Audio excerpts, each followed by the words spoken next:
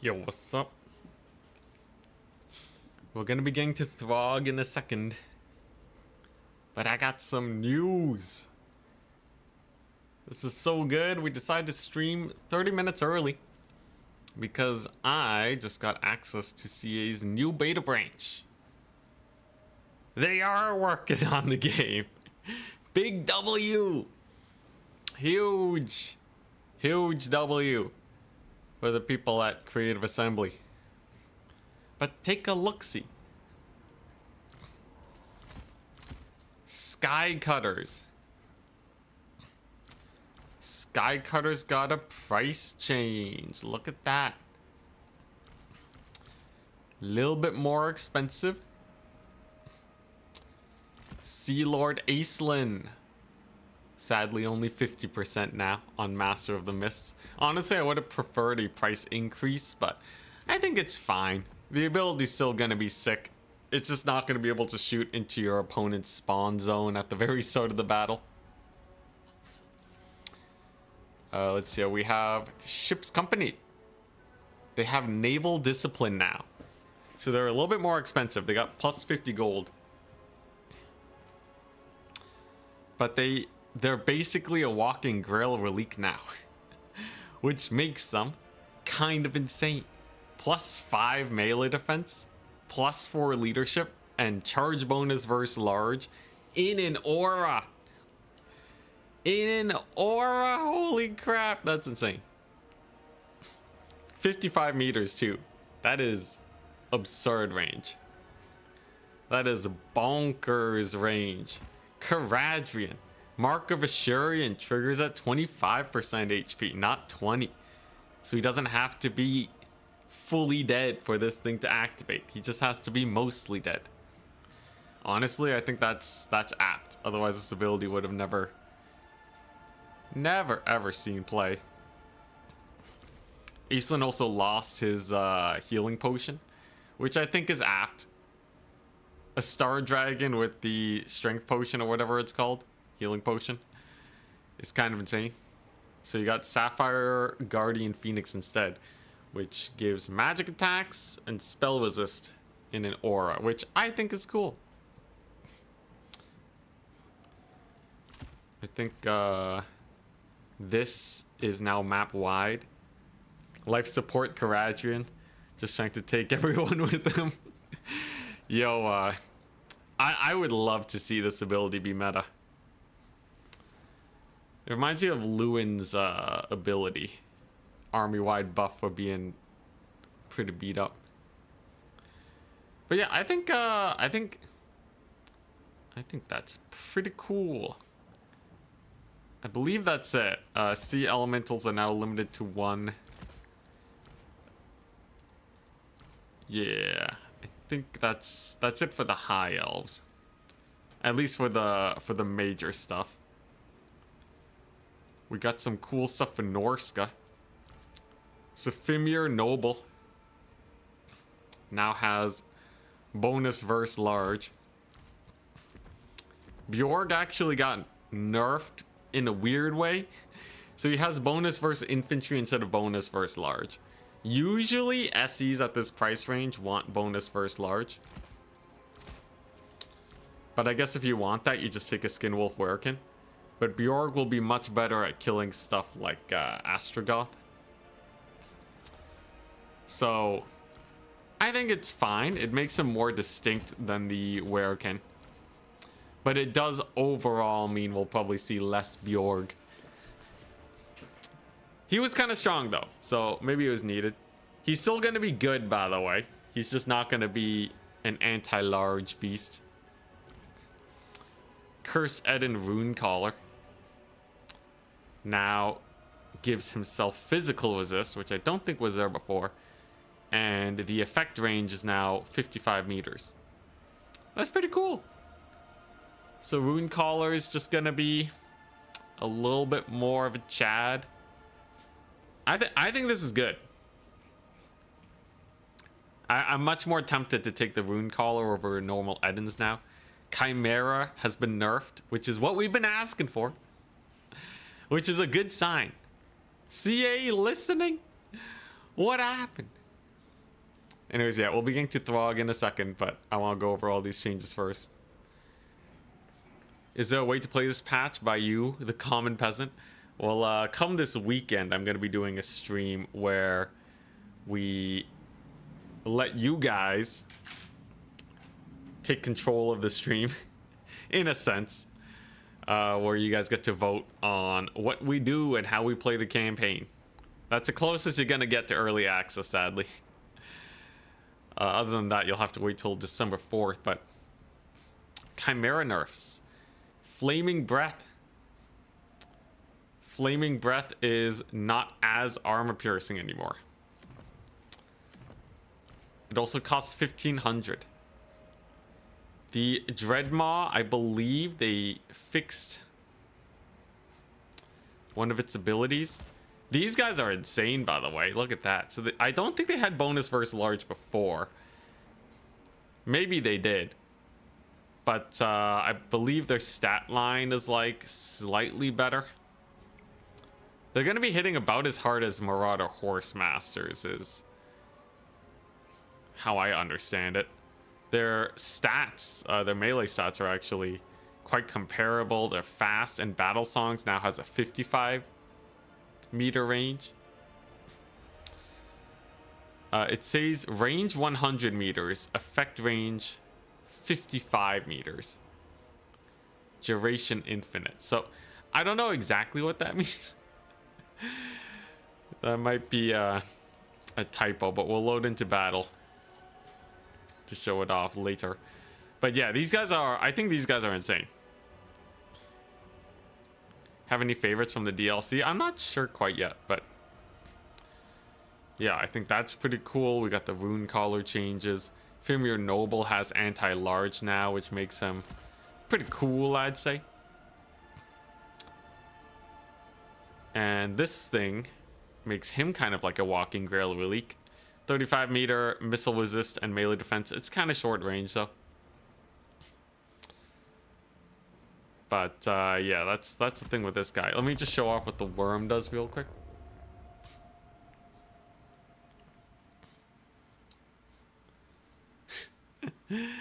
Oh man. Yeah, lots of big monsters. Yeah, some of them are harder to snipe than you'd expect. I think the worm is actually crazy hard to snipe. But yeah, so you can see here, they did fix the worm. It was kind of janky before, but now it's good. So you can see these guys. They have their... Oh, I see. If the enemy is within 100 meters, then their battle songs will activate. So basically, if they have an enemy in range of their range attack, then battle songs will trigger, and that will have a 55-meter range. I see. Also, Sail will always have backstabbing sorcery now. Whether you like it or not, in multiplayer, he has to have that. Well, let's check. Ooh, look at that. Yeah, so when the Dreadmaw unburrows, it instantly does damage now. That's actually quite... That's quite impactful. I don't know if you caught that. We'll run it over again. But yeah, look at that. So that means every 20 seconds. Is it instant? Oh, it's instant. Yeah. So right when he unburrows, you're gonna get that guaranteed hit. That's gonna make the Dreadmaw much more nice to use. Dang, man. What a dub. What a dub. They actually updated things. Let's see here. And then the last but not least, we have Slaanesh. So this guy got some cool items. Chaos Sorcerer Lord of Slaanesh. He now has options. You can get the Doom Totem, which is a leadership debuff. You know people are gonna like that. Prismatic Amplifier for extra winds of magic. It's just pretty cool. Lasts 36 seconds. Not a bad one. Cooldown of 90 seconds means if you just want this guy to basically have Arcane Conduit, you take this and you spam it. and you will have all the magic you need to spam Pavane as much as you want. Thought the Dreadmaw would be bigger. I think, I feel like he's, you know, he's actually quite big. It's just, see, it keeps releasing gigantic monsters like the Murworm and like the Shredder of Lustria. But like the Dreadmaw is technically bigger than a Carnosaur. It just doesn't feel that way because everything's so big. Anyways, I believe Pleasure Seekers got slightly less melee defense, which I think is about apt. And the Praeton got buffed. The Praeton got buffed. Oh my god. The poor thing. But yeah. I believe it's just a little bit cheaper. That's about it. I think they're just a little bit cheaper. And I believe Devotees of Slaanesh crossbows are possibly slightly better now. As a range unit, at least. It's weird. So they increased their fire rate. They made them do less armor piercing damage, but more normal damage. So let's just quickly see. So it's 15 base, 9 AP, 8-second reload time. It's pretty low. You can see the damage is not that great versus 100 armor, and you can see their ammo drains quite quickly, right? I think that is all. Yeah, it's all, you know, it's a little sus, right? I think the unit will still have its place, you know, kind of like how Ungor Raiders are technically really bad archers, but on the Beastmen roster, they'll do anything for a range unit. So they still actually see play. I think the melee stats might have gone buffed. I'm not entirely sure. Overall, Devotees, they feel about the same though, right? I don't think this is mind-blowing or anything. Are they weaker than Dark Shards? So much weaker in the range department, much stronger in the melee department. Look at the stat difference. Way higher leadership, way more HP, insano more speed. They got the melee stats to boot, charge bonus, everything. But at the end of the day, you don't want to get shot at by Dark Shards. Dark Shards hurt. Dark Shards hurt a lot. The Devotees, getting shot at them, you know, you just brush it off your shoulder. Maybe it stings, but it doesn't hurt. Very big difference there. They also added something to the Heralds of Excess. So they removed the Perfect Vigor, made it more expensive, but it has a bunch of cool stuff now. I don't know if Charmed was always there. Feasting on Fear is new though. A chariot with Feasting on Fear is hilarious. It's also a terror causer, which is actually notable because Slaanesh doesn't have that many terror causing units that are actually good. This might actually be the cheapest source of terror that Slaanesh has right now.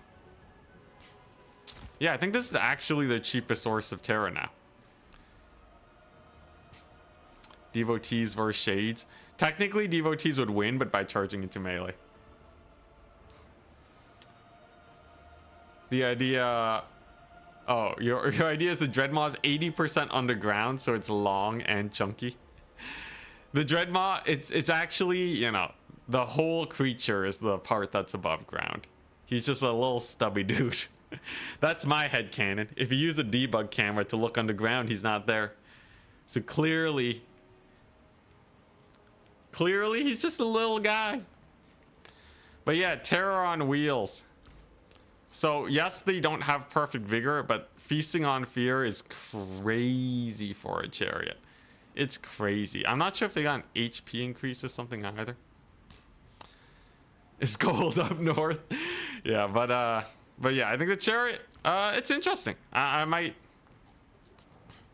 I might consider this bad boy. You know, Feasting on Fear is like, I think Druchii Anointed. Yeah, they have the Siren Standard, which is a speed reducing effect and melee defense reducing effect.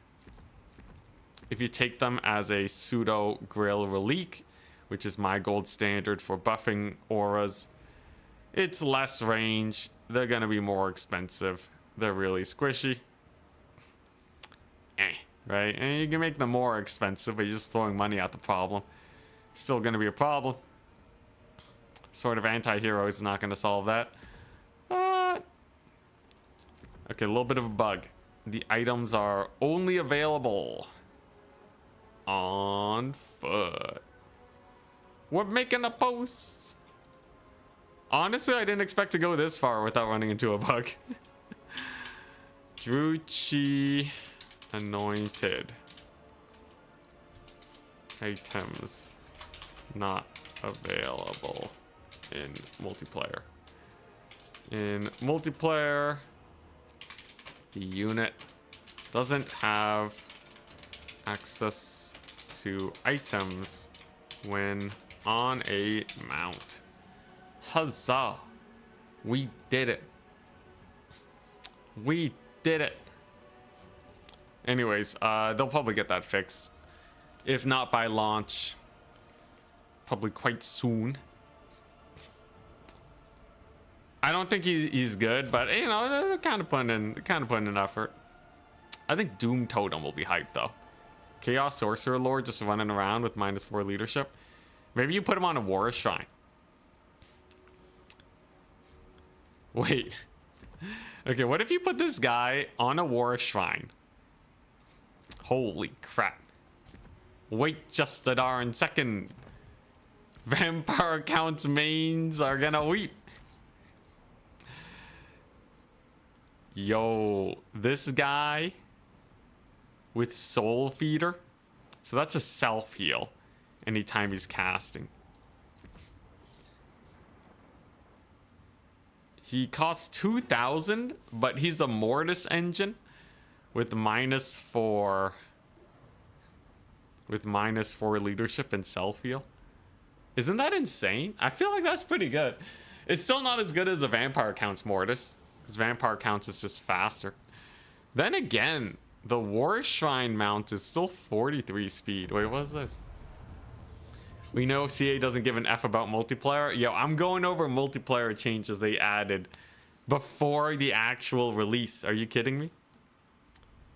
As much as I whinge about CA, I gotta give them the dubs when they earn it. Sorcerer Lord of Slaanesh. The fact that they gave us anything at all is a very good sign.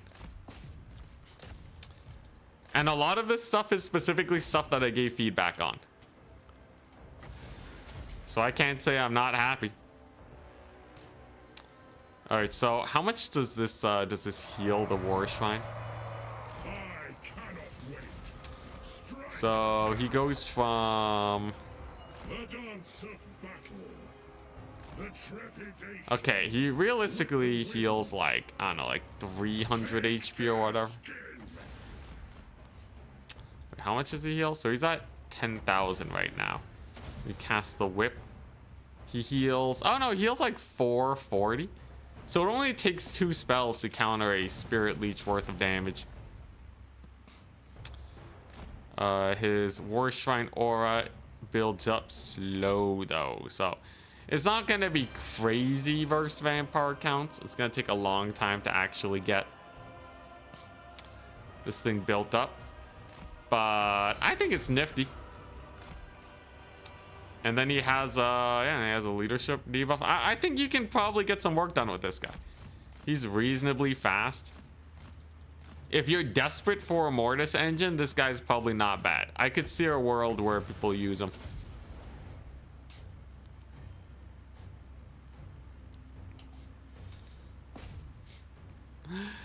Look, I'm not happy, and I'm also not crazy happy either, right? See, it has a lot of problems. But a dub's a dub, all right? This is stuff I'm genuinely excited about. Look at that. Praeton's cheaper, man. The Praeton's cheaper. Come on, man. And also, I think like battle songs having 55 meters is actually quite impactful.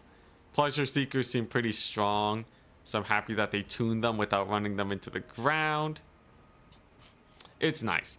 I do wish that they would update the other factions more, but we're getting somewhere. We're actually getting places. Will this continue after the DLC launches? I don't know. I can't say, but it's not bad. Dakala, by the way, her abilities, her dances are now baked in, which is a nerf, because those were hella expensive. Now with no ability, she costs 2,000 gold. Dakala sucks now. Don't expect to see Dakala in multiplayer. I think they changed the tooltip too. Instead of it being percentage based, it just gives the flat change, which makes a lot more sense. But yeah, no one's gonna run Dakala. They weren't running her even before then. The Mask of Slaanesh also has their abilities baked in. So here's the problem, right? Everyone was only running the Dance of Dreaming. Now you have to take the other dances. They're not terrible though. This is a 55-meter range speed boost and vigor drain. You can't say it ain't useful. This is a 12 melee stat swing in your favor at 35 meters. But like, this is just a Mortis engine. So I think people are, you know, they might still run the mask, but the nerfs are kind of spice. Staff of Mask is also baked in. No, it's not. It's not baked in. So you can choose to have that or not. They, yes. Oh, wait, no. They say it's strong versus multiple combatants, but not the actual number of combatants. A little bit of an L there. But overall, I like the direction that the changes went in. Weak units got buffed. Strong units got nerfed, but not horrendously nerfed, you know? I think no one's going to cry about Sky Cutters being 1,400 instead of 1,300. I think that's fine. That's totally fine by me. They are still probably going to be super strong, but it does open up opportunities to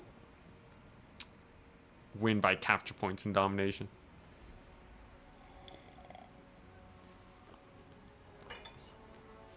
She can only have one dance active at a time, right? So she should be priced as having one. Yeah, so you don't understand how CA balances the game. You have a limited Winds of Magic pool, so shouldn't you only have, you know, after you take your first spell, shouldn't the next one be kind of free? Or at least really cheap, because you're just paying for options, right? The answer is no. So just like the dances, spells also cost basically the same. If I take all these spells, I don't even save 25% on the last spell. This, if you're running 5 spells, the last one should be free. Let's be real, right? Honestly, if you're taking 5 and you want to take a 6th, you're probably a noob anyways. Probably a new player.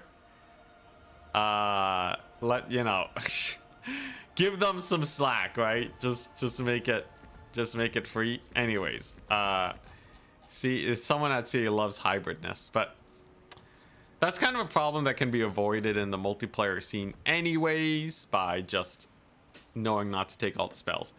That's getting into the realm of nitpicking, which I do like to do, but we're talking major issues first. Nullstone also has 3 uses now. It's not infinite cast, which I think won't make a huge difference. I'm a little sad to see Nullstone nerfed, though. I feel like it didn't really need a nerf, but maybe someone found an issue that I didn't see. Making it have 3 uses is still a lot. I don't think I use it more than 3 times in battles anyways. So just as a contingency to make sure there's no cheese, sure, whatever. And I think that's basically it.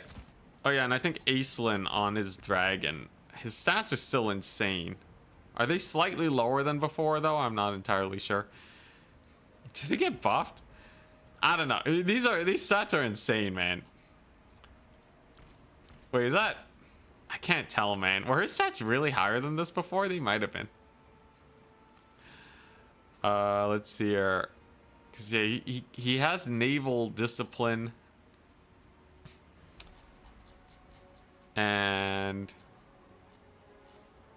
oh, do lords not have martial prowess? Does he not have? Oh, huh. Okay, yeah, lords don't have martial prowess. Okay. So I guess it's just baked in permanently. Anyways, might be slightly lower. I don't think it makes a big difference. Charge bonus is king anyways. You always hated the way spell cost works? Same. Absolutely.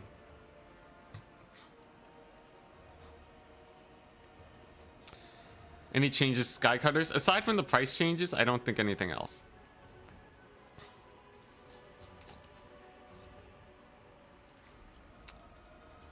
Lords lose martial prowess on monstrous units. On a Skycutter chariot, he has martial mastery. You can put him on a Skycutter, and he'd be a Skycutter with 47 melee defense. That's kind of funny, but yeah, honestly, Skycutter Aislinn could be really hype. But yeah, overall, I think yeah, they fixed some hitbox bugs and all that. Apparently, they fixed a hitbox issue on Oceanids. Can we just really quickly see if this unit... In which direction is my hair supposed to go? Yeah, can we just quickly see? Does this unit...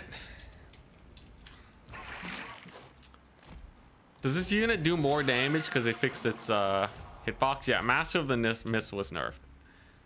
It's 50% range. Honestly, that's not a huge deal. I think we can live with the 50% range increase. That's still rather insane. Yeah, but it is impactful. Oceanids versus Chaos Warrior Great Weapons. Not bad. Honestly, against an armored target, not bad. Not bad. Yeah, so apparently they changed some hitbox stuff with these guys. I presume that means they hit infantry better, or like they don't have a blind spot or something. I don't know exactly what it means, but practically speaking, you're looking at Oceanids being not bad in a melee grind. Definitely don't put them against range units. They will still die to range units, but a single unit of Oceanids can kill 2 Chaos Warriors. Impressive. Genuinely impressive. Not sure Dakala needed the nerf though. I don't even think they were planning to nerf Dakala. I think CA baking in the this is just me guessing, I don't actually know, but them baking in the abilities is probably just a thing to be like, ah yeah, these should be baked in, and then they don't even think about how it nerfs a unit because they don't understand that these abilities are unbalanced price wise.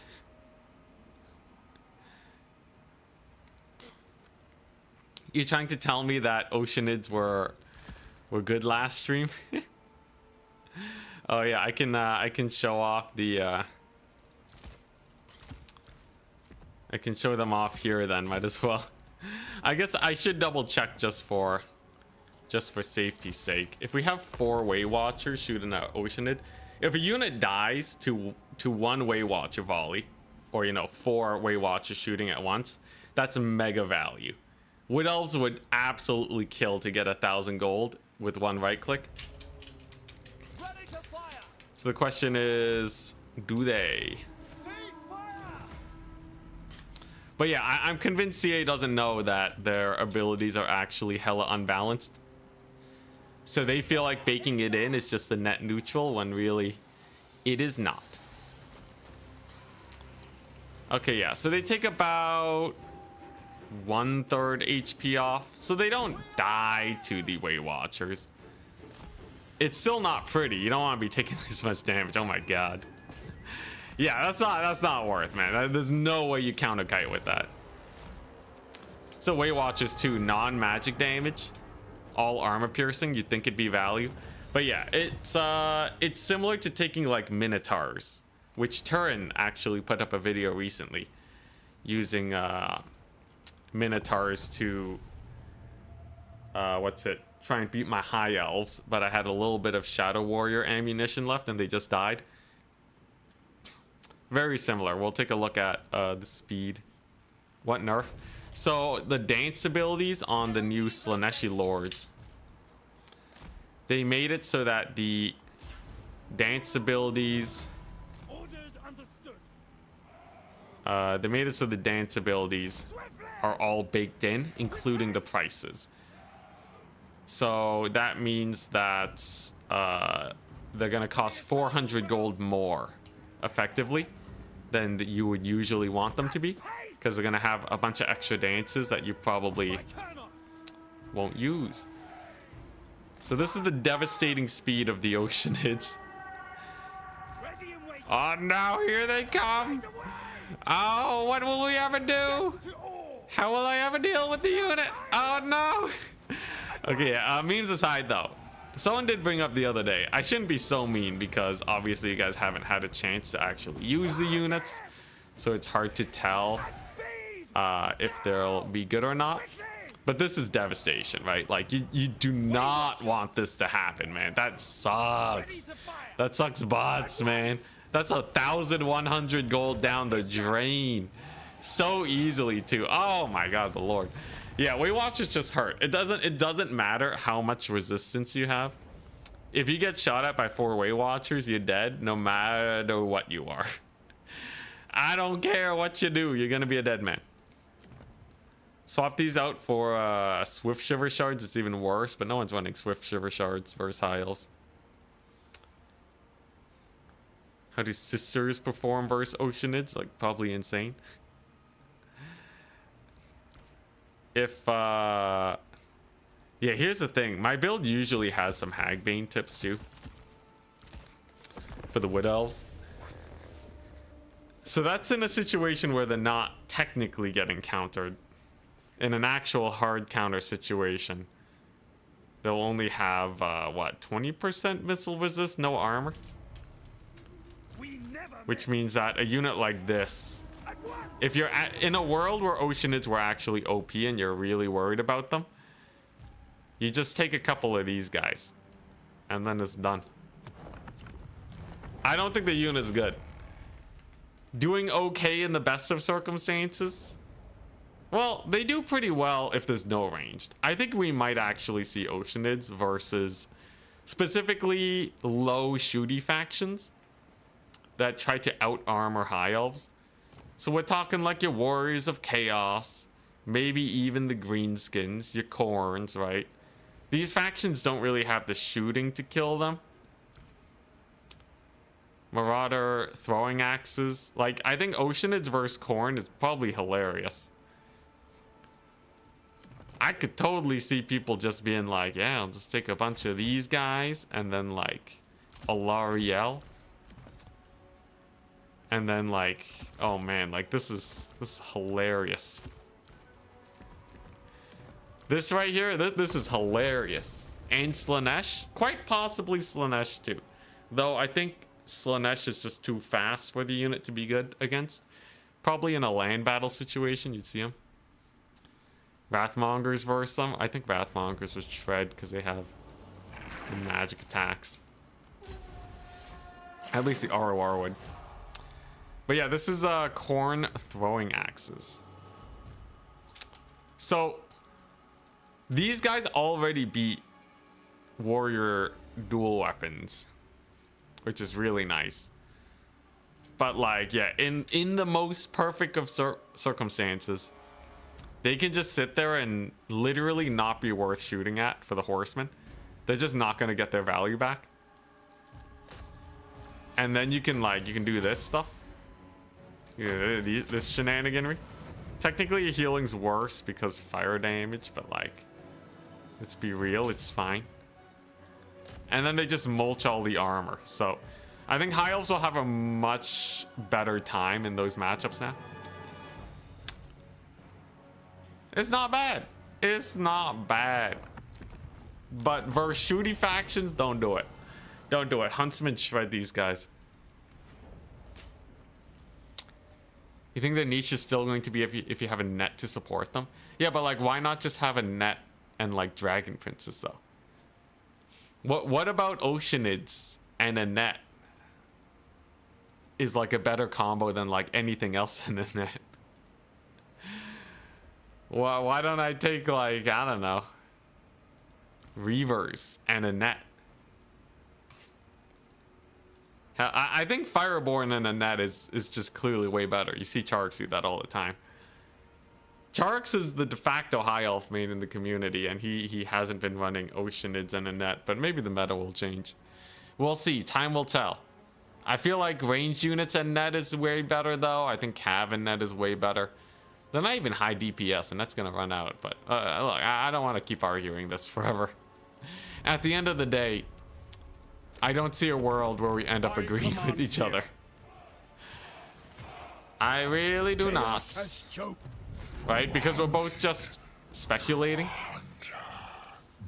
Like, literally, we're speculating on how the meta will form later on, right? I'm pretty sure we're at the point where neither of us are going to convince each other. And I've been on the internet long enough to know. Anyways, let's have a fun Throg campaign. Also, I'm most excited for the ship's company having that aura buff, though. I think that aura buff is gonna be insane.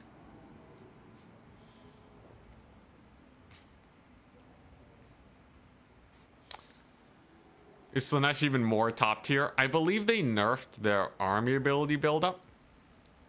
I can feel it in my heart that the army ability charge up is weaker for Slaanesh, which is a massive change to the faction. I think that's going to be the most underrated thing. So Norsca got a little bit of a rework. Look at that. Allegiance of the Gods system. Replenish casualties by 10% after winning a battle in a province adjacent to the altar. Whoa, that's cool. That's cool. And you get Spawn of Nurgle. Warriors of Slaanesh Hell Scourges. Oh, dang, look at that.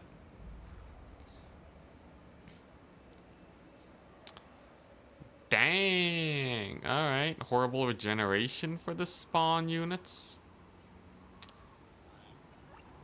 Horrible regeneration is 0.1. I love how, does the Nurgle one get a better? Okay, yeah, it's just horrible regeneration for spawn, okay. Huh. Anyways, so the way Throg works, you have Call of the Monstrous Horde, which adds some trolls to your thingy. Your trolls, they generate troll kind income every turn. You can use that to build up your troll domination thingamajig, or no, you use it to make buildings. The Troll Grotto, right? So it increases Troll King's domination, gives you troll kind per turn, and then you just build up trolls for days. That's a rough idea. It's not too complicated.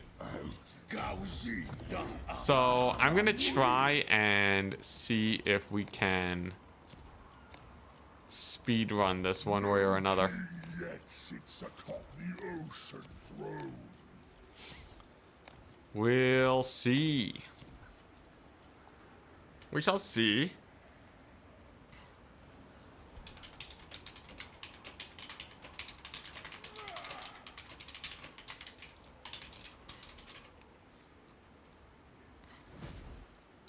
Can you finally get allegiance for all 4 gods at once now?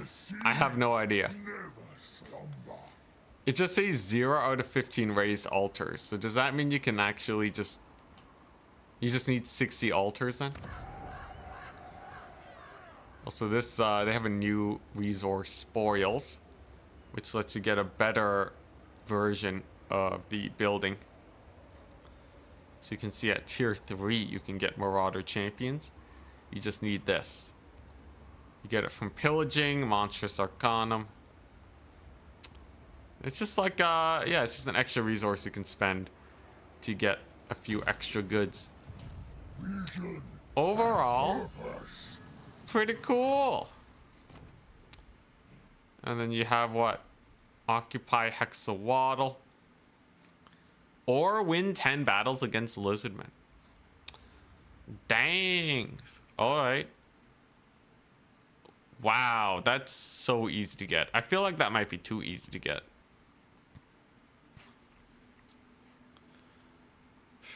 Ten battles is quite a bit, but it's not that many. Like, you only have to fight a faction a little bit to get the buff. But I guess that maybe that's just the point.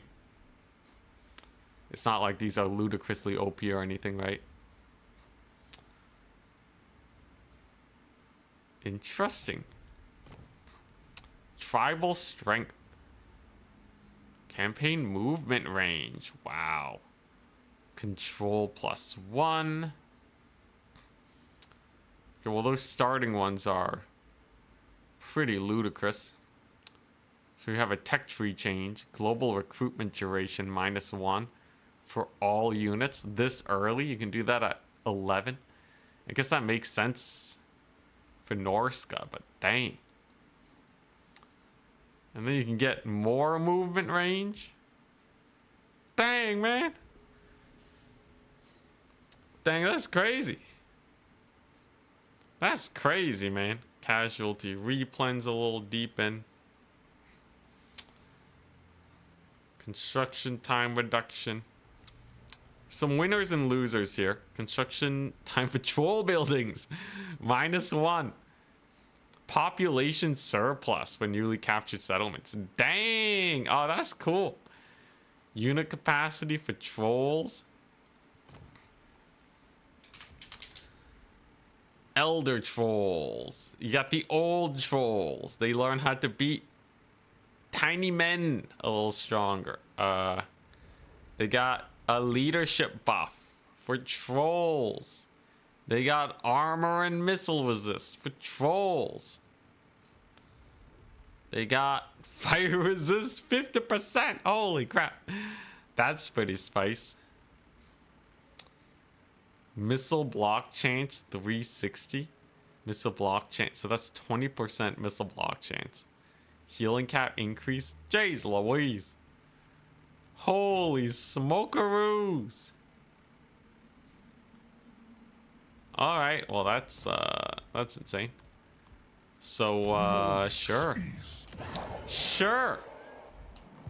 let's get this campaign started. I want to see if I can speedrun this empire for the trolls. I just need troll kind resources, but I'm sure that'll build up rather fast. I'll just auto resolve this one. Let's go for an aggressive campaign today. Oh, I can just straight confederate them at the start. Honestly, kind of boring, but what do I get from this? Alright, so all the quests are done. Alright. Province secured. So, obviously, we gotta get the troll grottos going, but also get the troll recruitment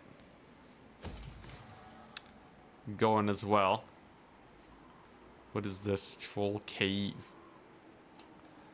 Alright. Lord, We got a lot of trolling to do.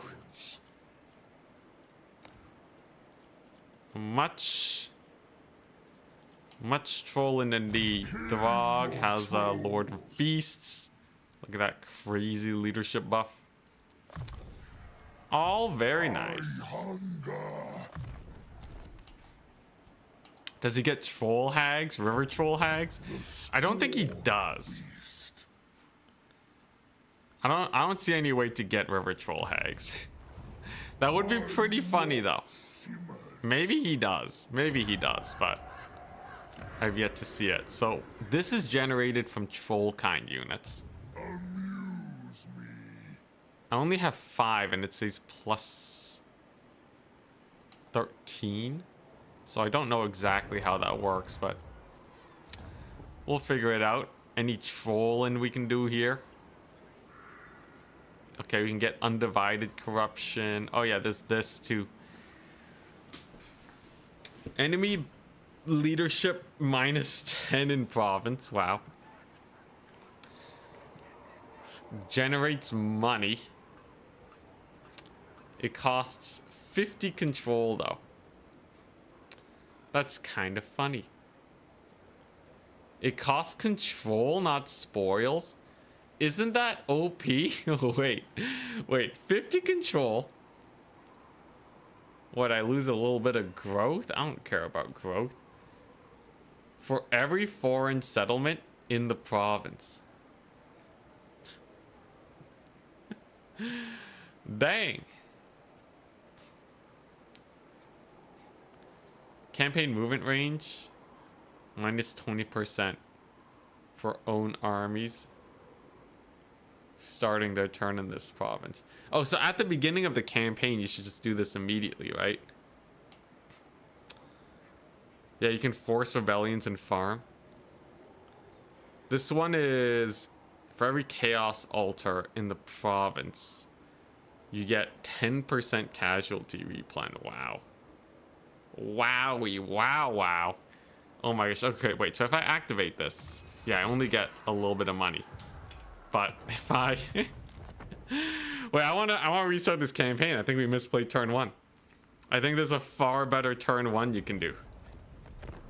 That's just money for days. Not only can you farm rebellions, but you can also just make bank. Just take random settlements, man. Can you show Sorcerer and Melee Lord skill line? Yeah, we'll get there today. Taking the land is free XP, and you don't have the growth and money to build it up. Well, it's true, but I feel like it'll let me get to other places a bit faster. Yeah, yo, this artwork, this artwork's great. All right, wait. So we're gonna do this.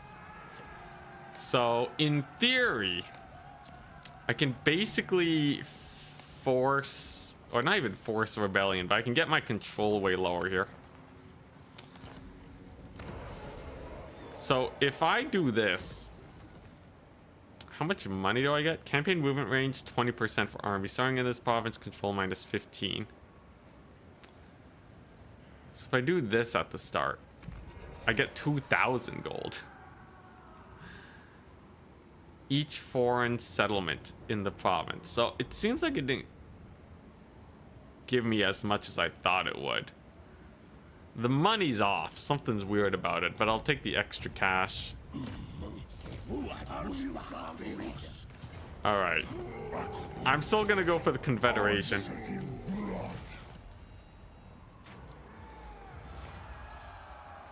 Yeah, so we get the Confederation. I get all his lands. That's pretty nifty though. And then I can start getting my troll recruitment immediately, which I feel like is worth. Now, my public order is terrible right now. So what I'm at, minus 17. I could just recruit a lord to solve it though. None of these are super. Oh, local recruit is actually kind of good. So this is just gonna be my province to farm up resources as fast as possible. I'll recruit a lord over here to settle the situation soon enough. And then we're just gonna play super aggressive. So what I really want to do,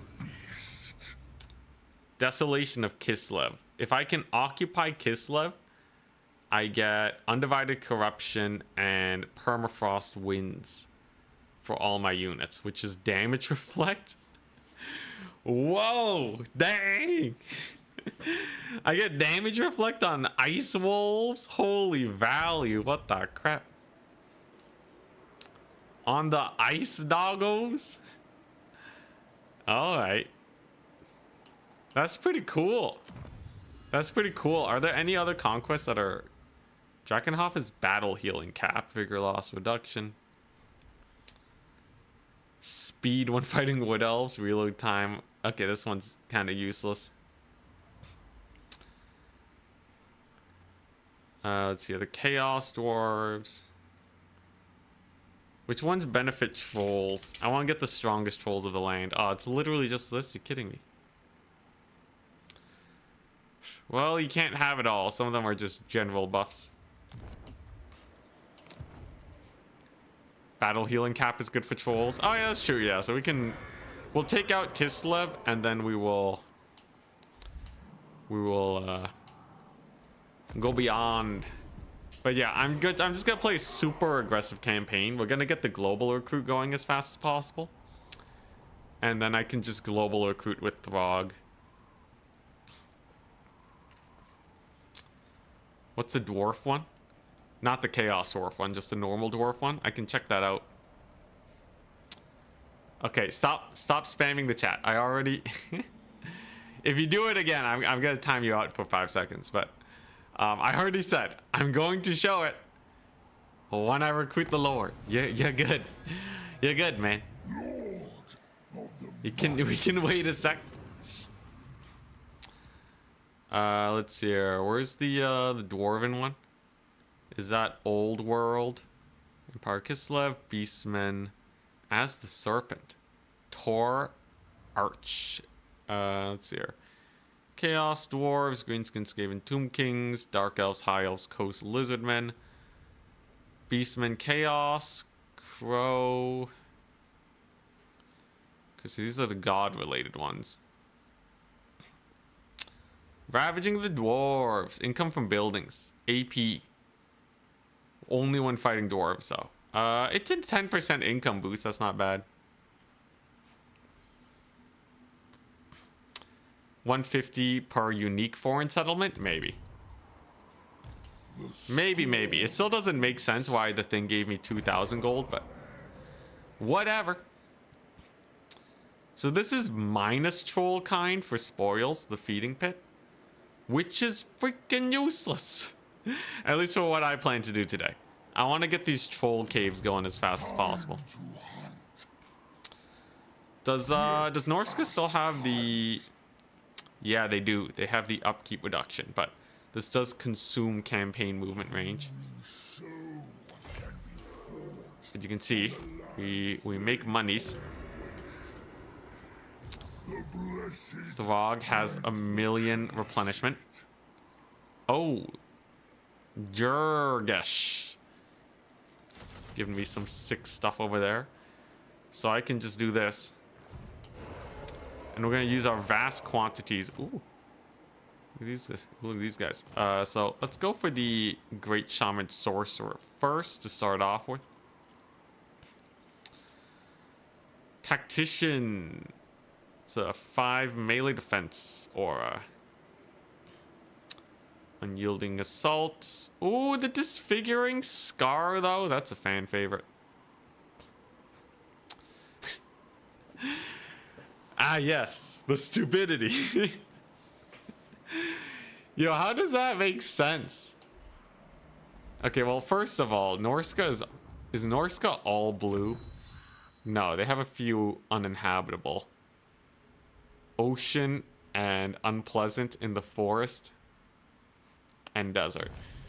But yeah, I guess the power of stupidity in this guy Where's he at? Yeah, the power of stupidity.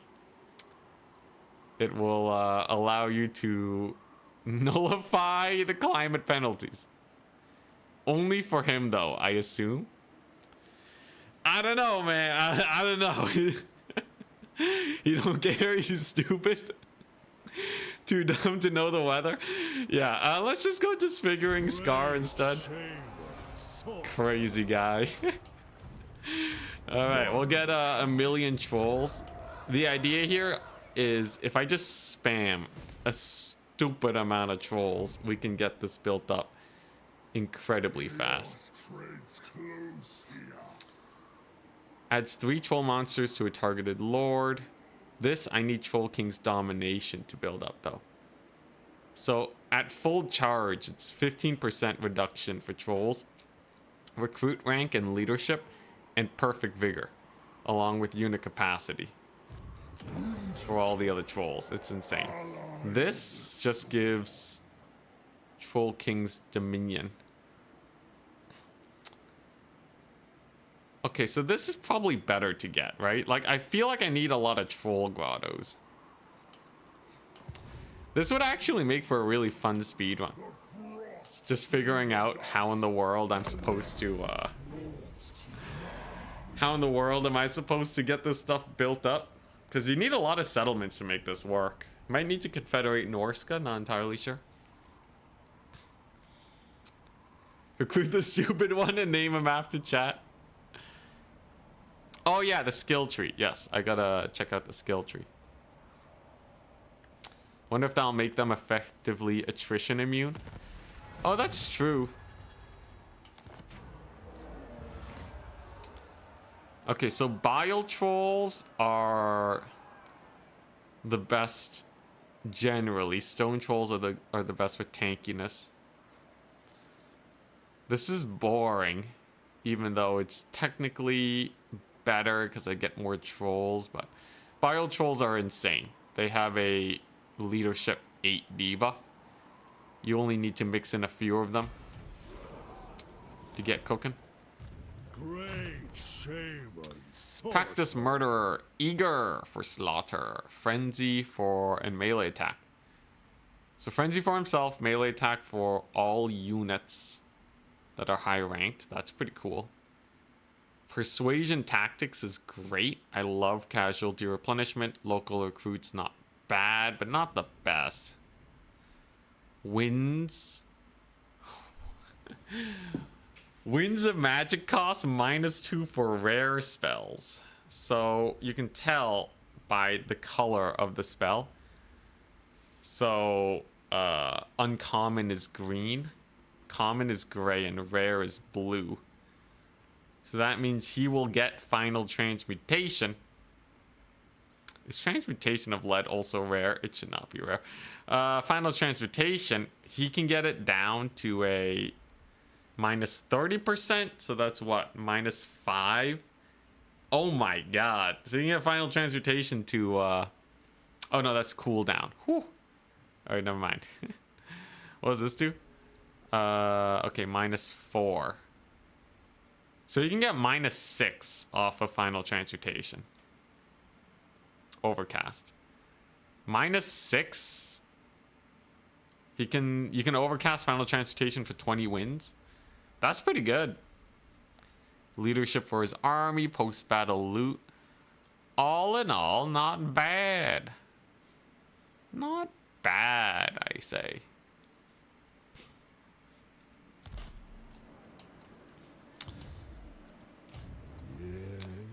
Alright, here we go.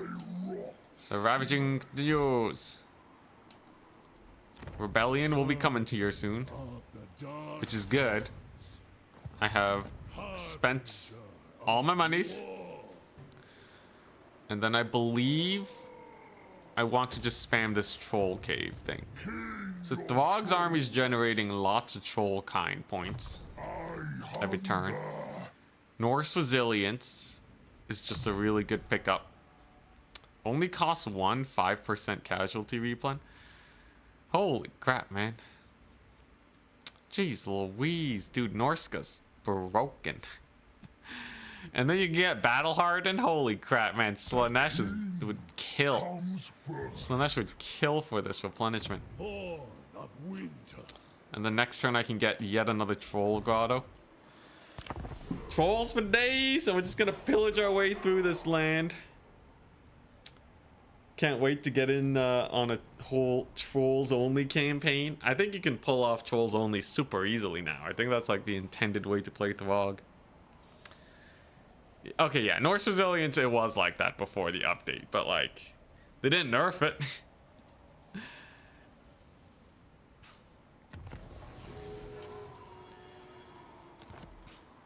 The lonesome king. A flat -2 wins. Overcasting Final Transmutation is so cost effective. Even if it's a flat -2 for normal cast and overcast, I think it's still better to just overcast it. Enslavement or death. Oh, Norscan Legend Lords can gain bonuses and gifts for raising altars over conquered settlements in one of the Dark Gods' names.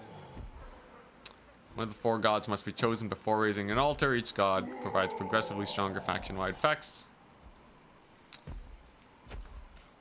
Allegiance bar is there, okay. Ah, new UI. Look at that. So what do I want? Replenish campaign movement range after winning battle in provinces adjacent to the altar. Now, I feel like that's gonna be bonkers. As someone who likes playing aggressive campaigns. Research points after... What? What? Wait, what do you mean? 10 research points after winning a battle.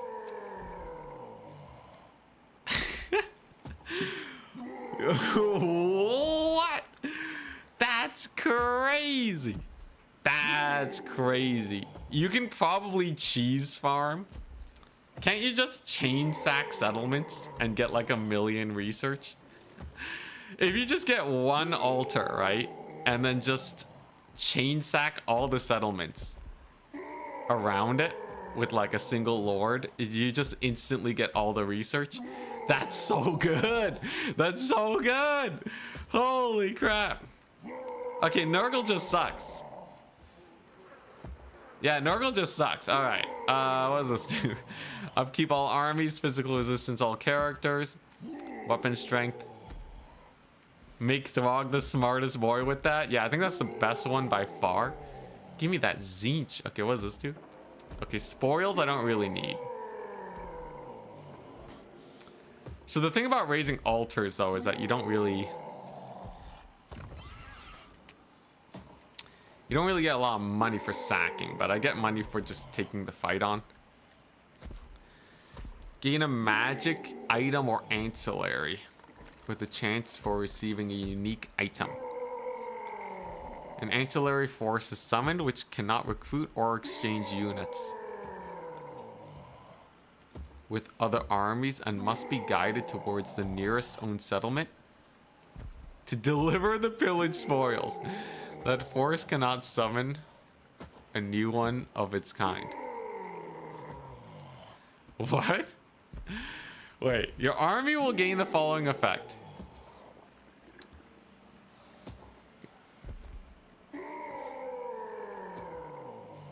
An ancillary force is summoned which cannot recruit or exchange. It's a blood host basically.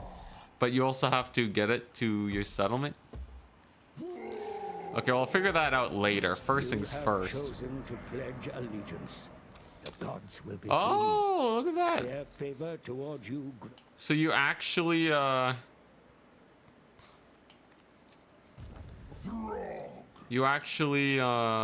Land obeys.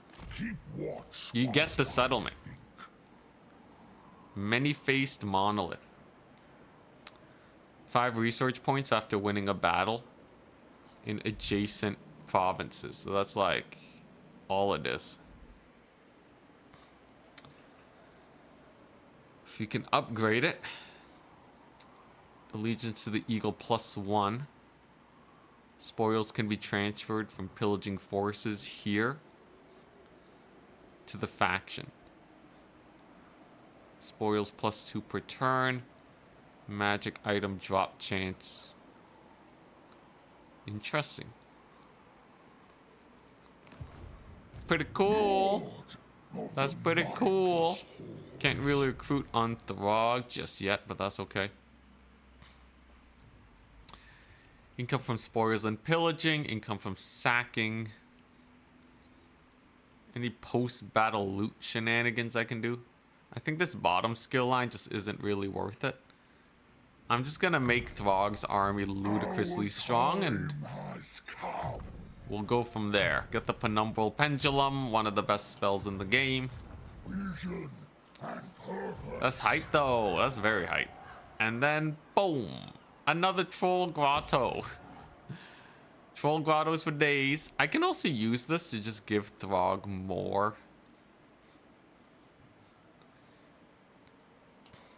Okay, wait. I kind of want to just try this. So adds 3 trolls to the targeted lord. The trolls answer the call. Interesting. Do they just stick around? Is this permanent? If they are, that's kind of insane. Anyways, like I said, I don't really need to build up the settlement.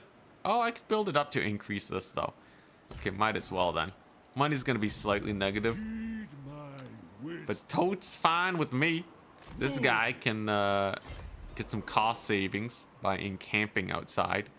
That'll also reduce the public order, which is nice. Yeah, Throg gets a wall.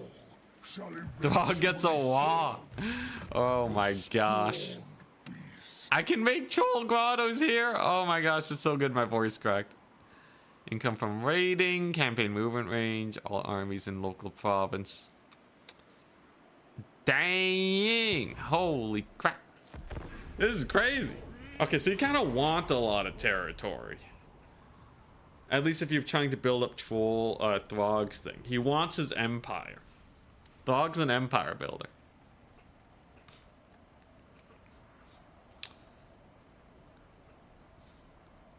Spawns army for you to defend so it can deliver the spoils. What do you mean by defend though? Is it getting attacked or anything? Hell yeah. Get auto-resolved, son. Well, nice. This guy is now making money off of rebellions. You can now access the monstrous archon. Okay. And we got a quest, the Cold Void.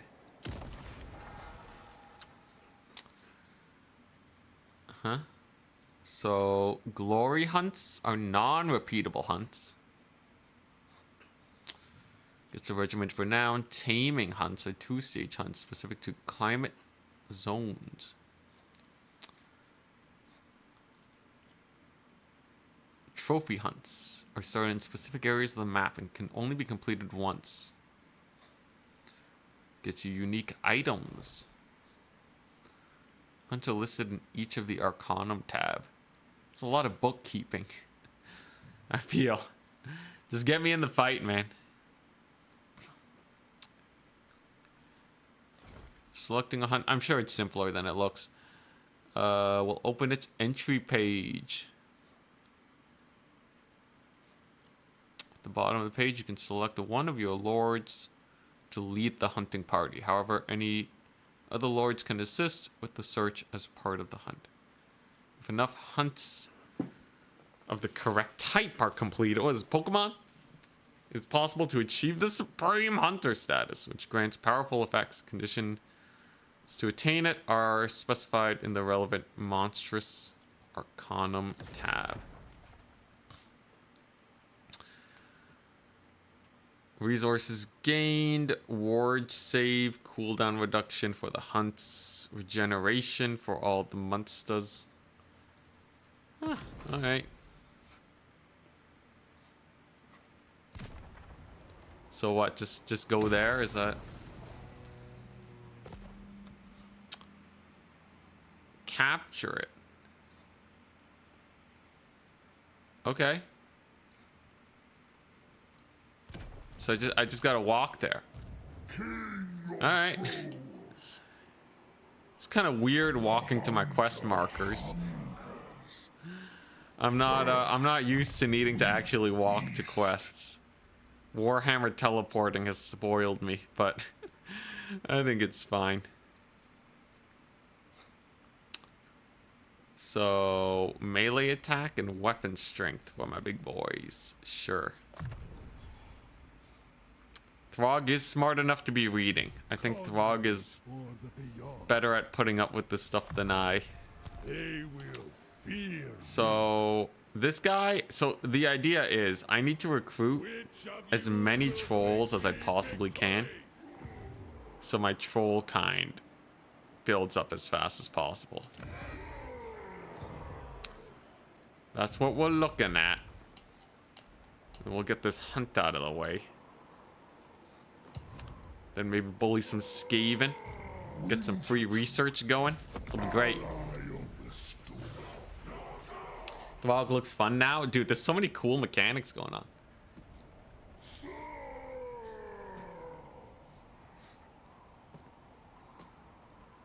Good to catch you live for the first time in a hot second. Happy to have you here. Yo, this is crazy though.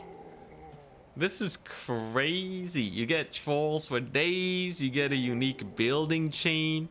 You get the Wog going on Throg. And his appropriate armies. You get some cool shenanigans with research and all that. I just get a free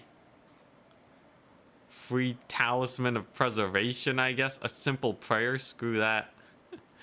Offer it up. What's this? 2 turns of attrition. Yeah, I don't want to take damage. Hell yeah. Ah, yeah. Fire resist, spell resist, ward save. Throg is looking good. That's a good event. It's a very good event. You might be thinking, Anticity, aren't you running out of cash? I have a solution for that. God dang it. Dang you, Chaos Gods. Whatever, I needed cash. Okay, now what? Let them fear what approaches. Okay, I guess he's somewhere here now. Whatever, man. Screw you. The illusion of choice. Yeah, that is the most Chaos God maneuver I've seen all day. Very thematic, I must say.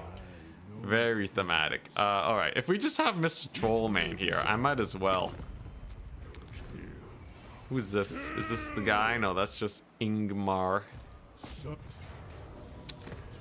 Troll him up! Okay, so I can keep dedicating myself to Tzeentch, but like, does that do anything?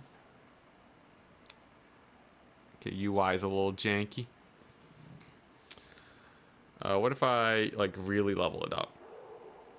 25? It gets better? Give me that. Bird time! Bird it up! Bird is the word! Holy crap!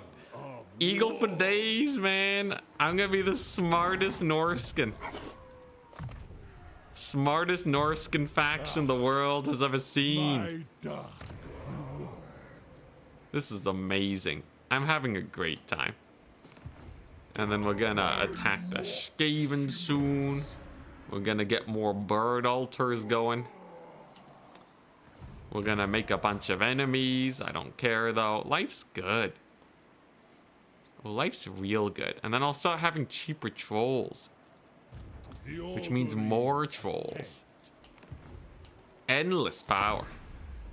Who's the most troll chaos god? Obviously Tzeentch, right? Obviously Tzeentch. It makes sense then. Trolls for days.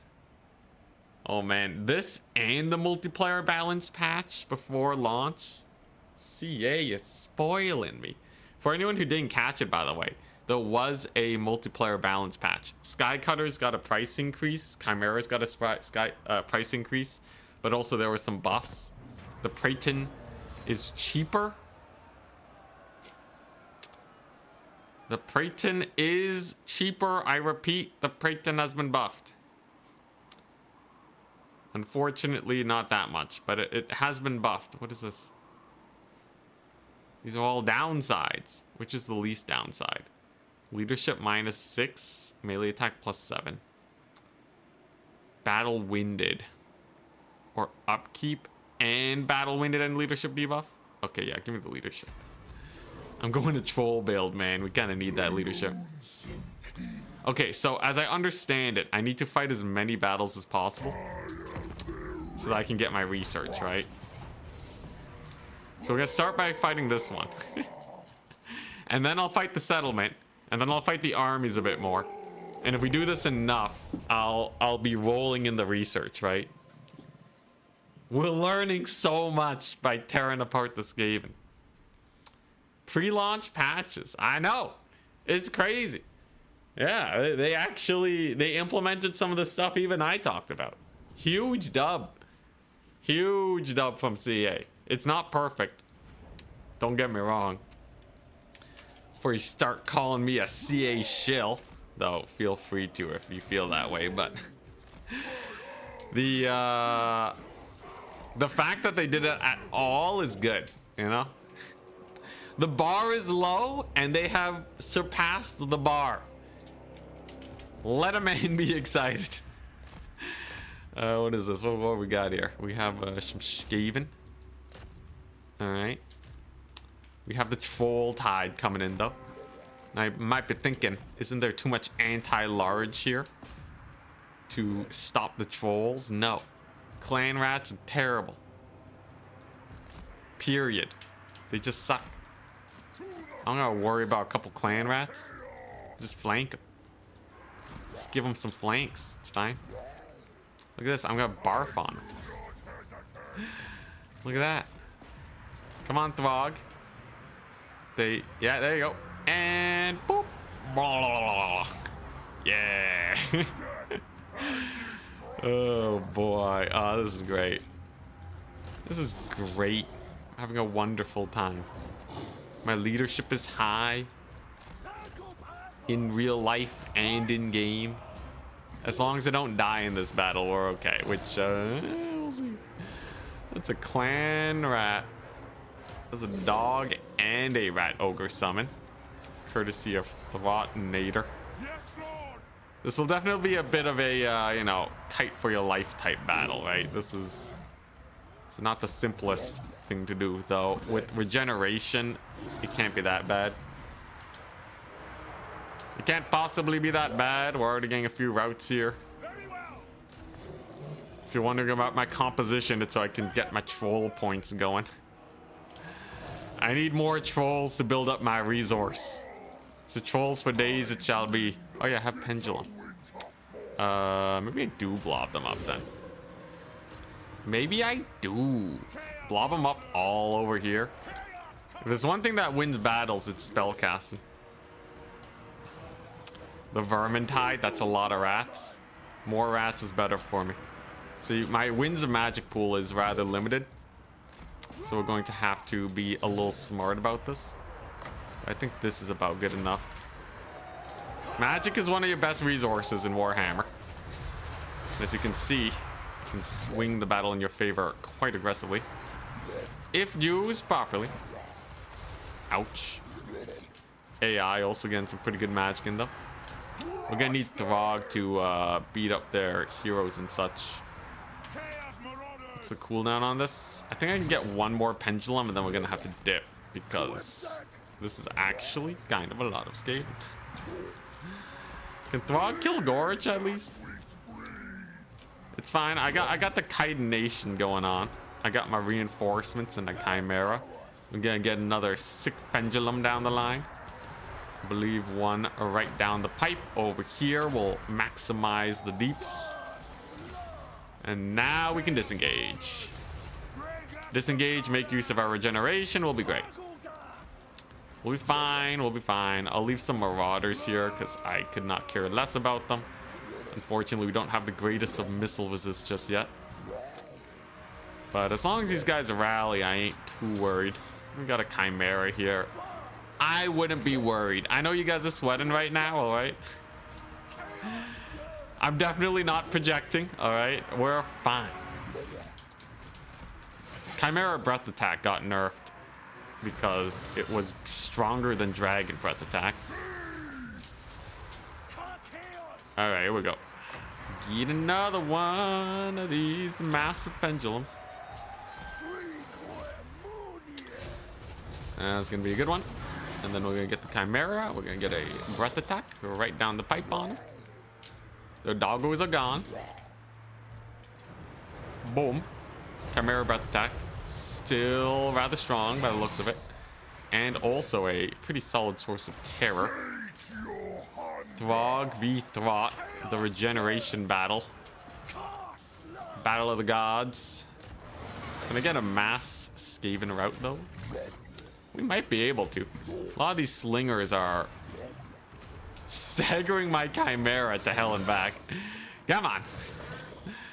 I want to get the Chimera in there for the terror routes, but it keeps getting staggered, man. Oh, I believe that's a foot Throt too. Is there anything large here I can bully with Throg? Not quite, but we'll be okay. This is going great. I got the troll squad. I got the troll flank on him. How many times will I say troll today? Unknown, but probably quite a bit. It's gonna be another nasty pendulum right down the pipe. This guy has 200 kills. Still less damage than your typical overall damage in a conquest battle, but quite good. There you go. And then there's going to be only a few more Skaven, but they won't be a big problem. Yeah, Troll Regeneration wins hard. Plus, I have Bile Trolls, who also provide a leadership debuff, which is extra painful for the Skaven. Chimera Breath Attack. Insane. It's actually so good, that Breath Attack. And whoop-de-doo, terror outs for days. And their allies are routing, which means that they're routing. Oh man, it's a good world. It's a good world when Skaven are routing more easily than your trolls on the legendary campaign. This is legendary, right? Difficulty modifier 8. Let's go. Yeah, and there we go. Now we're starting to see some mass routes. And Throg deletes rat ogres, by the way. Holy crap, Throg is clobbering these guys. He ain't stopping, man. Look at him go. Throg's a Chad. No one was questioning it. And just like that, the battle is ours. I just gotta use this Chimera to get a few more free terror routes. They're close to the edge of the map, so that's a fairly simple order of operation here. Maybe a little swift terror out on these rat ogres. We'll see. I do have yet another pendulum. This will most definitely rout off all these guys. The leadership's already low. They definitely cannot take another pendulum. And a breath attack over here to finish the job. Still filling in with more units, but I think we're doing quite well for ourselves. Most of my trolls are still at high entity count. The enemy army just does not have the deeps. They just don't have the deeps to kill this. Look at that. I got yeah, 72 leadership Norse controls. That's absurd. These guys are fully surrounded. I'm actually a little surprised at how well they're holding. That event actually kind of saved my butt. Even though they're a little tired compared to usual in a long grind, that doesn't affect me.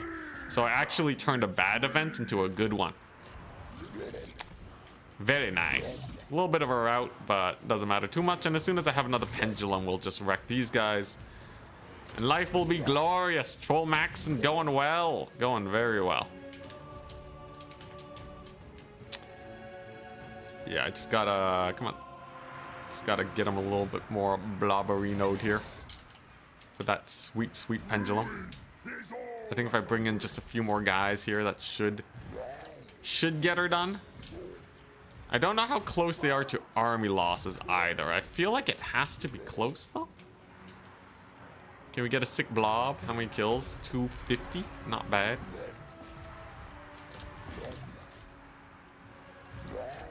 Regen for the win? Yeah, man. Let's see here. I only have you know, like one pendulum left. So it's important to maximize it. But given that army losses is on its way, I think this one will do. If this pendulum doesn't do it, a Throg breath attack here should be enough. I believe. Let's get that Throggy breath attack. It has to be out of melee to use it, but there we go. Beat him up. No, he's technically in melee. I wish Throg could use the breath attack in melee. Come on. Yeah. Blah, blah, blah, blah. Yeah, there we go. Get puked on. Yeah. Easy fight. Easy fight. And that's going to give us some free research. Beautiful. Beautiful. Barely lost any units.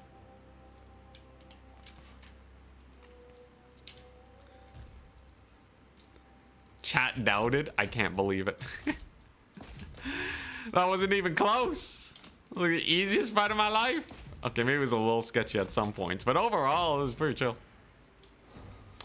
Who are the strongest troll units? I would say bile trolls are one of the top ones because of the stomach acid in terms of just like overall strength. Stone trolls are the best for tankiness because they have that high armor and missile resist, spell resist. Yeah.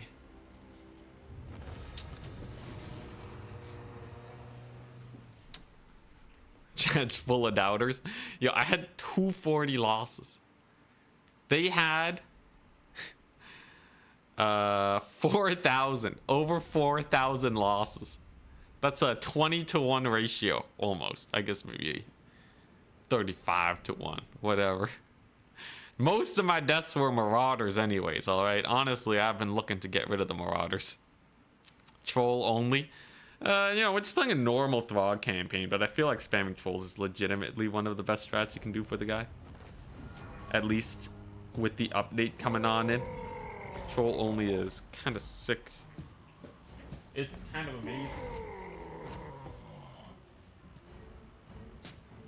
Kind of bonkers how strong it can be. It's 2,500 gold. And if my calculations are correct, because this is in a province. So how does that work? Okay, so it says I have research surplus and research 15. This building is +5 after winning a battle. So that's 15 and, yeah, 115 and 20. So if I use Throg now and fight this battle, then in theory it works. Throg's army is immune to attrition. I think I remember seeing that too. Though he will take low income attrition. Anyone done troll only with a new Throg? Well, this will be close to troll only because I'm literally only recruiting trolls. But I will end up with a few non-troll units. It's more of a troll-focused campaign more than anything else. We're just gonna get in there. I'm pretty sure he doesn't have any magic that can give me trouble here. Yeah, surplus came this year. Surplus mechanic is real cool. I like it. Basically, if you have a ton of extra research, it'll spill over to the next thing that you decide to research. Pretty nifty. Pretty nifty.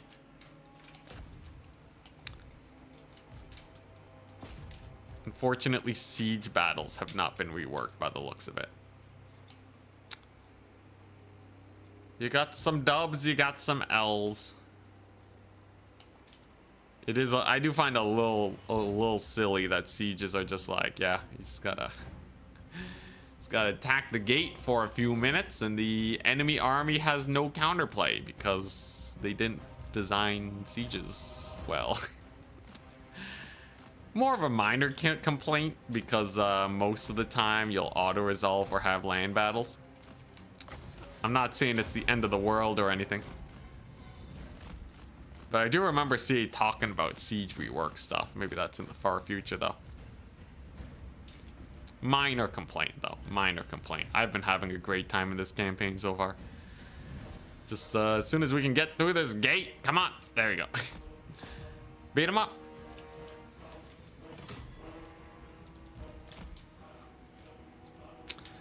So cool that the 10-year-old franchise got a mechanic every other strategy game already has. I think, you know, I think we can be pessimistic, but like, here's the thing. At the end of the day, are we playing those other strategy games? Maybe. I think a lot of people are.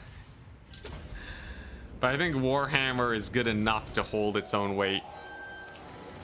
Unless those strategy games are actually flawless, all right? If we want to make an argument for that, I'm also down. In which case, why am I playing Warhammer? Get me onto those strategy games. Let me add them. At the end of the day, I think good enough shall do. And you know what? I'm still happy, which is all that really matters, right? As long as the nitpicks don't build up so much that I start feeling frustrated. I should capture this point real quick. Throg, by the way, he has anti-large, which makes him pretty good against Throg. Beyond all reason is all you need. Yeah, this is where people start recommending a ton of strategy games. You know, I've been interested. I've been keeping my eye out. None have really grabbed my attention though, like Warhammer. Can we get a Warhammer themed Beyond All Reason? Honestly, okay, one of them though, I'm looking at Dawn of War. Dawn of War is one that I would be pretty interested in trying out. Seems like there's a lot of potential there.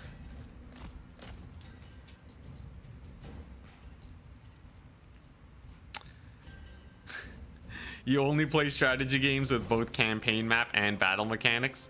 Yeah, I've never played Bannerlord. I've seen Bannerlord. I know the gameplay, but I never actually played it myself. How is Bannerlord compared to Warhammer? I want... Alright, for people who have like 40,000 hours in Bannerlord, does it hold up? Or does it also show its flaws after you get enough time in? I'm under the idea that any non-indie game is going to start showing its flaws once you get a lot of hours in. Even indie games too, right? But like, you know, when you're not appealing to a niche, the complaints will come rolling in. So I'm sure, like, you know, the Bannerlord people have a bunch of stuff that they just wish would get fixed that hasn't been fixed. Probably not as bad as like the Warhammer gate bug situation, but I'm sure it's there. So man, it's getting hot, man. The great thing about playing Warhammer though is you don't have to pay for heating ever. They're getting a naval DLC? Dang. Anyways, yeah. The thing that bothers me about Warhammer, though, is how much of the core stuff is broken. I feel like a lot of core stuff is broken with Warhammer. Though the recent patch is definitely promising. So I could pillage and raise. I could simply sack it. I think I already killed off the nearby armies, though. So we can try this to just see what this free army shenaniganry looks like. Trickster Helm, Regeneration and Barrier for good old Throggy. Throg is rolling in the blinged out of his mind right now. Gonna get that extra melee attack for trolls. Pretty important. They have the weapon strength, but they lack melee attack. And they will be gold chevrons soon-ish. So I should start working my way towards that. A little bit of an icon issue here. The Dreadmaw and the Dreadmaw. Yes. There's probably technically two different types of Dreadmaws in the underlying code, but we'll let it pass.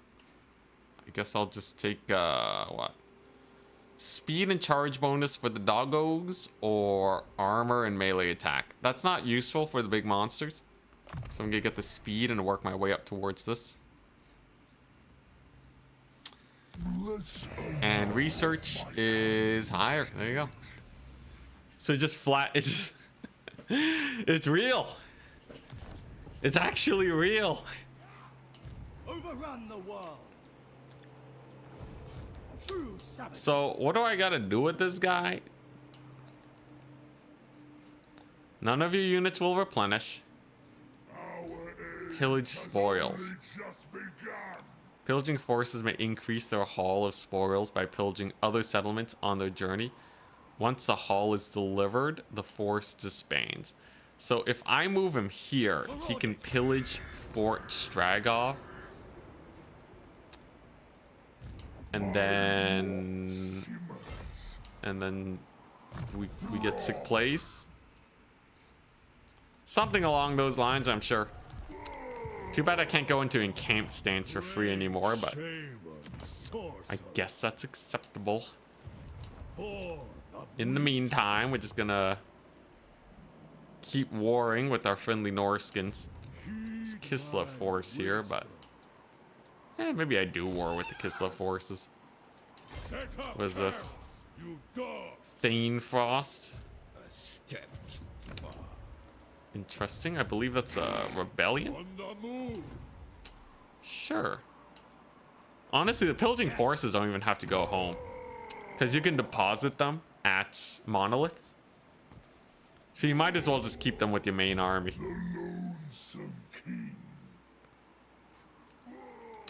20 battles to get a free turn of research. Oh yeah, it builds up. So the Tzeentch thing starts at +5 per. And then it goes to Alley-oop, +10 at that. And then you can get it to +15. And then you can get it to +25. So you can get a free research in 4 battles. I guess not a free research, a free turn's worth of research. But that's still pretty good. Like, over the course of a campaign, you're just gonna have higher research perpetually. I think it's sick. And there's definitely a way you can cheese it by chain sacking settlements. 1000% someone's going to just chain sack for days. That's not good. Okay, I might have lost my army of spoilers because they got the ambush, but that's okay. Did you try the province control money thing again? I did. I got 2,000 gold when there were 3 enemy army or 3 enemy settlements.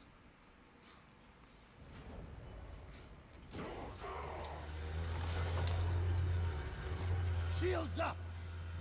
That's what I meant by protecting them.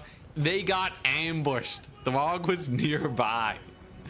It's their fault for getting a wreckaronied. Steel technology. Yeah, steel technology is nice. Although it's a little expensive and a little tedious. So I don't use it as much, but I think this is significantly easier to make use of than steel technology. So if you like the tech race, is where it's at. If it's good enough, I might even do a run of just getting the entire tech tree for Norsca speedrun. I'm pretty sure you can do that. Also, by the way, this is easy peasy lemon squeezy. Run for your lives. Everybody run! Huzzah! We did it. We saved Norsca. Oh. We did it! Anyways, if you could leave me alone, Skaven, so I can pillage your lands, that would be very useful.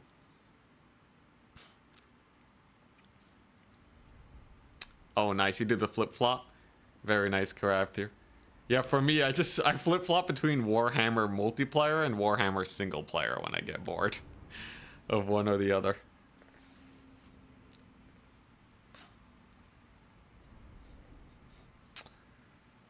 Yep. Tactical advance to the rear. And he lives. He lives. Alright, so I'm gonna sack Fort Stragoth. Maybe I'll turn it into another Tzeentch shrine and then park this guy somewhere safe. Skaven weren't expecting Skaven tactics. Yeah, we got him. A quest has been issued, mighty lord. We got a Wintertooth crown height. Alright. The Bearman joins your horde. Get some Bearmen great weapons. Hype. And they just got Recaronied. Well, how do you do? Is this terror? Nice. Get wrecked, Kislevites. Okay, so it's really easy to get spoils. It's like really easy to get spoils. So I'm just gonna spam eagle altars instead. I am in agreement. That feels like the slightly better play. Do not frustrate me. All right. Do not touch 17 units. Prince. I'll need to run away from Azazel in but a second. But what we're gonna do here is we're gonna get this guy. Gonna park him right over here. Gonna get Throg. We're gonna attack this guy first.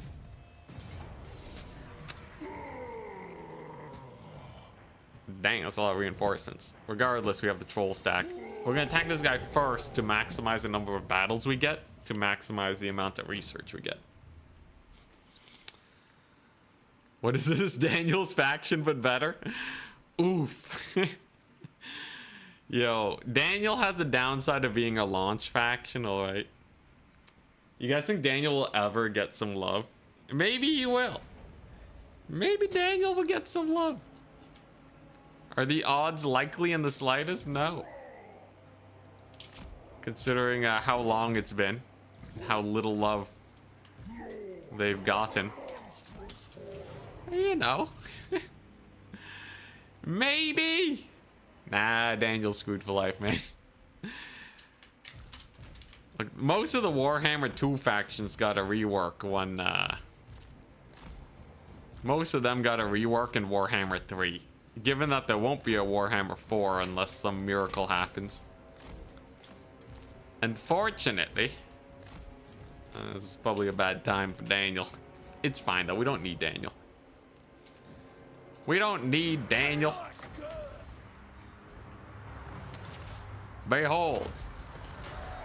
Cheesy Plays 101. Look, I just want to have a fun campaign, alright? Let a man have a bit of fun. You can't say that's not amazing to witness. Alright. I got no qualms about cheesing a bit in this campaign. We just chilling today. Oh my gosh. Mega value. Mega value. Do I have to back up to let them spawn in? Come on, get on the battlefield. I know you can do it. I know you want in.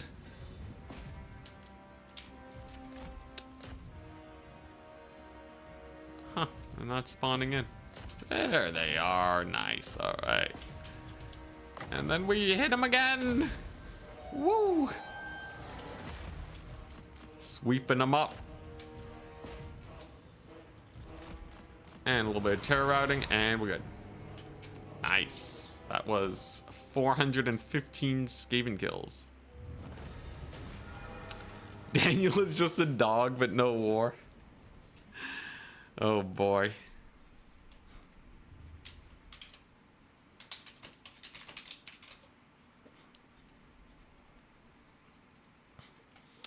Maybe with the end times DLC, we may only hope. Didn't they remove the unlock requirement for Boris? That's nice, I guess.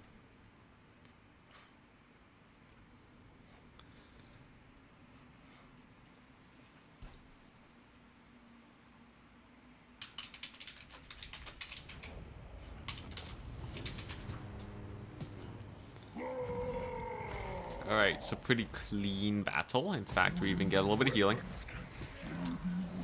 Just gonna increase my research rate again. Look at that, I'm already at research rate 150.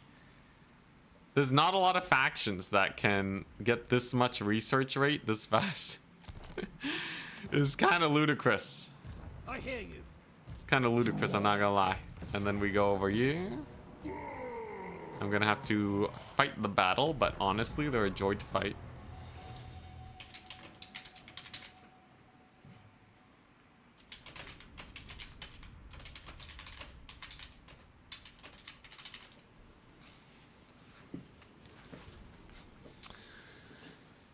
Here we go. Yeah, the whole make you lord mechanic. I feel like it would have been better if Daniel just had items. You know, like, there's nothing wrong with, like, why can't he have armor? I don't know. It's fine though. At the end of the day, we can play other factions. No one's complaining about Belagars. Actually, no, people do complain about campaigns for other factions all the time. But yeah, I think it sucks, but also not a full deal breaker situation. All right, I gotta force path my way through onto the slingers. Gotta get Throg to kill the Lord, and then sweeping time. Get the broom. And there you go, they're all dead. 150 kills. Very solid. We get the breath attack here while we're at it. Very nice. And then get the broom right onto that glob of units. Beautiful. And this battle's as good as done. Skaven really are one of the most fun factions to fight, aren't they? In fact, if I had Lore of Death, this would be even more devastating. That should be army losses? They're basically all routing, right? Throg has not killed their Lord yet because he gets knocked down too easy, but there we go! Great success. Great successes. Chimera Breath Attack, still very good.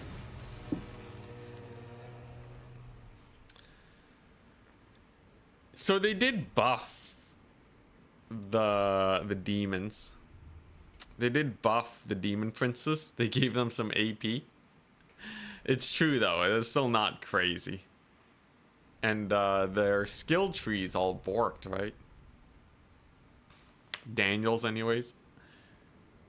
Exalted Demon Lords are also kind of eh. It's true. When do we get an undead campaign that starts in the north? That would be nice. Didn't they tease like one of the undead vampire ladies? I believe they did. The lady that starts here, right? Or like here or something? Neferata? Yes, Lord. I feel like there was a little bit of something there, but yeah. The spoils have been delivered. Okay, so yeah, you just put them in the settlement and it's done. That's interesting. One of a kind. I think it's cool enough. You get you get a free army for a bit. You can deposit them. So unlike the corn free armies, you're not just left with like a half-dead army just chilling for a while. Nifty. I would say they're nifty out of 10. And my research rate is 165. Does that mean that this is stacking? Does that mean that each eagle altar makes... If it stacks, if each eagle altar gives you +5 research rate, I think Norsca might actually be the fastest researching faction in the entire game. Not entirely sure just yet, but it's looking quite promising for them. My research rate is indeed kind of through the roof right now, which I am not complaining about. I can use despoilment again. I don't think I will. Not quite yet.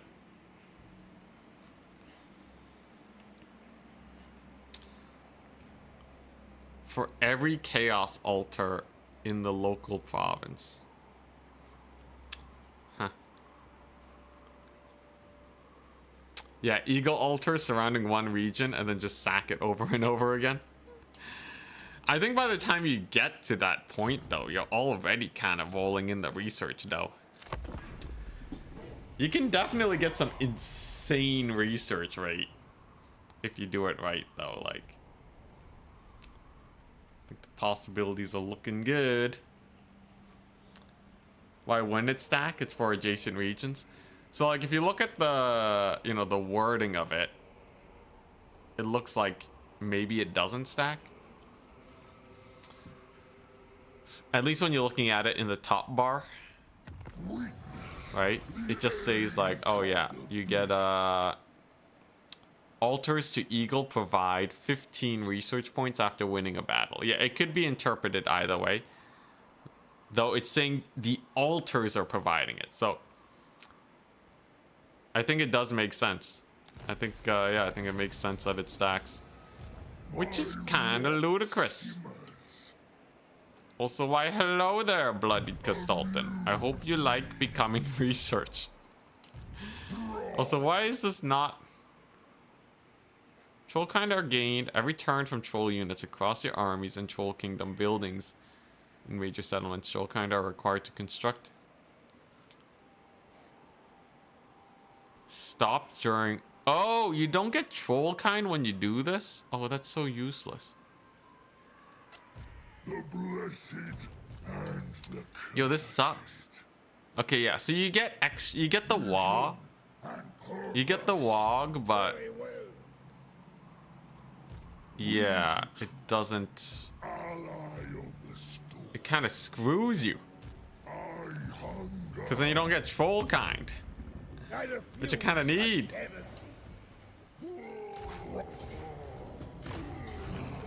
Okay, so here's the plan then. I'm going to auto-resolve Castalton's army. I have flaming attacks and leadership for everybody. So I'm gonna see if we can get rid of this. If I do this, does that... Do I have to wait for the cooldown? Dang. Dang it, no recovering it. Dude, I could have had so much Trollkind, man. What a ripoff. At least I'm gonna have ludicrous research rate. Yeah, can you disband the WOG army? Yeah, so it seems like that's kind of a hit in case of emergency button. It's not something you should be spamming. Otherwise, you kind of get screwed. It's a little unfortunate.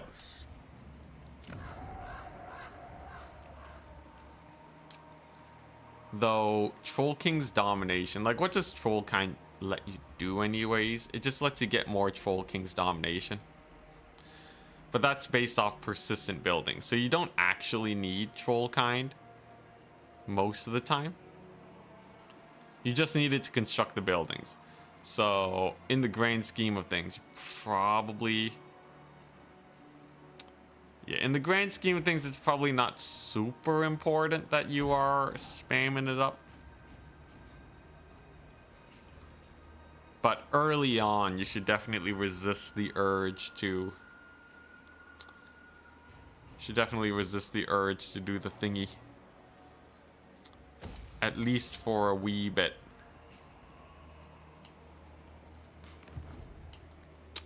Yeah, it's more of like a late game reward for building it up. Good to know, good to know. Anyways, we're gonna get a big old frost worm soon. Very much exciting. We're probably gonna lose this settlement. Unless you want to sue for peace. No. Let's see here. I can also attack Hell Pit while they're weak. Though they might sue for peace soon. I think one more battle against them and then they'll sue for peace. We'll get this thing. Life will be good. My replenishment is through the roof. Where did the Chimera and 2 Bile Troll reinforcements come from? They come from my little top right corner thing here. It flashed for a second. But basically, it gets you a free Wog. Trolled by the mechanic, I know. We got Mega Trolled.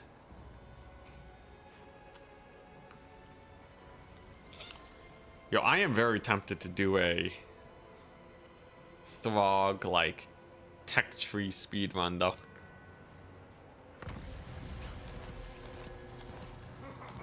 I'm pretty sure you can get that tech tree going crazy. It's already at 210.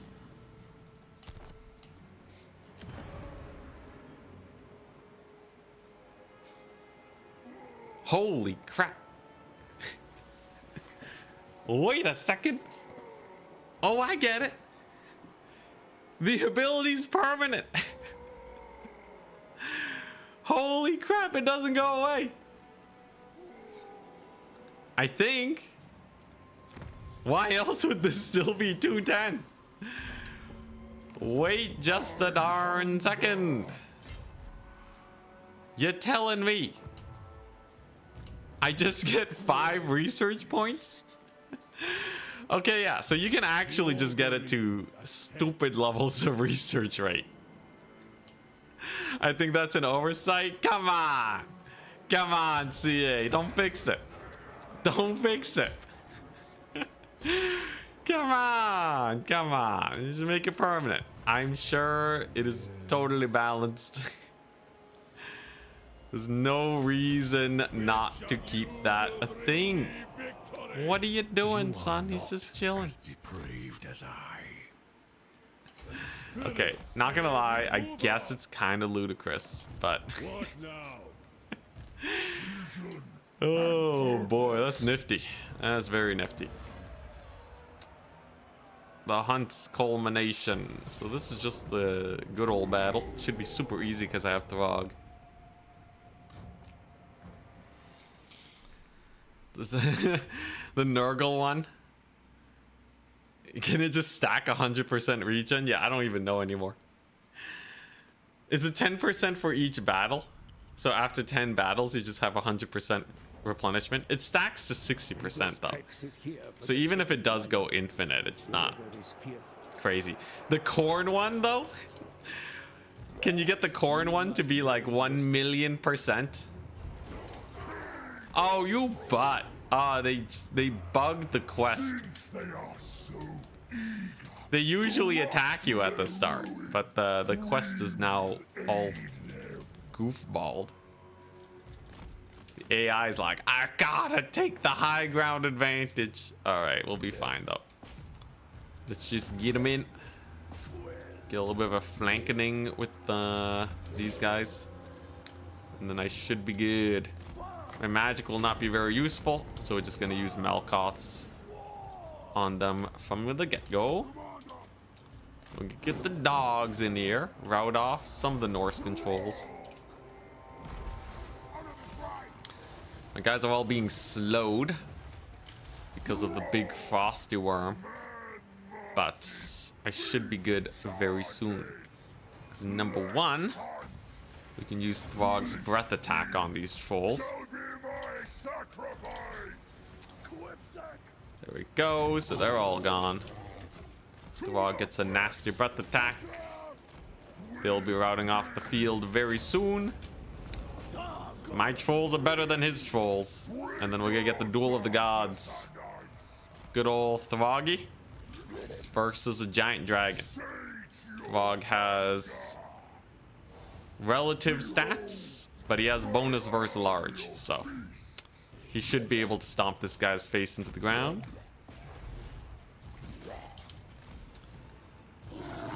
Reinforcements are arriving, but it's just 2 dragons.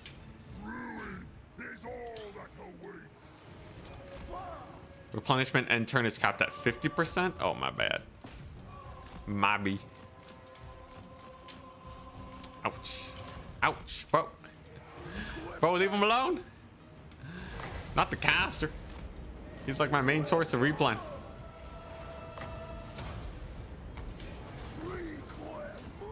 Alright, it's fine. He got a decent disengage. Throg is winning his little bout over here. Back to the X4. Beat him up, Throg. Throg's crushing it, by the way. Throg's just annihilating right now. Dude, Throg's troll stack, kind of insane. Throg himself, also insane, but we already kind of knew that.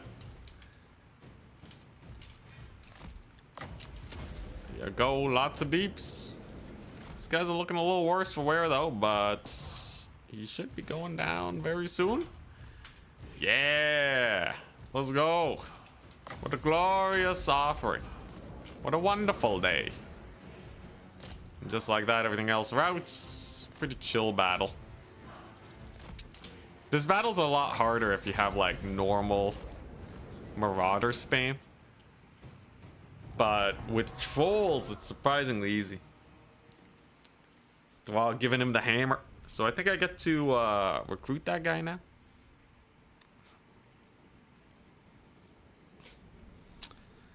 Very nice. We almost have gold chevron trolls. We can get the quest battle done soon. Which trolls are better? Ice or regular? Ice trolls are just better than the regular ones. In almost every way, if not every way. They're pretty sick. They will cost more though. But they're definitely worth the price because they have a slowing effect on their attacks. Makes it so the AI can't cycle charge you or anything. It's pretty good. Ancient Chaos Frost Dragon scale. Look at that. And we got the Cold Voider. Throg pretty happy. So I'm just gonna start making my way to Kislev. Icy Wrath is a... No, that's not the troll buff. Where's the troll buff? Hulk's Odeth. Armor, weapon strength, and ward save. Very nice. And we got the big old scale over there. This guy's rolling in the dough now. Pit of Shades, because Occam's Mind Razor is kind of garbo. And we have Global Recruit on 1 turn now because of this tech. So we got there 1 turn early. Very nice. And my research rate is through the roof. Life is good, man. Oh, life is so good. I can get the Troll King's Dominion. Yeah, temporary 16 units to all eligible lords. To targeted lord. Holy crap. So you can do it. You can wog 16 monstrous units to everyone. To everyone. Dang. That's kind of good. That's kind of good. Throg's army's already pretty beefy too. Is there any other use for this resource? Constructing buildings. Yeah, I think it's mostly just for the buildings, so you don't really need it active that much, as long as you have a few trolls. Okay, I think I'm way overvaluing that thing. This might be broken. Just a smidge. Just a smidge. Well, I'm just gonna let Throg wander so I can get all the cool tech tree buffs.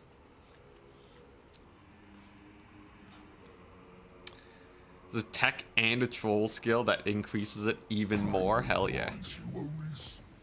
Wolfric, how could you? Now he's gonna walk to me and get confederated. What a guy. Yeah, seriously though, these trolls are insane.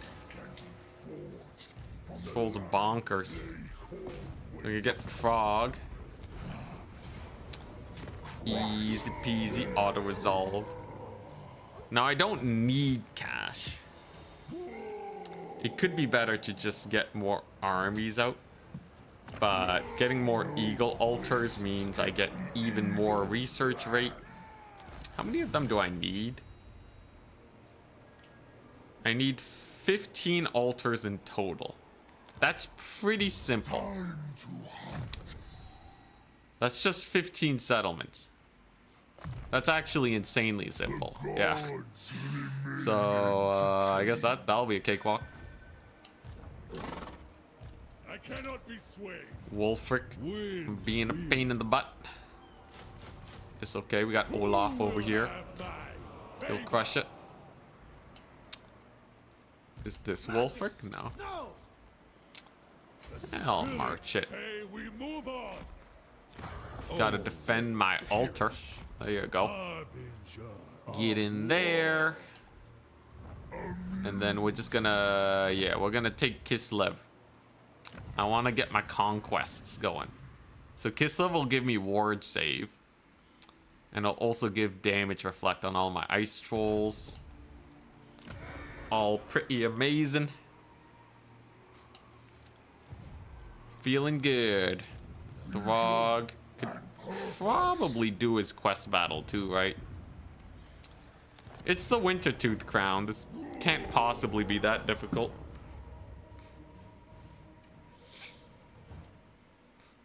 This will net me much more replenishment. That's what quest battles are for.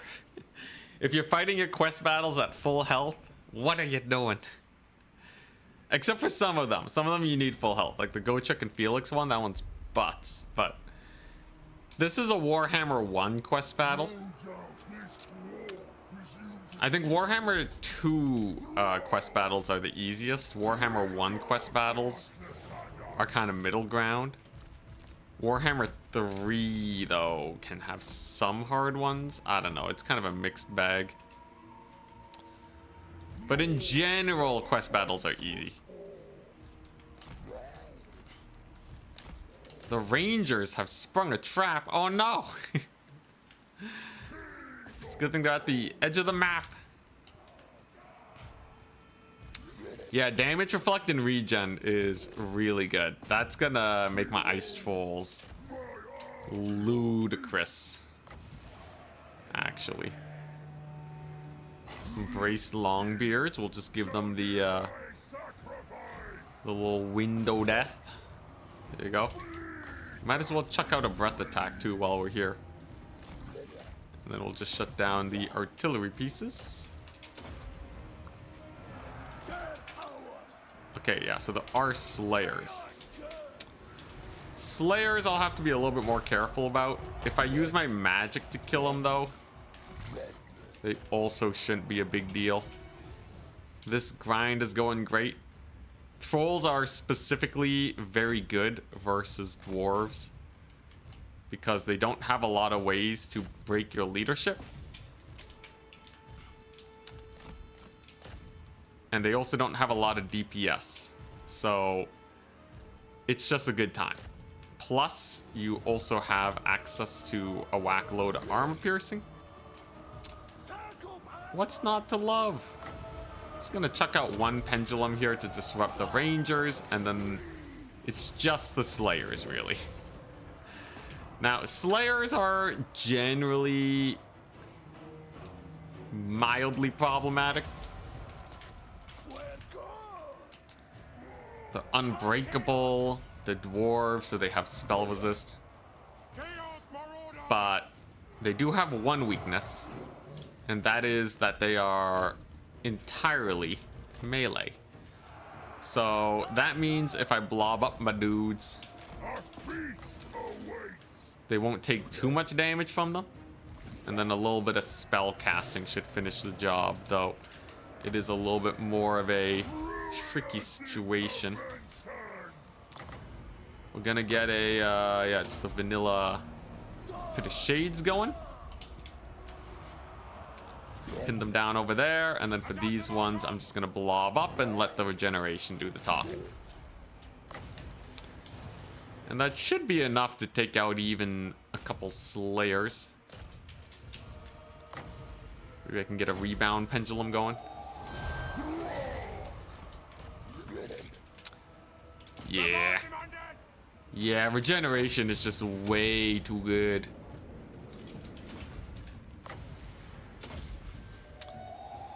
The scary thing is if I ever run into an army that can breach my regeneration. Oh, crap. Flee the save. Flee the save, you darn Vimir.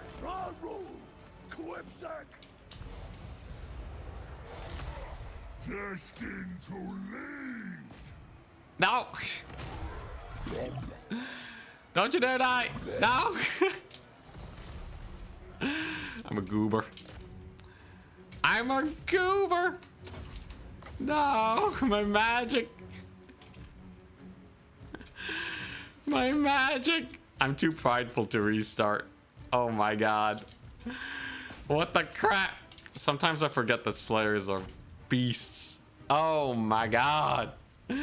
He's dead. He's freaking dead. Rest in peace, sweet prince. Well, you know what? We'll be carried by the trolls. It's okay. What level was he? Not 20, let me tell you. Oh, God, that hurts. He killed so many Skaven. Slayer's not too problematic, yeah. Yeah, I kinda had that one coming for me. How could you do this? I can't believe it. How do you even get another caster? Whatever, I don't need caster, man. It's fine. I don't need magic, I got trolls. Death before immortality. It's brutal. Brutality, was this even worth it in the end? Probably not, but we check on.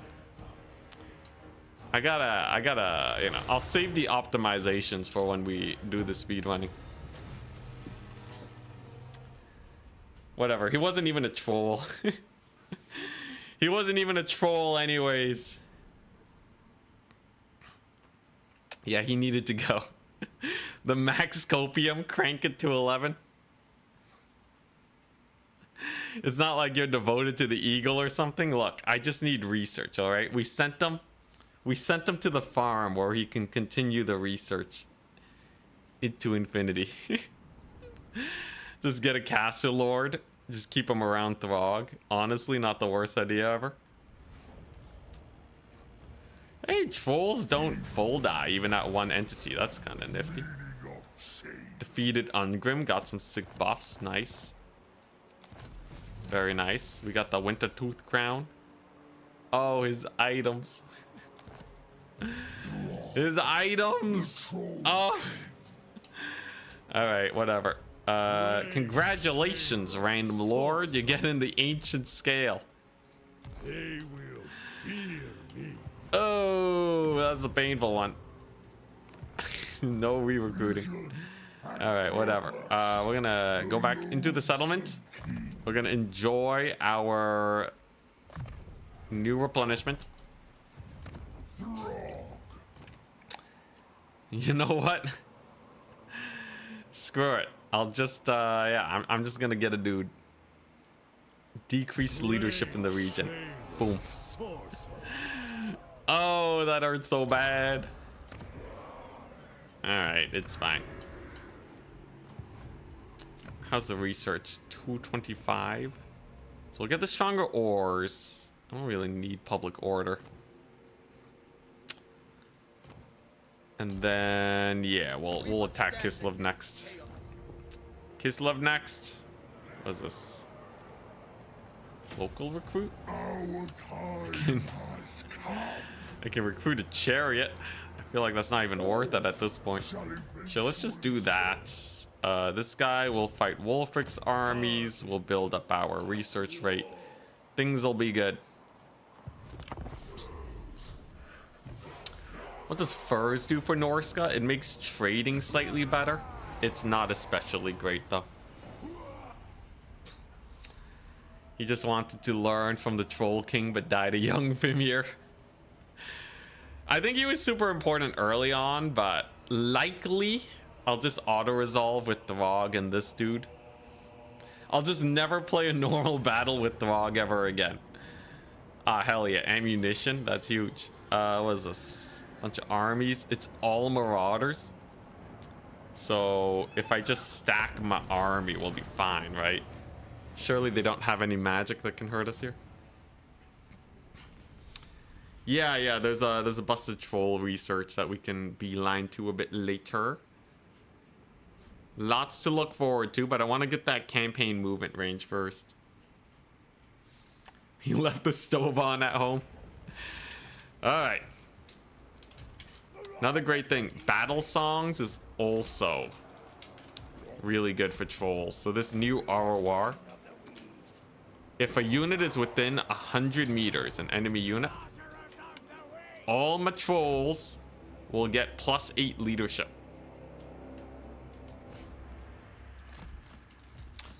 Very nice. So if I just blob them, I should be fine. These are not super high level, right? Watch them like final transmute me. Alright, here we go. And away we go. Cold Warrior's gonna go ham. We're just gonna chill in the blob. Couple Searing Dooms are not a problem. Cold Warrior is not very good at combat. I did forget about that. But he has his breath attacks, he'll be fine. So there we go. We'll just plonk him over there. We'll get some Searing Dooms back on them. They're not even casting on top of my trolls. We're doing great. And then I'll just let the terror outs do the talking. I have the lore passive, increases damage for a bit. I don't have that much magic. I think I gotta blob up a little bit more too, just to be real safe.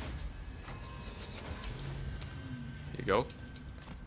Cold Void is doing great, and looks like my troll leadership is holding up surprisingly well.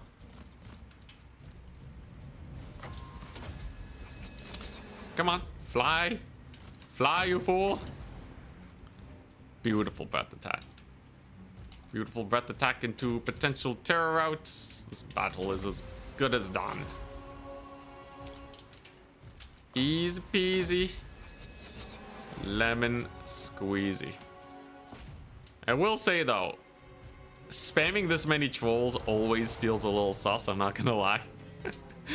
I'm used to their multiplayer incarnations who are super route prone. But now that we have a ton of leadership bonuses, they just feel just so much better. They feel so much better. In multiplayer, they suck because people know how to terror route them. And they don't have that leadership threshold. Here, though. Oh my goodness.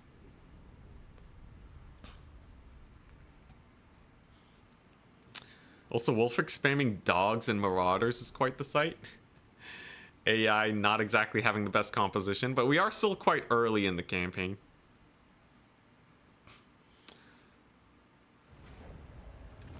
Multiplayer campaigns, oh boy. Throg will be well, I don't know if he'll be a menace. There's a lot that is more OP than this, for sure. Is the cost of failure. Research rate through the roof, though. But yeah, regeneration is super nice.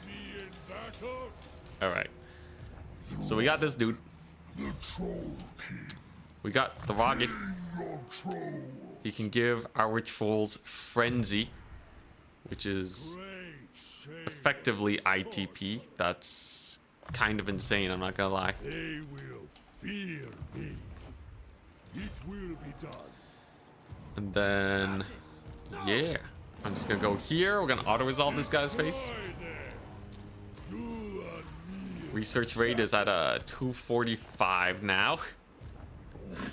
Then we're gonna walk our way over here. Take some more fights. And life should be good. In the meantime, Throg has just enough movement range to make it to Kislev. There you go. And then his little support lord here is just gonna support him up. Auto resolve loses a troll, but I'm willing to just take the auto. For simplicity's sake, we get the province, which you can use to increase local recruitment. Life is not bad. And then I'm just gonna swipe a couple of these guys, because Throg has access to global recruit. So we can pick up a few more trolls there. Man, I could have had so many troll grottos. Not that it gives me that much, but the upkeep reduction for trolls is definitely worthwhile. And we're at what, 250? Very nice. And then I can do or occupy Kislev. Oh, dang it. This doesn't count as occupying Kislev. Oh, what a ripoff. What a ripoff. Yeah, so you just have to normal occupy it. When you play your own campaigns, be aware. Be aware that this game shall make you suffer. Honestly, it doesn't give that much. I'm just gonna make my way to the vampire accounts because I think that's where the real money's at. We can increase our healing cap.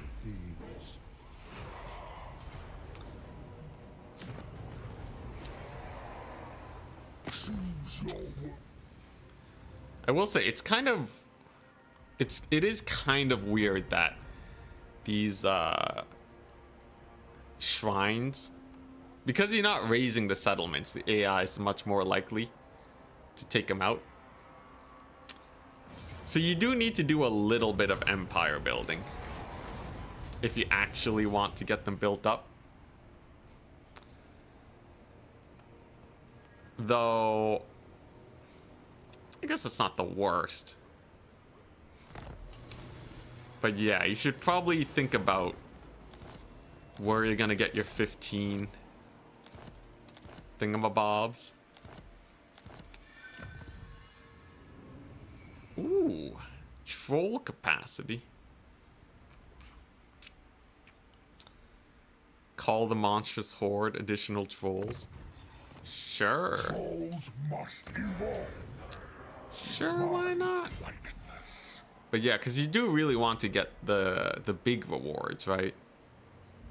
The cold breeze. And again, the big rewards aren't crazy. So maybe you don't need it.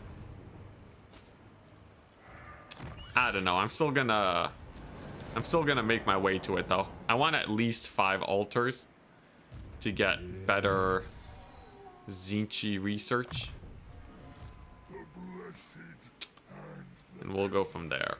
Fight or die, I think is just better than stand or die. The gods remain entertained. So we'll go ahead and pick that one up. I am in agreement. And then we will continue our pillaging spree. Have I been screwing it up this whole time? Can you sack and shrine it? Oh yeah, you can. Okay, that's my B. That's my B. Could have been slightly more efficient there. Not the end of the world though. We're learning a lot about optimizing these campaigns, that's for sure. The second army shall do pretty well. And we have our research rate to 270 now. Very nice. The dark god. Honestly, that makes me so happy. I love farming. I love farming research rate. What now? High pacts have all OP or not, it's just a nice mechanic to build up. Man, this button though really screws you over for making these buildings, because they also give growth and income. You really do want to spam these as much as possible. And like this one, you can get oh, actually not that much. Troll King's domination. Okay, so your average Norsca campaign, it seems like you should be aiming for about 15 settlements. Wind wielder.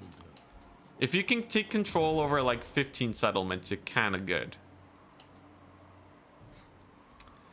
That's when you can kind of max out most of these. Dang, perfect vigor. Although I will say beelining to them is not as important as one might expect. They're good, but not ludicrously strong. Can you abandon it? Like what, the settlement, or are we talking something else? Also, Katerin has attacked. She has Death Frost, she has Hailstorm. Nothing that can beat a troll blob, but a lot of infantry. Yeah, so Norsca, if you cheese the confederations, you don't get the altars very quickly, but you can get the troll build up really quickly. So like I think with Throg, if you want to really maximize, if you really want to maximize Throg's campaign mechanics, as we bring about their demise. I think what you want to do, you want to confederate all the factions, then you want to build all of his special building chain.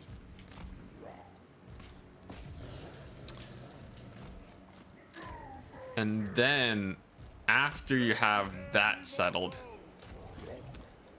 then you can spawn a 20 stack of trolls as a WOG army, just a free army that follows you, and that will let you have an insane power amp going into the mid game.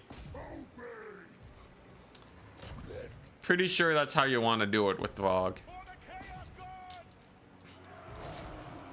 And then you can start getting your Zine shrines. You can build them up to get crazy bonuses there.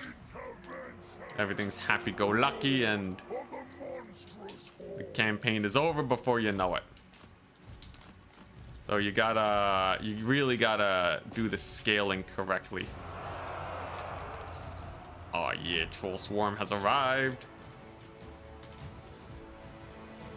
Yeah, okay, so the regeneration is just 0.0, but that's more than enough. Fun fact, trolls, their healing is a flat rate, doesn't matter how many entities die.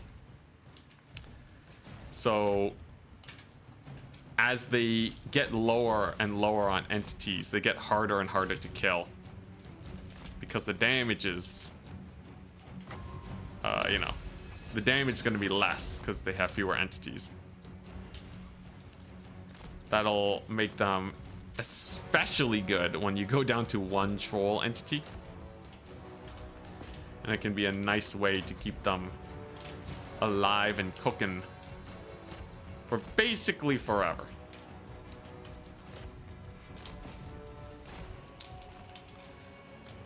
Kind of a nifty battle we got here, though. The Kislevites, they put on a good fight. But our endurance shall save us. As long as I make sure they don't shoot me to death, I think we're fine. Halberds are a little annoying, but at the end of the day, my guys are just not taking damage. What's the resistance is that? It's only 15% physical resist. Their leadership is obviously insane, but I guess they're just really good. I guess they're just really good. They're not even that buffed up yet. Once they have perfect vigor, they're gonna be ludicrous. Ooh, sell settlements and then attack them again. That's a pretty nifty strat.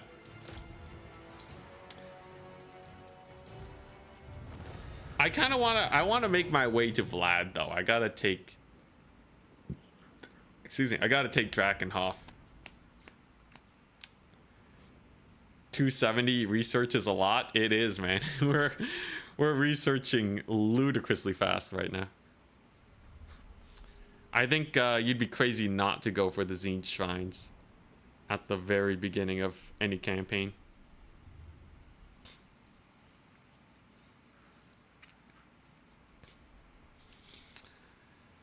So very nice. Things are looking good for us so far. Get a little bit of replenishment going. Income is negative, but I have more than enough armies to make up for it. Ooh, I can farm both of these armies to get more research rate too. What's in Drakenhof? I think it's 50% heal cap on my units, along with a host of other benefits. Makes it a very premium location to get. Thankfully, they only sacked Kislev too, which means I will be able to make use of that. Jeez, it's all one turn. It's all one turn. Holy smokes. I have research surplus 410. Okay. All right. Norsca might be good at research. In the hands of Throg and Tzeentch. Honestly, it makes sense though, right? When you're dedicating your entire reality to Tzeentch, you gotta be able to get some pretty good research, right?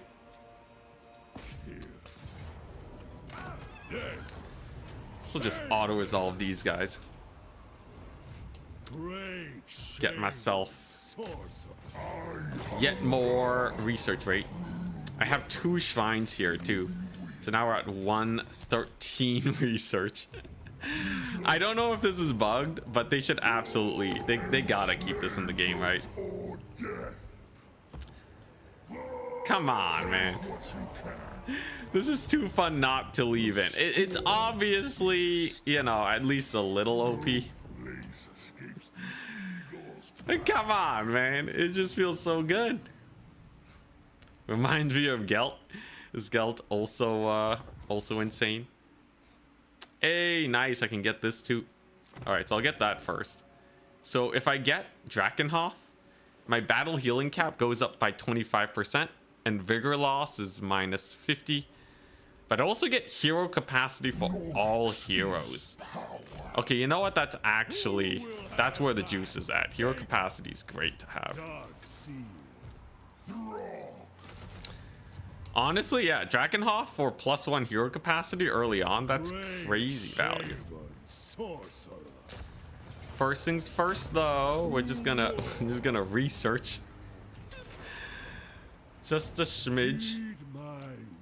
We're gonna find Wolfric hopefully sometime soon. Yo, I love negative income campaigns.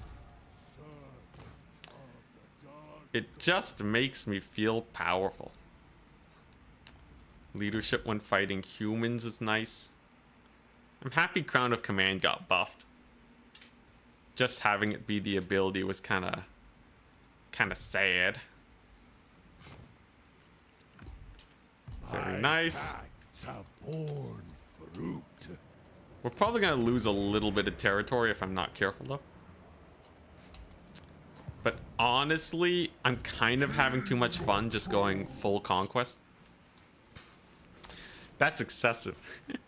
Minus global, so I can get minus global recruit 3 So I can global recruit anything in one turn. With Throg. Alright.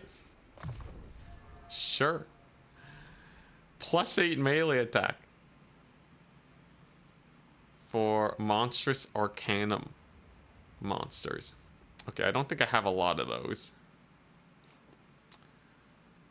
Unite the creatures. Physical resist for trolls. Oh my god, Throg.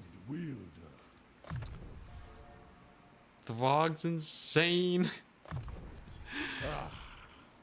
Looking pretty good so far. Holy crap. Yo, they're approaching chosen levels of stats. 41 stats. This is bronze chevron too. 87 leadership and frenzy. So they're gonna have 51 melee attack. That is kind of ludicrous.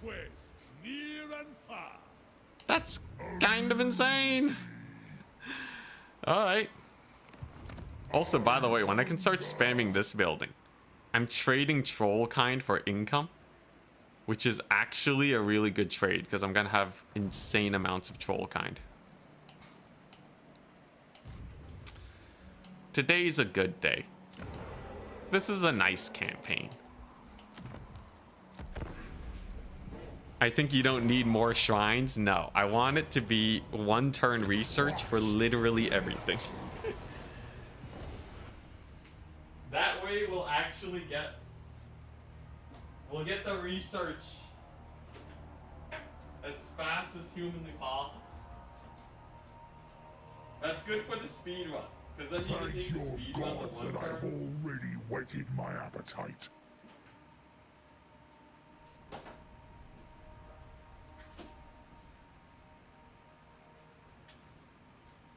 Yeah, I think if you just speed run the one turn research, then you just have to focus on capturing specific settlements and then you're good.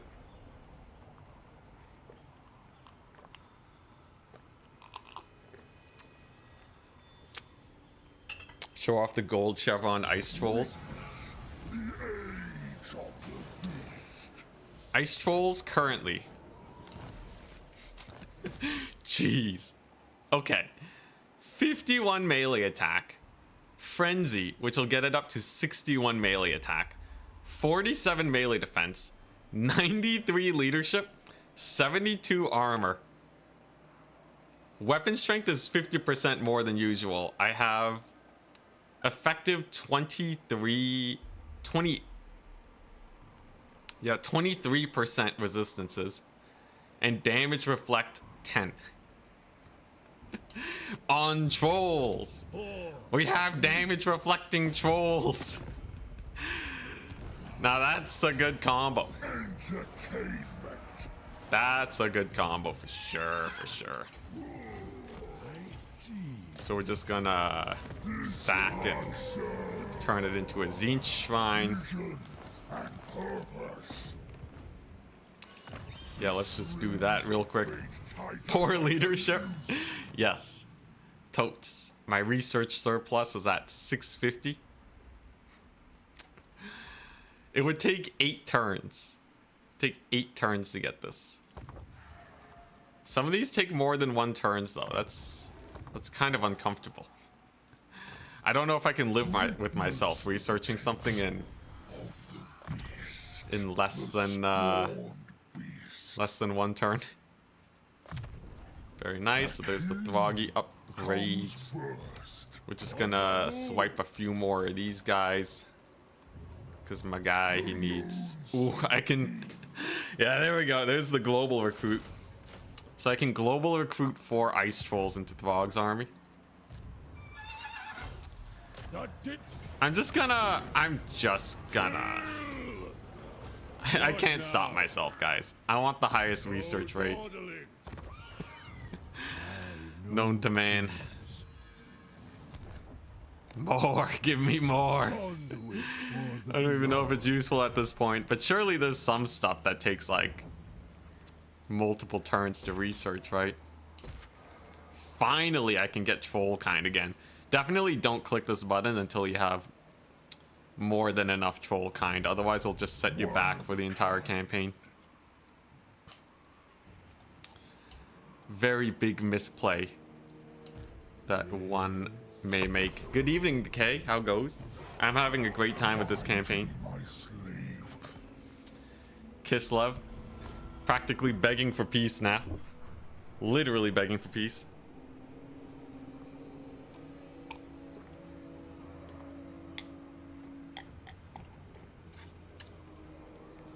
Rising of the planet of the Norscans.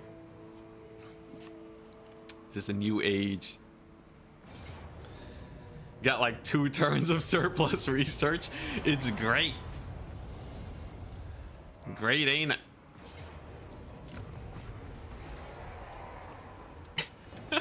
He's gonna research AGI by turn 50. Oh my god. Alright, now we got Azazel over here. I think in the current state, Norsca's actually the fastest research faction. Now, at the end of the day, this might have just been an oversight. And maybe they'll patch it out by the time you guys get your hands on the DLC. But you never know. There's a non-zero chance it stays in. And honestly, even as is, even without all this insanity with the research surplus, it is actually still really good, even if it doesn't stack permanently. Like, you'll still be researching way faster than you have any right to. That's insane. Wait. So someone said there was... Yeah, this is just ward save and missile block and healing cap 50%. I guess I might as well get the Elder Trolls research. So I'll have bonus versus infantry 5, melee defense, leadership, and rank. I just can't research fast enough. C's gonna need to add a new mechanic where you can research multiple texts in one turn. Sure, let's do that. Why not?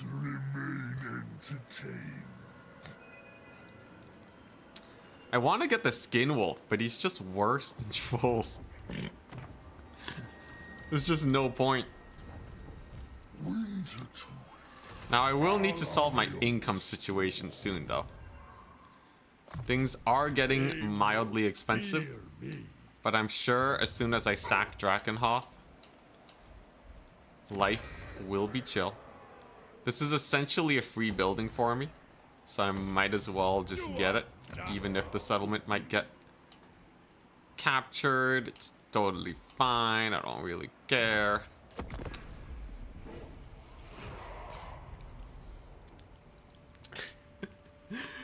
Oh man, yo, has Tariff made a new video yet?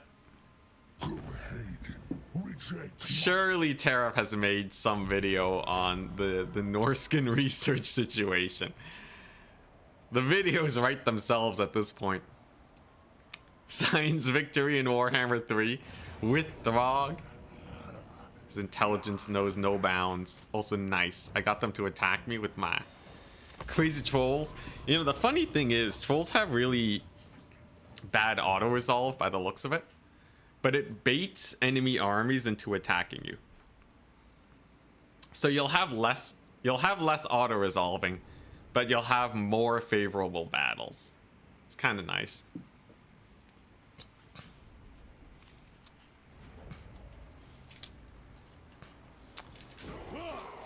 Onwards! So this is the fast way to do battles. This is basically auto-resolve by technicality. This is barely not auto-resolve, but if you just group lock your guys and give them an attack command with this locked in, they will auto-acquire targets. And what you effectively get is your army performing at the bare minimum of their value. Like they will walk forwards and they will attack, thus proving that the auto resolve indeed is likely incorrect. Then again, I guess I am casting a few spells, but like, yeah, auto resolve is way off. I think maybe it doesn't value regeneration as much as it should. I guess this guy's troll stack isn't as strong as it could be. Azazel is a legendary lord too, which I think can affect autos. I don't know if that only affects autos between AI battles though, but he did. The troll stack continues to crush face. We were also in March Stains, which is insane.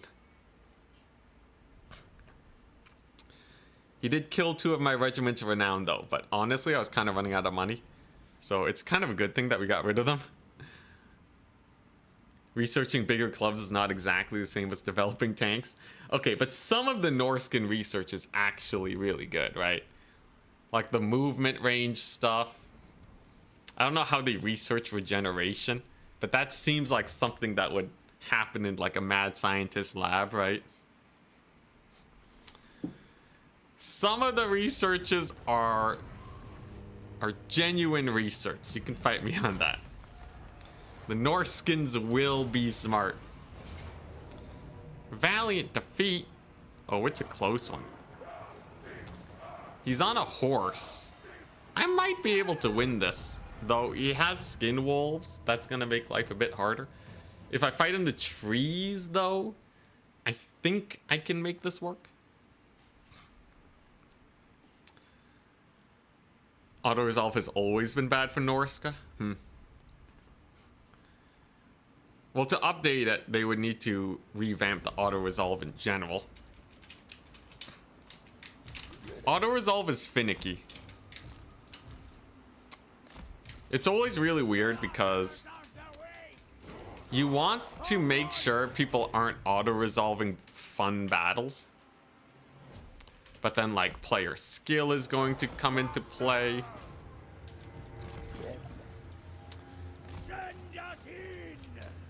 And then like obviously you don't want battles to be tedious.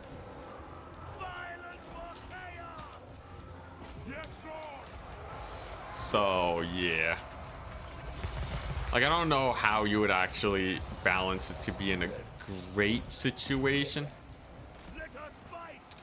I'd say right now auto resolve is like, it's not perfect, but it's good enough, right? Like I'm not complaining about auto resolve most of the time.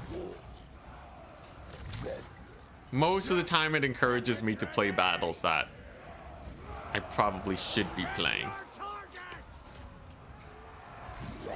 Although I will say it is bad specifically for some factions. It should probably be slightly more lenient when it comes to armor calculations. I think yeah, once they fix that up, they'll be good. Also, by the way, this is what usually happens with monstrous units. They just rout. This is why I thought the troll shenaniganry would go worse, but Throg is just a Chad. Okay, so that Skinwolf unit is effectively dead now. We got all our boys here. We got our spears on those ones. That should work out pretty well. We got our axe throwers here. Though it is kind of close. We gotta finish them off one at a time. You can see line of sight issues. God dang it, line of sight issues. Line of sight issues still broken. I can only hope that CA one day fixes line of sight on ranged. God, did you see those Marauder axe throwers creeping up? That's what I would consider a big issue. Because I think literally every player, including Khorne players now, will run into line of sight issues on a regular basis. Whether they know it or not, it's happening. That's if CA finally fix that one day, then I can finally call it quits and just be a happy Warhammer player. Until then, though, we will keep bringing it up until they hopefully fix it. Auto tends to really like ranged artillery and high armor. You know, if you think about it, though, that's what your typical Warhammer player likes to use too. So if CA is building auto resolve to represent an average player's skills, then range and artillery would actually be the thing to do better. I don't know if that's a good or bad thing, but that's how it works out, I guess. Nurgle, they don't care. Hey, they got death heads. That's something, I guess. If they fix line of sight, they're gonna be nerfing shooting for the following 6 months. See, it's not good enough to do that. Did you see them fix cavalry units? They made all cavalry significantly more effective. Did not nerf them in the slightest. So if that's what you're worried about, we'll be fine. Great shaman, sorcerer. I'll take this auto. That's a good payday. Immune to Athalor and attrition. Not especially useful. Interesting that Mammoth Tamer is just a minus leadership buff. Or minus leadership debuff. That's pretty insane. Conduit for the beyond. And then Throg, you can... I gotta start making my way to the lands of the undead. We aren't done yet. Dry just as good as that. Ooh, we can get ogres. Of winter. As far as I'm concerned, though, ogres are just lesser trolls.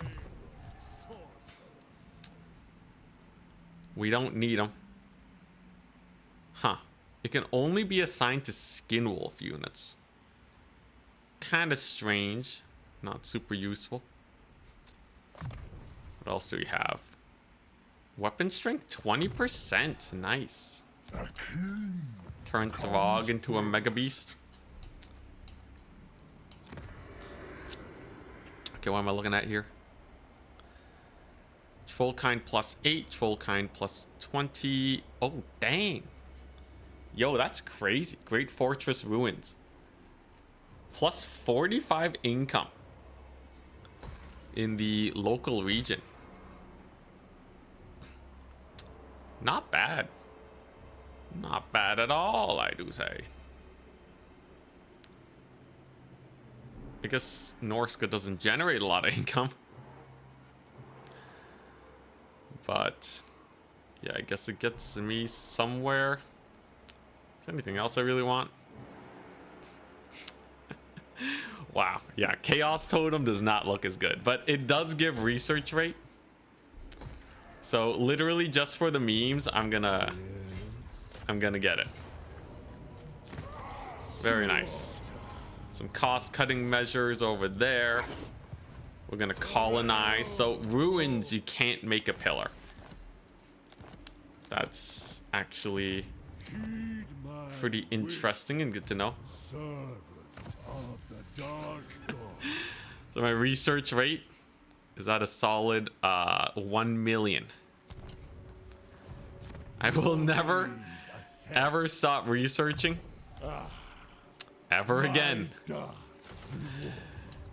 I'm pretty sure we can actually get it to the point now where I don't have to worry about research anymore, but just in case we'll keep going.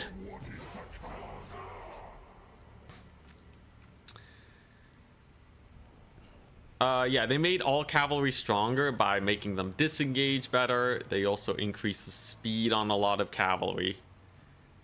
But yeah, there's this is my big theory on why Skaven suddenly got way worse in the multiplayer scene.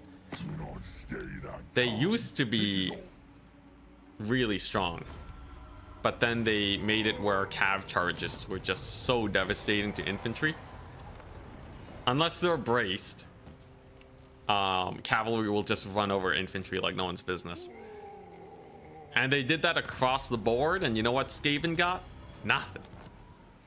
Until very recently, where they got their Storm Vermin buffed, which may or may not help them, we'll see. Weird that it says 3 turns to research this, by the way. Local recruitment capacity. I can get this one in 9 turns. That's pretty fun. HP all characters.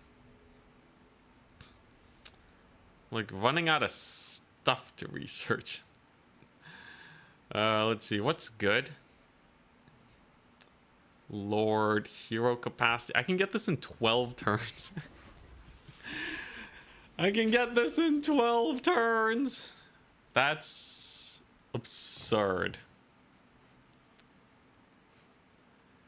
Wow, missile resist. Okay, yeah, let's just get this first. And then we'll see if that actually will take multiple turns or if the game's just memeing on me. I will declare war with the undead. Because screw it, why not? Start sacking their settlements. Start popping off. And then we go here. And then before we fight that battle. Okay, no. I'm just going to sack and move on. And then we're going to auto-resolve this. And we're going to sack that one for a big payday. And I'm out of movement range. Mild misplay, but whatever. It's totally fine. We are starting to get into the doom stacking phase of the campaign, where everything becomes chill. So what does this do? Skin Wolf unit gets 60% speed.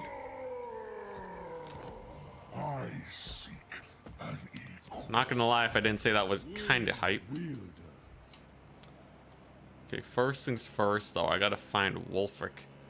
So how do I still not have this? I only have one altar? Wait, that's not right.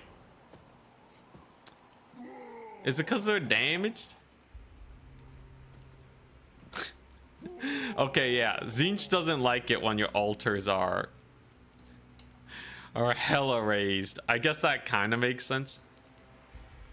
At the end of the day, does he even give me anything that's useful? The altars are useful, but I don't need to upgrade them. Screw you, Tzeentch. Yeah, if it's raised, it doesn't count. Do I really care though? I don't think I really care. Honestly, most of these are not that useful. I think the biggest thing is just the dilemmas. Now, it will lock you out of recruiting any of the other gods' champions. But I think that's it. I think you can still get the other altars.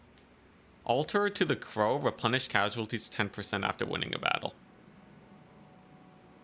Adjacent to the altar. You know, honestly, Allegiance to the Crow would be really good if we didn't already have ludicrous... You come to pay me or fight me? Yeah, if we didn't already have ludicrous replenishment, that would actually be really nice. But we do, so we're chilling. Don't you need a tier 2 altar? No. It's just from it being raised. Tier 2 doesn't offer me much more. Actually, yeah, tier 2 doesn't offer me much at all. I think it's just a very slightly bigger garrison. A little bit of control. I guess the magic item drop chance is good, but honestly, I'd say it's not really worth your money. Yeah, I think chained research isn't taking into account the surplus. Don't know if that's screwing with me or what. But let's just continue our rampage here. To the south we go.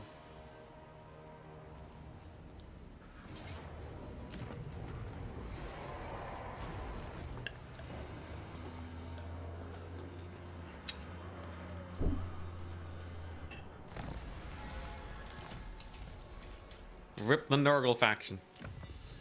Yeah, it's not taking into account surplus, which by the way is still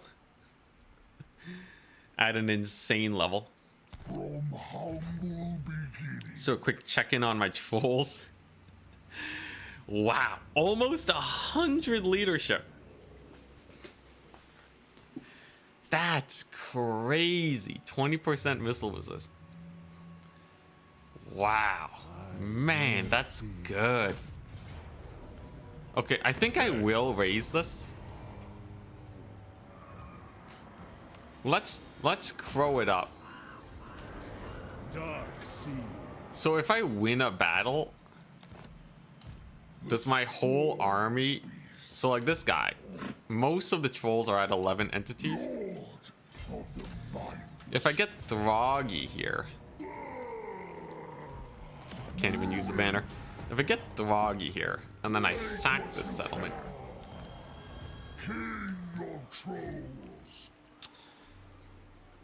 Okay, yeah, I think it's just giving me replenish casualties by plus 2% after winning a battle. Oh, okay, we're still at low. Yeah, so to actually get it higher, you have to get more altars. But yeah, it seems like it will be good generally, but when it comes to trolls, much less so. Regardless, let's colonize this bad boy. How much money will I get from this? Like 1,000? Okay, so not a lot of cash in general, huh? Unbreakable trolls? Absolutely. Oh, hell yeah! That's another, if I'm reading correctly, that's another 10% physical resist.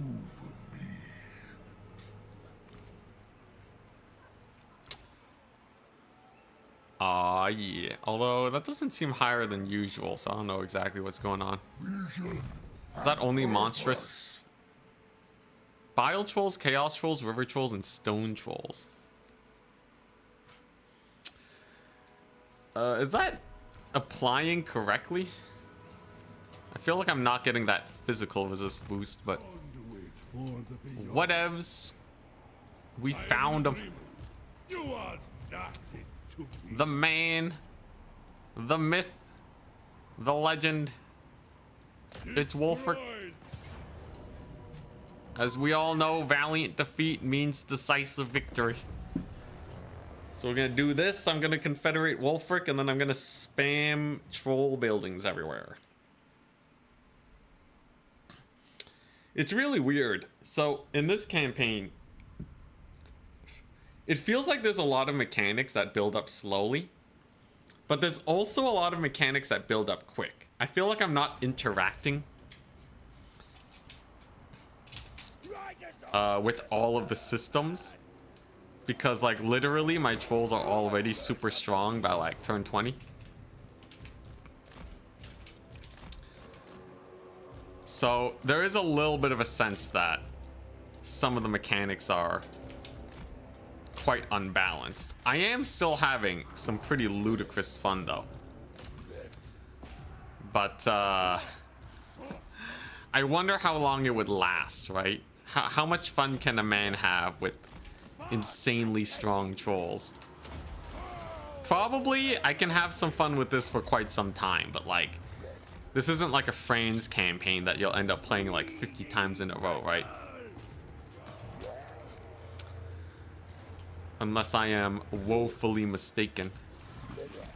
I will say the vast majority of mechanics, or the vast quantity of mechanics, does make things pretty interesting in its own right. So there is replayability in the fact that I would want to try this campaign from the other angles. Like maybe we want to go crow build, right? Maybe we want to go, you know, whatever. As it stands though, spamming trolls is by far the strongest thing you could do though. Like if I play this campaign 20 times and I spam trolls 20 times, that will absolutely be the most effective strategy.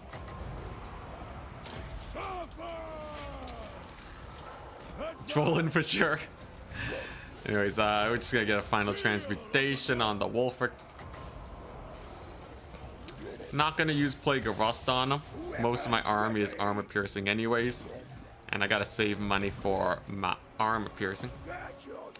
Feral Manticore somehow killing the Cold Voider, really showing how good of a unit the Cold Voider is.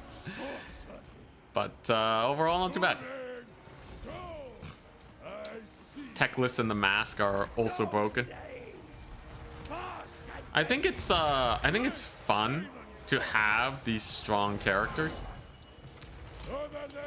The only thing that I ask for, okay, not the only thing, my bad. I ask for a lot of things. One of the things that I think should be higher priority on CA's list. I'm totally fine with these mechanics that are super strong, but please, please, please give us some difficulty options that are higher than legendary. I think legendary is stupid easy right now. Right? I could do this campaign only war mode, and then maybe it'd be a little sus. But at the very least, increasing difficulty can only be an upside unless you run into players that don't know how to modulate their own difficulty, which is a genuine fear for game developers. A lot of players will just pick the highest difficulty, not knowing better, and have a less fun time with the game. But like, there's ways to work around that without nerfing legendary difficulty, right?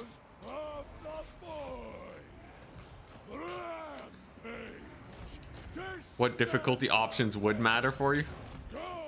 I think if you do the same thing that Hades does, I think you're set. I've been trying to get this idea through to CA for a long time, but adopting the Hades 2 and Hades 1 level of difficulty. Oh, there goes a Cold Voider. I think that would be the smartest thing. Okay, maybe not the smartest thing, but I think that would be the most fun thing for me to experience as a long-time player. Basically what it comes down to is you have a modular difficulty system where you can change specific aspects of the game. So legendary kind of just blanket wide buffs a bunch of stuff. But the way Hades does it is you can choose. Either you get less healing, or you can choose to make it where you have less money, or you can choose to give your enemy more damage. You can choose to give them more HP. Maybe you give them more income in the case of Warhammer, right? They also have specific things. So in Hades 2, there's ways to cheese the game that are fun. And people will cheese it and they will have loads of fun, right? For example, there's ways you can get what is effectively infinite healing in that game. Very similar to Warhammer. And you can cheese the last boss in that game super easily with that, because you're just gonna heal all day. You'll barely take any damage. It's great. But when you have a difficulty modifier that makes healing reduced to literally 0%, suddenly that cheese is no longer available to you. And that's really exciting, because then you have players that are trying ultra difficult Hades ones, where they have those debuffs, and instead of cheesing a la Legend of Total War, which is fine by the way, right? They're actually like making sick plays, right? Like they're just really good at the game, and they're not cheesing. They're just dodging super well, right? And that's magnificent to witness. And I feel like if they do the same thing for Warhammer and add a little bit of an incentive system, right, which I'll talk about later, but you have a little incentive system to encourage people to add on more modifiers slowly but surely, then we're talking. Right? Because it's a system adjacent from difficulty, so players don't feel the need to activate it ever. Sing them. And obviously, cranking everything to maximum is impossible for most players. So you're not going to have players just picking, you know, legendary difficulty, right? Slaughter the And then getting massacred. It'd be great. enslave the Southerners. It'd be so good. From the shadows. Yeah, just like tie it to achievements. Or you can tie it to like campaign bonuses. Right? So you can have a whole extra system. We'll call it Warhammer Beyond Legendary. It's its own system, right? But it's a thing where, you know, for completionist players, if they really want to go into this separate game mode that's kind of different from the sandbox, you know, you have difficulty modifiers that you can add on, and you also have bonuses that you can add on. So when you start a campaign, Born of winter. if you've completed the game at tier 1 difficulty, Of war. you can also pick a benefit to add. So you can also pick to have plus 500 gold or something. You know, just something small, mostly inconsequential, but something that's just kind of cool. That's just kind of cool for people to have, right? So like, you know, plus 500 gold for completing tier 1 difficulty. Dark. And you can play the game with just the buffs if you really want. But if you want to keep getting those buffs, you can add on more difficulty modifiers to unlock something else. Maybe, you know, more growth Conduit. globally if you complete at like 5 difficulty modifiers, 10 difficulty modifiers. Then you unlock +1 global growth. Your trolls. You know, just like something small. It will be done. You can do the same thing as Hades. Let's just rip off Hades at this point. Just do the exact same thing, right? So the first few upgrades are really impactful. Sea Fang destination. If Wolfric's army's in a sea region near a port, it can travel to this location. That's insane. Dark. But yeah, just do the same thing as Hades, you know. There's a few things that are like really cool buffs that are kind of important. And then, you know, you can do the same thing as Hades again, where if you want to play the max difficulty, one of the difficulty modifiers is removing all those buffs. So you're playing vanilla with just the debuffs. And then you see how far you can get. Wind wielder. And then it's great. And this can just be an adjacent thing, so no one that enjoys a current system could possibly complain. I'm sure they will, but at least there'll be less of it. Anyways, that's my rough idea. That's my pitch. Creative Assembly. If you want to try it out, I feel like this would be really good for us veteran players. Did they announce what's after this DLC? A lot of people are speculating end times. A lot of people are speculating end times, but Trolls must evolve. nobody knows for sure. Likeness.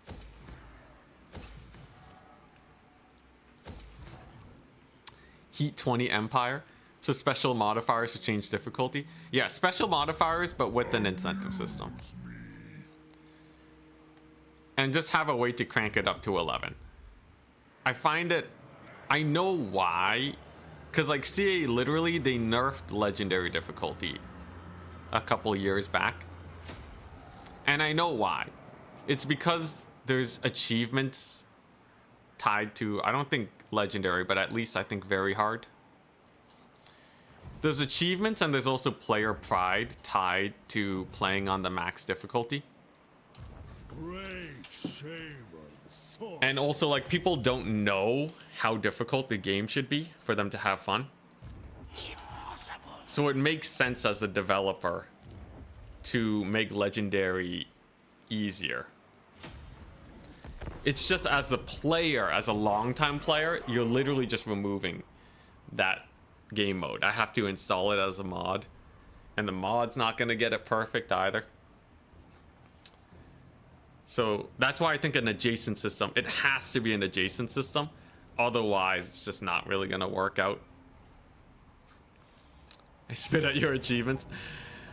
But yeah, I think like you know, like one of the really annoying things too, right? So they combine the AI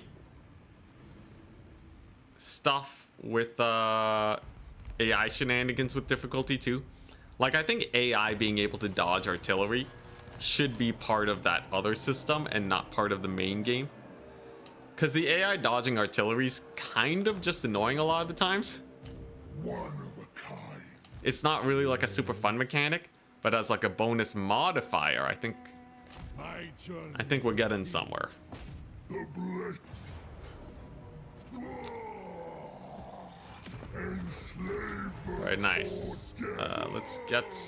I really want to just sack it. Take what you can. Yeah, there we go. There we go. Destroy. Then we occupy, and we're gonna go for the eagle. This is never gonna complete. Yeah, the altar thing, if you're going for a more mobile playstyle like I am, you're never gonna get this built up, man. The amount of settlements you need to keep raised, like you need to go for a more methodical approach, killing one faction at a time. This kind of you know, raise the world strategy, you just do not have any settlements, do ya? Heed my wisdom. Absolutely no altars. No altars to speak of. I would like to try with the monstrous horde thing soon though. So what, I'm only at 24 out of 150. So I want to see if I do the Norsca Confederation. Also, I can get tons of heroes now, but it's not super important. Yeah, I'm gonna see if I can build up a ton of those kind of troll buildings. And see if we can get Throg's dream of a troll empire going. I have a lot of troll kind resources. Add 6 troll units. When does it add to all? Targeted Lord. Targeted Lord. Targeted Lord. Oh, dang. Okay, so it only affects all your armies when you get it to tier 6. Which will take a while. I think this actually takes a while.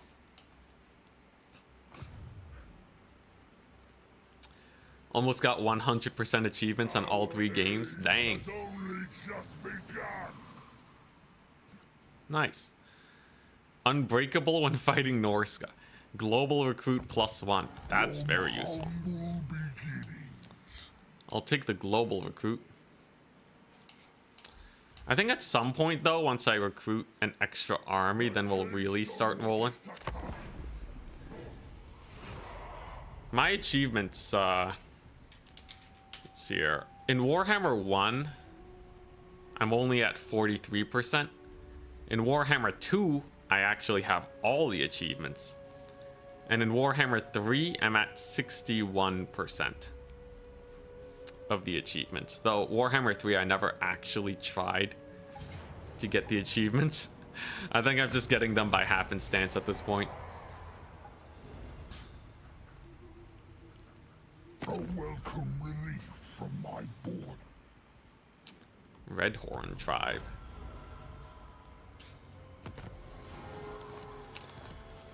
But alright. So I think these armies are strong enough to start going independent. For the dark god. I'm gonna get this guy. I'm gonna get this done. Ally of the storm. Then maybe Throg can Throg. launch outwards Slaughter. and get some work done. It all belongs to us. Yo, an achievement speedrun for Warhammer would be so impossible. Dark gods. An achievement speedrun would be I hunger. oh my gosh. I will Okay, let's say each campaign takes 3 hours. It would still... I know things. We're still talking in order of Whichever woeful day. multiple... It would take at least a day, even if you're super fast. An affront to the We're talking at least an entire day of warhammering. Very likely more than that. That would be, yeah. That would be quite some time. So wondrous. We have our province secured. We're building up our little troll hordes here. We're getting our zinchiness built up. Life is looking good. I can't believe this campaign's only 21 turns in, too. Can you believe that? Usually 21 turns in, you're like kind of just getting started. At this point, I'm already getting a lot of my late game techs. They will fear I have 3 armies that are essentially doom stacks at this point. I'd say things are going pretty well. What do we want? Winds of Magic. Construction time for buildings. I guess I could get some control going. My research surplus, you are really good at this. I guess it comes with what, 40,000 hours. the research surplus, CA is actually going to need, if they keep this, they're gonna need a mechanic to get multiple researches in the same turn. This is dumb. This is just dumb. I don't think I could spend my research surplus if I tried at this point. I think we'll be locked into this for the rest of the entire campaign. All right, let's get you embedded. So I have 10 turns of upkeep. That's pretty chill. I just have to not waste money on buildings, and then we're good. The undead can take back Castle Drakenhof. That's fine. I think what I really want... Let's see, what's really good here? When normally killed, your lords are wounded. Devastating flanker. Skaven Blight. Magic item drop chance. Plus 30%. Bonus versus infantry 8. All marauders. Holy moly, if I wasn't spamming trolls. Post-battle loot. Melee attack when fighting greenskins. And just plus 10. Whoa, man. Whoa. Black Crag. Okay, yeah. We just keep going south, man. Dude, I want the Black Crag. This is where it's at, right? Black Crag is where it's at. Anything else? Upkeep -5. The Writhing Fortress. Or win 10 battles against chaos. Yo, I feel like... I almost want to do a speed run getting all of this technology. But I think that might take too long. Some of these are insane, though. Some of them are only okay, but there's a few that I think are must-takes. You thought if you select the end of the tech tree, it will spend the research surplus on everything it can on the path? I don't think so. When I do it, it shows as multiple turns to research. I'll try it, but I am mildly skeptical. Also 10k gold for that fight. I can definitely get another army soon.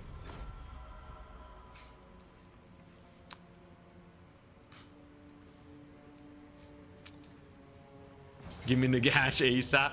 Nagash, man. Nagash. I would love to say Nagash will be hype, but I'll wait till SEO. Okay, so you see how if I do this, it still says 3 turns?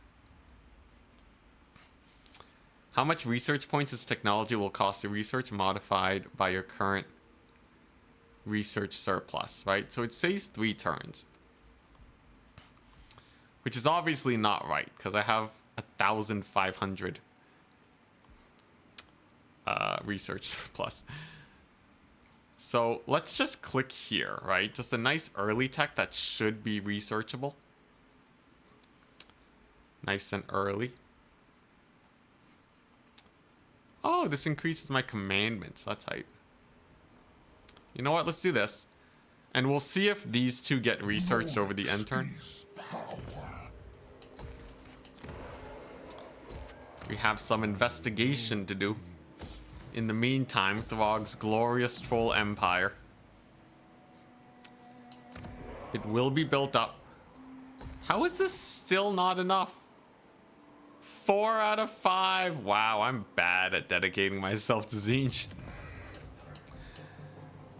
Tzeentch is not very happy, though. I think we are about to get there. Destroy them. Yeah, I'm just gonna occupy this with Tzeentch. Allegiance, my Finally! lord. The Allegiance! people strike with ferocity. Huzzah! Huzzah! I have cooldown to spells. Honestly, it's not that useful. I think the most useful one is probably this. Alter to Hound. Replenish 25 campaign movement range. Yeah, I should stop dedicating myself to Tzeentch. Screw it. Replenish 25 campaign movement range after winning battle in provinces adjacent to altar. That's insane. Yeah, that's just ludicrous. I'm pretty sure I don't. I think we're safe on research now. So we're gonna start dedicating to the Hound, and that'll make life a little bit better. Hound it up. So that should help us out a bit. Untamed Riverbank. So that lets me get my River Troll Hags. Look at Throg's glorious global recruit. Actually, not that glorious just yet. Yeah, I think after you get your research good enough, you should just hound it up.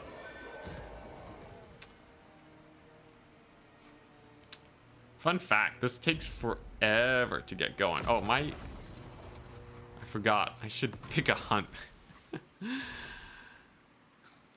Yeah, how do you, oh God, I have not paid attention to this mechanic at all.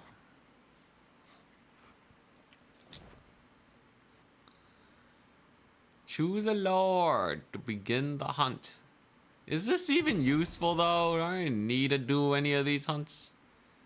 Taming hunts. All right, whatever. I'll do it for completion's sake. Let's do a sure. Soul Eater Cygors. Yeah, sure. Why not? All right. Yeah, sure. Why not? I don't know. I feel like the hunts are getting in the way of my conquest.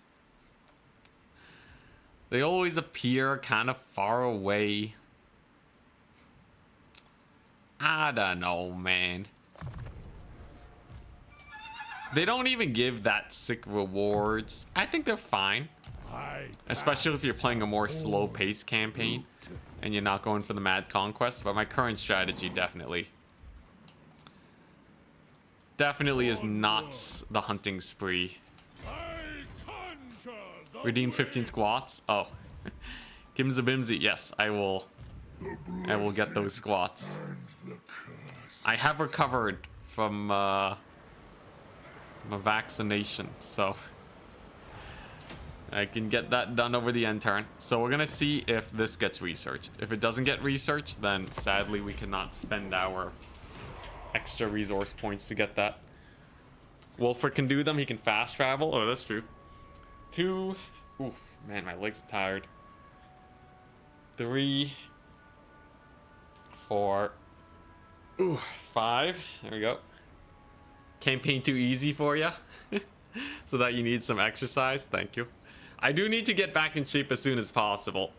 I was bedridden 2 days, man.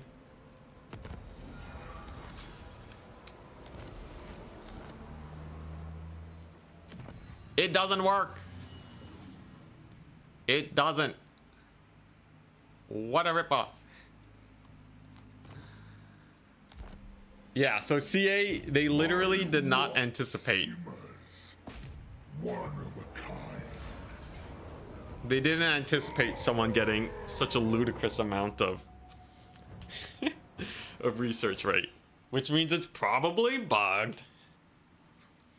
Let's be real, it's probably bugged. We need to stretch and hydrate, thank you. It's true, I should stay hydrated. Do not take these behemoths lightly, my lord. for Oh, they I are will. no ordinary sight. They're very good versus infantry, very bad versus trolls.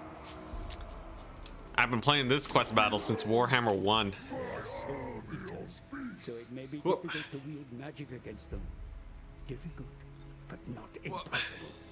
Like all Cygors, the brothers see the winds of magic through their Alright. single eyes, which causes them to be in a And constant we get in state of there. fear. Holy crap, those harpies just died. They just died to the impact hits of my trolls. They didn't even have an attack command. It was just them walking forwards. Oh, I get it. It was the freaking damage reflect. Yeah. For those of you tuning in, all my trolls have damage reflect. So I could probably just AFK and most melee armies are gonna die. I forgot about that. Oh my god. That's good, man. That's real good. Okay, those boulders do actually hurt monstrous units quite a bit, but not enough to actually matter because we'll just regenerate. See, they just stomp this guy's face in because they have insano stats. Couple minotaurs. Oh, what the crap? Another one spawned? Okay, that's actually a little bit more of an issue. Seems like he retargeted though. Couldn't get line of sight, which is pretty good for me. All right, nice. Easiest quest battle of my life. Let's go. I think we lost like a couple dozen trolls at most. Staying hydrated while doing squats. Look, we have a campaign to play, all right? I got to fit it all in. Huzzah! The power of trolls. Dude, I had 47 losses. That battle's usually devastating to most infantry armies. I will say, I think troll maxing is definitely the way. Troll maxing's kind of hilarious.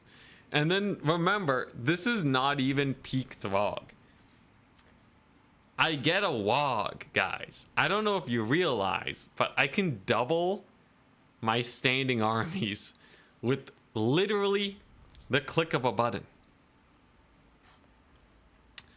More of a late game option, of course, but Cast away. yeah, it's gonna be good. All right, nice. I did it. The hunt is complete. Great shape. You're sieging me? Oh, it's Vlad, that's why. These guys don't have the reflection, but yeah. Only downside of mass trolls is gonna have to manually play a few battles, but I guess it's fine. Plus his wall can replenish. It can? Oh my god. Jeez. Alright, yeah, Throg. I think late game Throg is gonna be ludicrous. You only need a handful of settlements to get his thing fully built up. I think before you get the short victory, you will likely have Throg fully built up.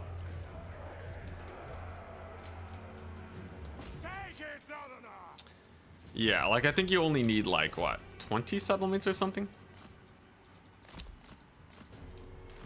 In Vlad we trust. Yeah, Vlad's just gonna solo this.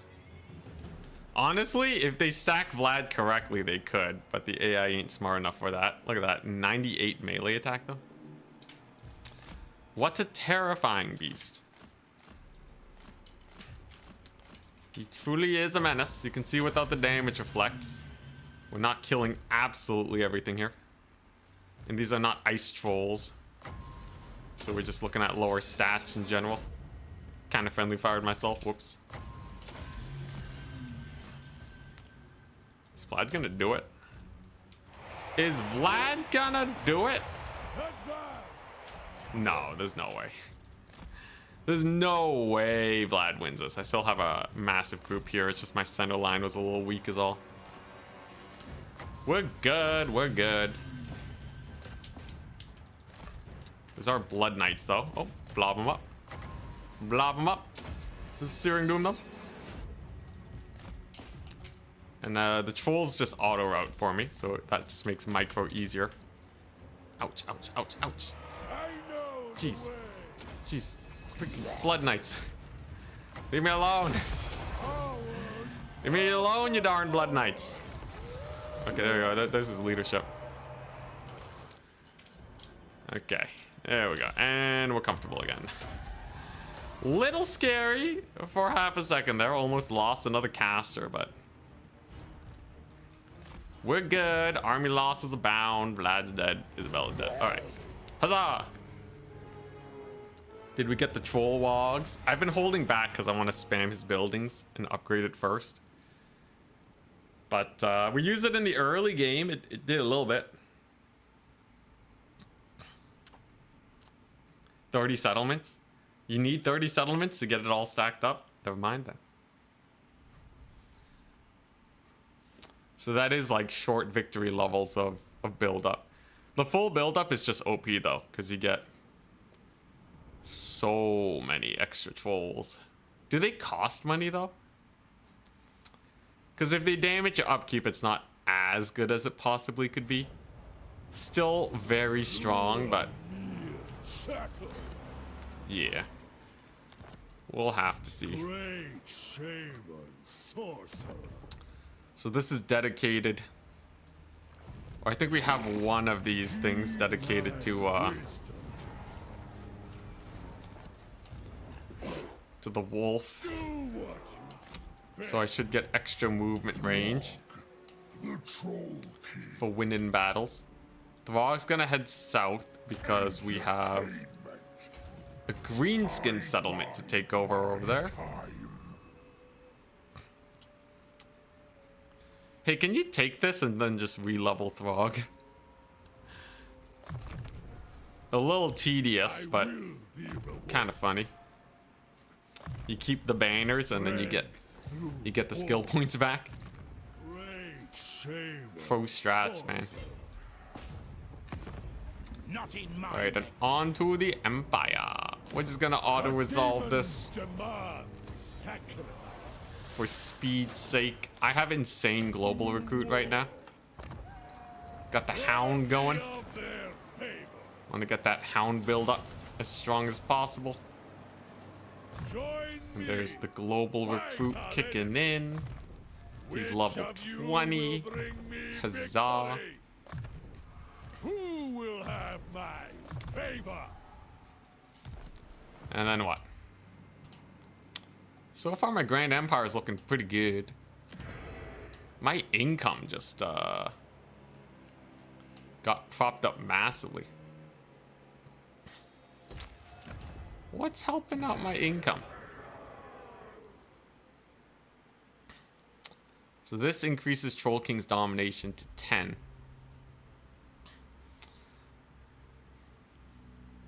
So I should just take this then.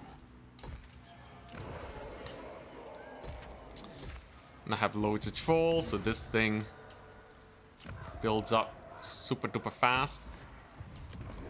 As you can see, it is the only building chain that I care about.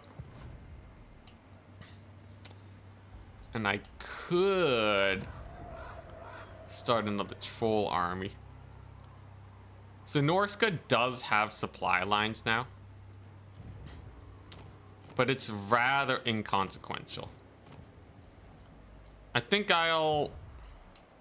You know what? Okay, yeah, this is what we're gonna do. So we're going to get... We're gonna get a Marauder Chieftain. He's gonna start recruiting. And then Wolfric is gonna take over his army. And then he'll romp around, taking out Kislevites and all that. Sounds like a pretty good plan to me. I have so much of this resource, I might as well just go to town. And right now we're sitting at 38 out of 115. So getting there, but it'll be a hot second. I think I could speedrun this though. The Empire of Trolls.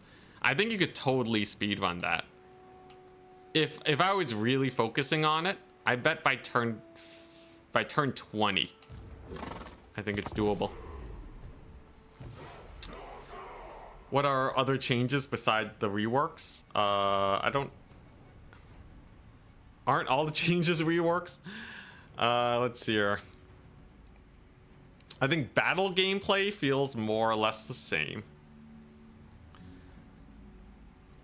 I'm not noticing anything like crazy though, right? Like if you play a France campaign, I don't think there's that much that's different, but like I also don't have the patch notes or anything.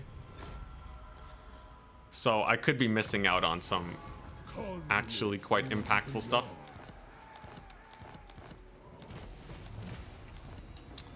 We can get Scylla and Fingrim. What? Very hype. So we can get Wolfric in here. He's only level 9. Wolfric the Wanderer. So he's a boat travel. Yeah, so when he's at sea, You'll earn your he can quick travel. It's kind of cool. Absurd movement range, by the way. Is that just Houndo shenanigans? empowered by chaos. Nice, Scylla and Fingrim. Woo! Born of winter. All right, more troll shenanigans. We're already halfway there. We got the Scylla in here, so I can finally get rid of this OG Marauder. He served well. His time has come for some sick hero replacement. We're just gonna keep focusing on the Houndo. So this should just replenish 5% campaign movement range after winning a battle next to the altar. So it should be, yeah, plus 5% campaign movement range. It's not that much, but once I get it to a higher level, it'll definitely be worth.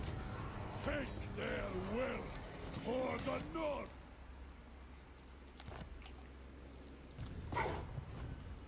All right. Allegiance, my I love lord. the UI change, The by the bite way. of the hound can be felt on the icy winds. All shall fear the frenzy Nice. that is to come. So we get 10% movement range now. Not bad. Not bad at all. My research is going well. Nothing new over here. I'll just keep making my way down south then. I pass. Because I really want to get that last troll upgrade. The last one is where it's at. It's where we get the big money. Yo, this not costing gold is insane. You have a gold producing building that doesn't cost gold. That's really good. Like, just literally every single settlement is getting this. If you really want. If you have too much troll kind, then you get the feeding pit for even more income and spoils. That's not bad. I haven't really had a big use for spoils. What here generates income? This is just sacking settlements faction-wide, which honestly is not the worst. So if I get 10,000, 1% of that is 100 gold. So I can get 100 gold extra for sacking settlements. This post-battle loot. I think it's not bad, but it's also not. It's not crazy. Guess at the end of the day, you should probably just spam slaver camps. Oh yeah, the snowball potential on Throg is insane. 24 turns in, and we've already taken Drakenhof. Yeah, Throg is definitely a powerhouse if you know what you're doing.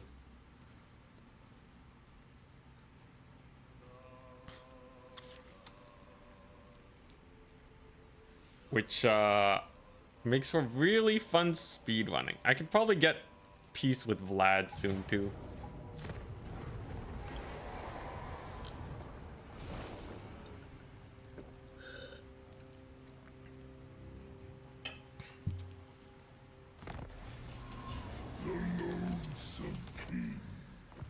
Amethyst Maze. Does anyone know if Elspeth's defeat trait is good? Amethyst Guardian. I can start some beef. I can start with some beef with Elspeth and Franz. I got the troll spam. They're pretty well suited for this kind of stuff. Got another Houndo. Oh, you get to keep the port. Even if you raise the altar, that's nifty. Not for Norsca. She buffs artillery and stuff. Useless. Explosive missile damage. Is she allied with Franz? No, they're just friends. Okay. I do not bandy words with the weak. Leave me. What if I join war against Talib clan? Yes. I will permit. We are now best friends with Vlad. He hates me. Minus 400. I did kind of ruin him. That's kind of on me. I'm surprised he accepted peace at all. Alright, we'll bully Franz. Getting Altdorf is a nice pickup.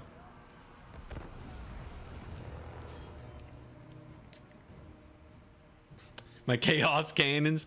Oh yeah, that's true. That one Norscan Regiment of Renown. That is a quad Hell Cannon unit. If I put that in Throg's army, it will be stronger.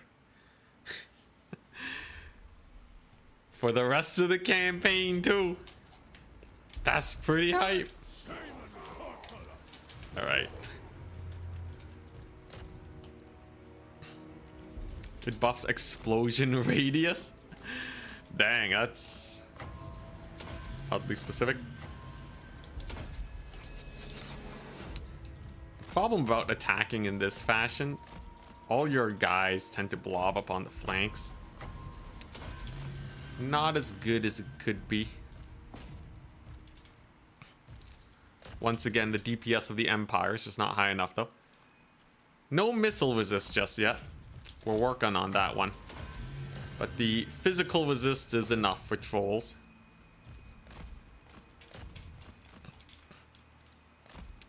This makes me kind of wish trolls were better in multiplayer. Imagine a multiplayer meta where... What is this guy doing? Imagine a multiplayer meta where people just spam trolls all the time. That would be kind of jokes. They got the regeneration. There's a lot to love. Got him. Does Marienburg unlock technology? Ooh, I should check. Breath attacks get bigger? Does it actually increase breath attacks? Does it increase spells in general? I doubt it.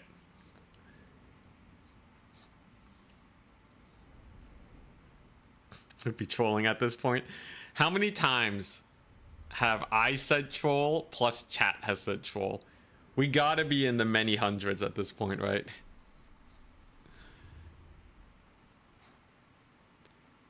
Also, dang, that battle was efficient.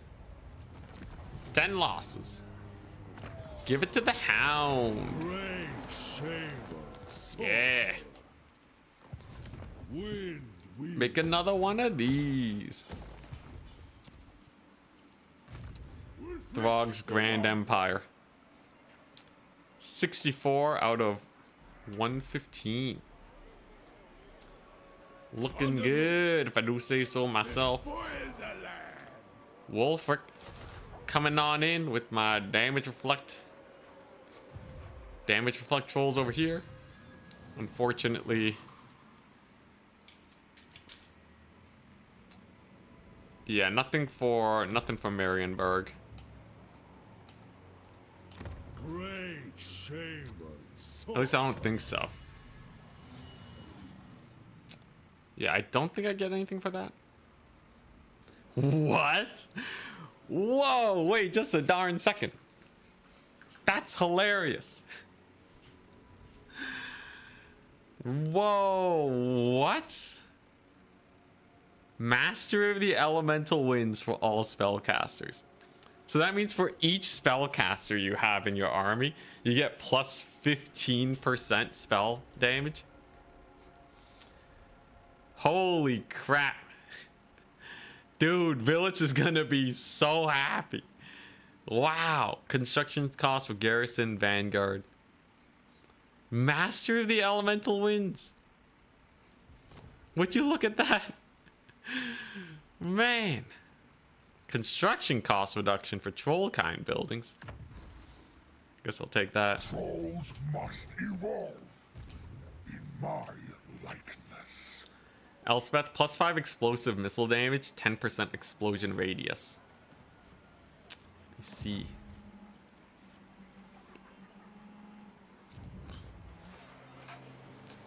What do I want? Honestly, none of this is super important, is it? I'll just look at the commandments so it stops bothering me. My first most important thing though. Oh wait. Magic item drop chance. Oh, you know, I guess I might as well. Wait, what? What's... Why is this lit up? Confusing. But there you go. The thing that I'm working towards is this. This gives me 10% damage on all of my armies. Absolutely mega worth. But from the weakness of my kind. All right, looking pretty good. I just need to get a few more settlements. Sale starts next to Cathay, right? You guys have to confirm. But if he starts next to Cathay, then Sale would just be like a destroyer of worlds, right? Just go spellcast to Sale. Easiest campaign of your life.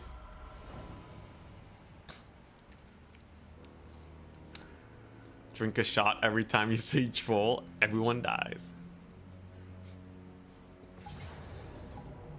Jeez, Dreicha, can you leave me alone? I wish the shrines would be left alone a little bit more. It does kind of feel weird that you have to defend your shrines. Like, it kind of makes sense, but also like, come on, man. It's fine. I'll just take settlements faster than Dreicha can take them. Oh wait, I can sack this. Don't I get extra movement range? Dang it. What a ripoff. Alright. I did get that movement range though, it's just not a lot. Ah yeah, there's that. I got the Hell Cannon unlocked. Huge. Alright, I'm just gonna keep making my way south though. And this army. Just gonna bully the Frains. Hound it up. What now? It's pretty nice that that's cheaper now. I can literally just repair these. Every time Dreicha sacks something, just repair it. Oh, Wolfric. The eternal challenge. He can deal with Dreicha. En route. Hell yeah. Wait, what? Wasn't there the symbol? Oh, I goofed. At least he doesn't have to deal with this. Wait, he can just... Yo, Wolfrick's insane. Yo, this is a Wolfrick campaign. Holy crap! Holy crap! Masters. Wolfrick's insane! Holy crap! Calm down there, buddy. Oh, I need spoils to colonize? Oh, crap. I need spoils. Honestly, if I just fight Empire enough, though, it's fine, right? Yeah, I just need to fight them 6 more times, so I don't really need... After using Pillage and Raise, the force is... It has 3 more units. Yeah, I'll just fight the Empire a bunch, it's fine. Speak. It's fine. In the meantime, hounds for days. Get some of this done. You, my good sir, need to run for your life. Get going. There you go. Evac from Marienburg. Sail starts north of the Bastion behind a minor Warriors of Chaos faction. Okay, yeah, so Sail can just immediately get some of the best spellcasters in the world, right? Pretty hype. You guys telling me Norsca doesn't do research. Ah, there it is. Missile resist for ranked trolls and armor. Huge. Alright, so that's gonna help them out a lot. Throg can, yeah, I will just ignore Auchendorf. Get a hound building at Varenka. Imagine the horror of Altdorf citizens. Yeah, suddenly Wolfric has arrived. Yo, that's really cool though. That's pretty in line with his lore. Although he was much less of a settlement hopper and more of a challenger, right, for duels. But the fact that he can teleport is definitely a cool little nifty thing. I like it. This is only turn 27. Yeah, combining Wolfric and Throg's mechanics together is definitely definitely good. Yeah. Let's see here. Yeah, sure. Begin the hunt. All right. Just give him something to work towards, right? There you go. You get this hunt down. What is this? Dude, this is so cooked. This is so cooked. My whole army has damage reflect. I can just walk them forward. It's all melee. Oh my god, dude, ice trolls are so hyped now. Ice trolls are where it's at. Sees no enemies, only me. Hey, it's the other narrator. The only defeated his experience. I missed the advisor. Kill the vicious Gorgon. Beat him up. Alright, get in there, trolls. Huzzah. Okay, maybe let's not lose Wolfric, though. Ah, yes. Behold, the vicious Gorgon. Can it survive 48, 45 melee stat trolls? The answer is no. Though it puts up a decent fight. Its decent fightiness shall only be its downfall. Although the reinforcements are kind of spooky. Then again, my trolls are literally unbreakable. Okay, not quite literally. Practically unbreakable. Look at the leadership. It's so high. It's so high. I love it. That's like literally, that's the one weakness of trolls. Are Gorgons ever used in multiplayers? Very rarely, but they do see play. Solid. Yeah, these monster hunts are pretty cool. I like that they spawn kind of close and you can kind of just do them. It doesn't feel like I'm wasting a lot of time doing it. I just have to remember to do them. Does Throg still get horrible regen that resurrects models on trolls? I'm not sure. I think maybe you need to get that through Tech Tree or something. I don't know. Does anyone remember me seeing horrible regen? Put them to work. Strength from flesh. Ooh, 0.15. My trolls currently have horrible regen. Resurrects dead combatants. Looking good. Yeah. They're doing pretty good. See, I almost have this fully built up too. I can't wait.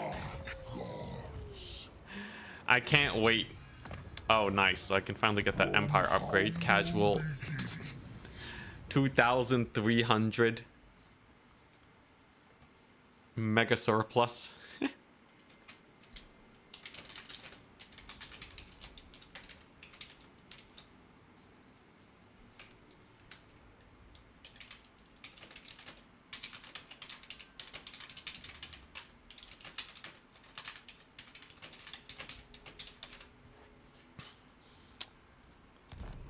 That's so OP. Yeah, man. This campaign is weird. It feels OP in a way that is different from the Changeling. I might eat my words. But the Changeling kind of felt like an auto-resolve snooze fest. It feels like there's enough going on. I think we're about to hit the point where it's just like, you know, we're just gonna start auto-resolving like crazy. What now? But it feels like there's a lot more mechanics to play with. Like I said, I was pretty positive about the Changeling early on too, but I ended up being pretty wrong about him. So, grain of salt, as always. But like this is fun. I'm enjoying my time with Throg. I want to try a Throg speed run. I didn't have the same feeling for the Changeling, though I wasn't doing speed runs at the time, so who knows really. But yeah, I do hope this is like a nice change of pace where their campaigns are. You know, there's just a lot of mechanics to play around with. Lots of fun to be had on that front. By the way, this is giving me minus 10% upkeep on my trolls. That's really helping me out. I get plus 15% campaign movement replenishment just by winning me a couple battles. As soon as I can get this, I just need 35 more thingamabobs, and then we'll be good. We're definitely ready to recruit yet another army. So we'll just hit the end turn, and then I should be fine. Lots of dwarves, though.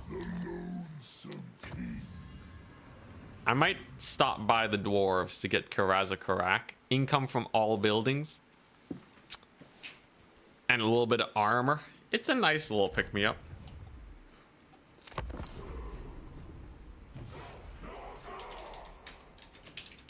I will grant you only so many breaths. Consultant, begging for peace, that's good. 10 trolls in one turn is disgusting. Oh yeah, for anyone who missed it, Throg has crazy global recruit for trolls. Norsca has a tech research that you can get. 11 turns in.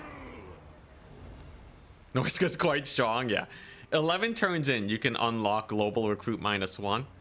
Throg gives them global recruit -2 for any units that are way more expensive. So like if I wanted to global recruit giants on Throg, I'm pretty sure. No, not giants. Okay, maybe it's just trolls. You can global recruit river trolls though. Kind of nifty. You know what? I'm gonna be fighting dwarves a lot anyways. I don't need to take over Karazakarak. I don't really need to take it. I'm just gonna sack the settlement. Then we're gonna give it to the Hound.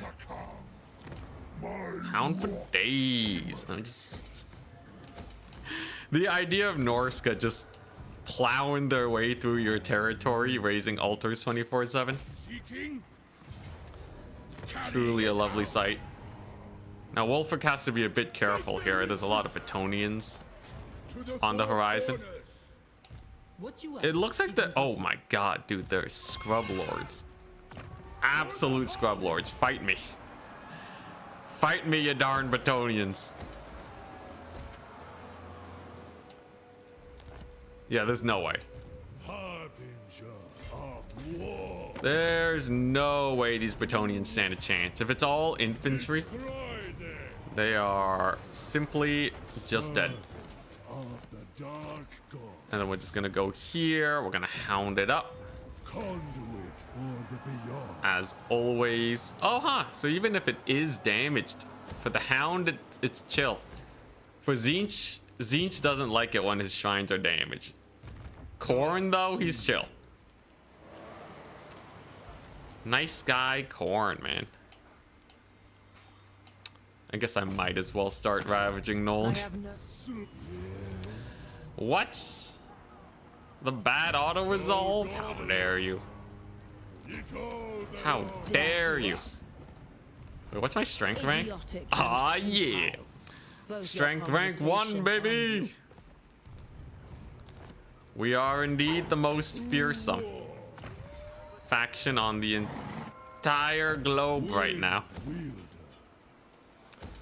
It makes sense because Norsca's kind of insane. Give me those regiments of renown. I have the money. I have the money. We're rolling in cash. Overrun the world. Though I guess I do have to worry about the dwarves in a second. It's fine though. This guy has... He has lots of recruitment. He's chilling. Actually, yeah, let's keep pounds. Might be useful. So I want to make my way towards... Yeah, so we get Rally the Tribes, which is just a flat minus 5% upkeep. And then I can start working towards this, which is the real deal breaker. Missile resist, healing cap, and ward save. Trolls must evolve. Once we get that going, it'll be even more over than it already has been for the last while. It'll be great. You know what? Let's just upgrade these. I'm feeling frivolous.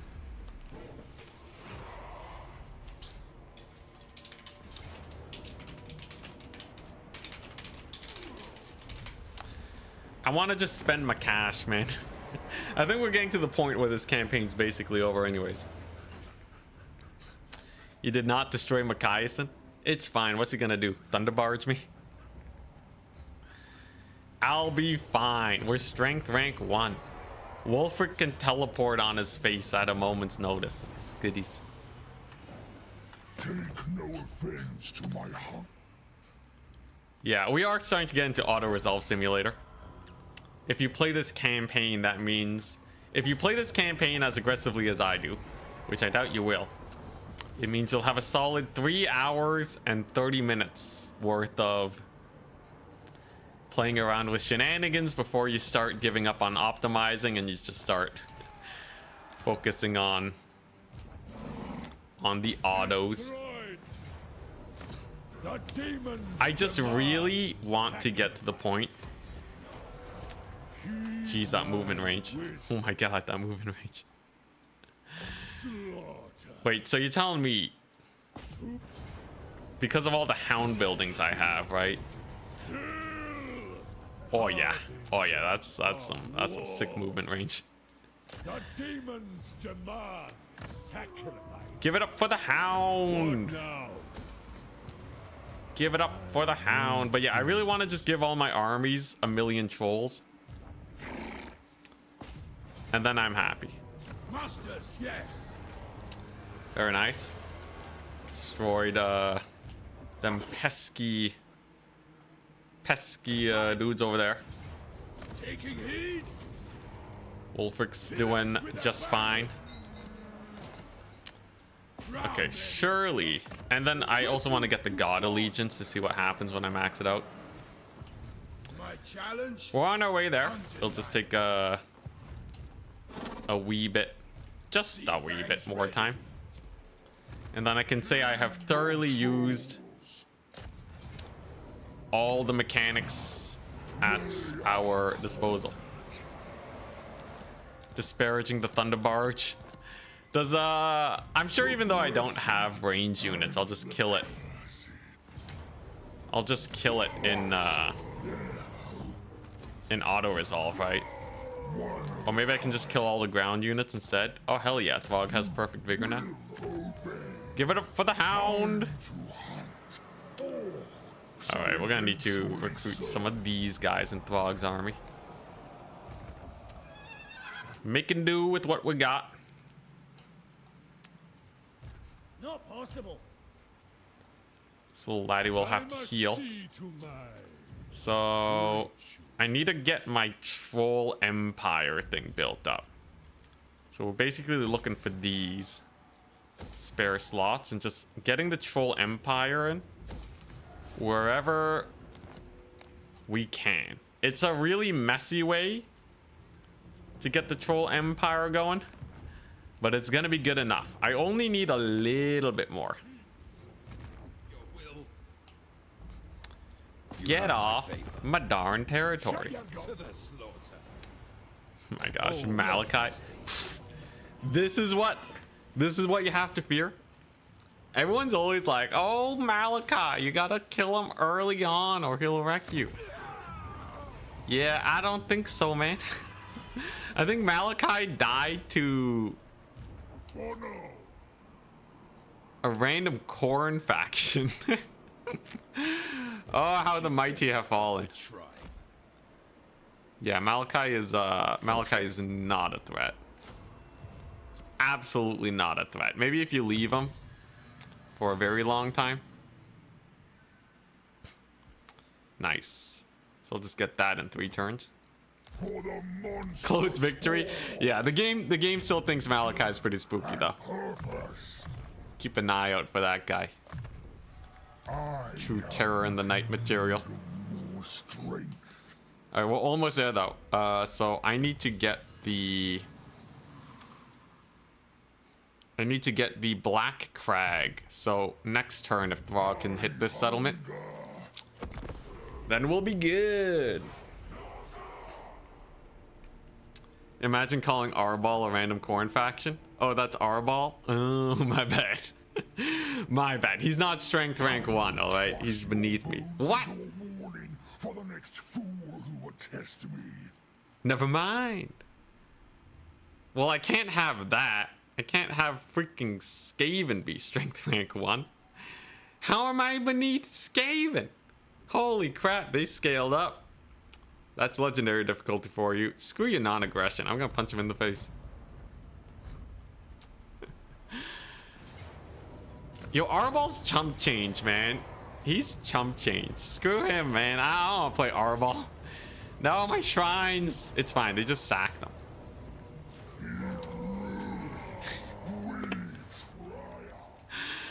Leave it to the rats to steal rank 1. Yo, they stole it fast.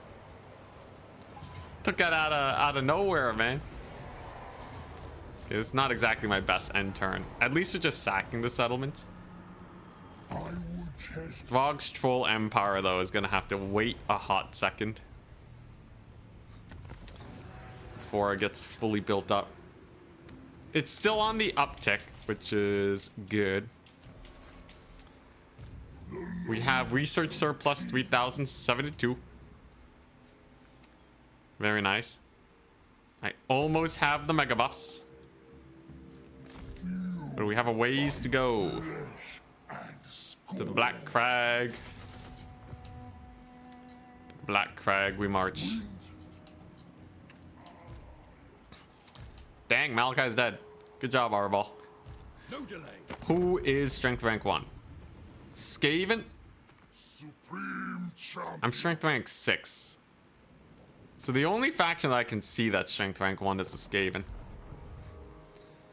Try. We'll need to put them in their place. Somehow Daniel's also kind of building up. Interesting. AI Daniel, apparently.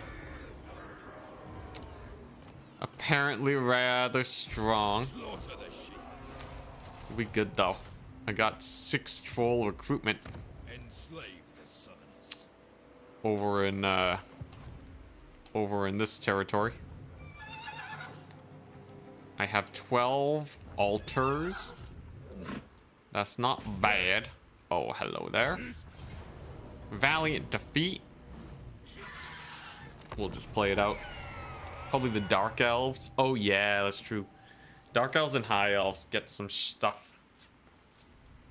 Dark Elves just have Black Arcs and High Elves got mega buffed.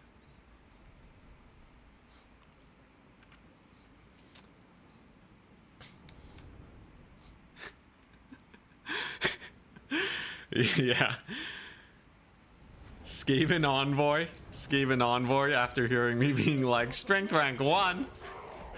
None of I have anything to say about it. I should have declared war on them right away.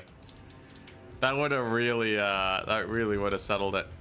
Oh hey, this is my Frost Dragon scale guy. Hell yeah. Ouch. Oh, my flesh. Alright, I get it. Jeez. Okay, Empire. They have guns. As much as Norsca technology has advanced, the power of pew pew is still very terrifying. It turns out. Thankfully my trolls are stronger than man. Oh jeez. Dodge, you fool. Dodge. Duck and weave.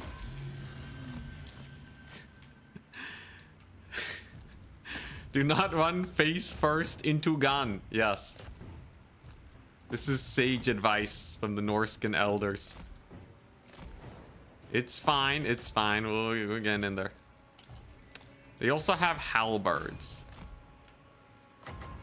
These Empire forces. And their strange technology. Still though, I have final transmutation for France. And as bad as the battle looks, you gotta remember, our late game is insane. Because they only get more and more tired, which reduces the DPS. Thereby making my sick regeneration shenanigans pop off. Success. Now it's just friends. Hit him with the final transmutation. Congratulations. You are being transmuted. You'll become something worth more than your life ever was. I'm sorry, France. You're wonderful, but not today. Success. He did kill one troll though, which is Ripperoni. Valiant defeat. Yes, we lost 37 trolls. Olaf popping off. We killed almost 3,000 of them. Looking good, man. I will say, I am having fun. I am having fun, and I will probably have fun optimizing this campaign for a speedrun. I feel like there's so many ways. There's so many ways to potentially optimize this. It is rather absurd. Man, I can't wait to get the WoG going. I can't wait. The WoG is gonna be so good. I just wish there were more settlements in striking distance. Unachievable. My movement range is kind of through the roof. So what is this? Allows you to recruit Exalted Champion of Khorne, Kilgore, Slay, Maim. That is corn through and through. But that's it. I just get Kilgore Slaymane.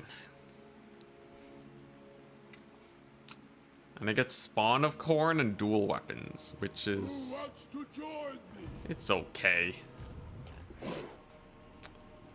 Could be a little more exciting. But what can you do? Where's my next quest? Okay, Wolfric, I'm gonna put you on a journey. No, he has to wait. So Wolfric can only teleport every once in a while. Sad times. The Troll King. Gonna get any infrastructure? A little bit.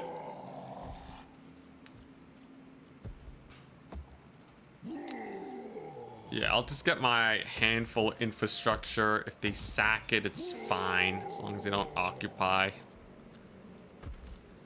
Throg's Troll Empire will be born into a brutal world, but it will be born. I have so much troll kind now. Come on, just a little bit more. You do love the subtlety of corn names. Oh man. Yeah, Tzeentch names are pretty, like, okay, so Slaanesh names, they're like someone trying to be subtle and failing.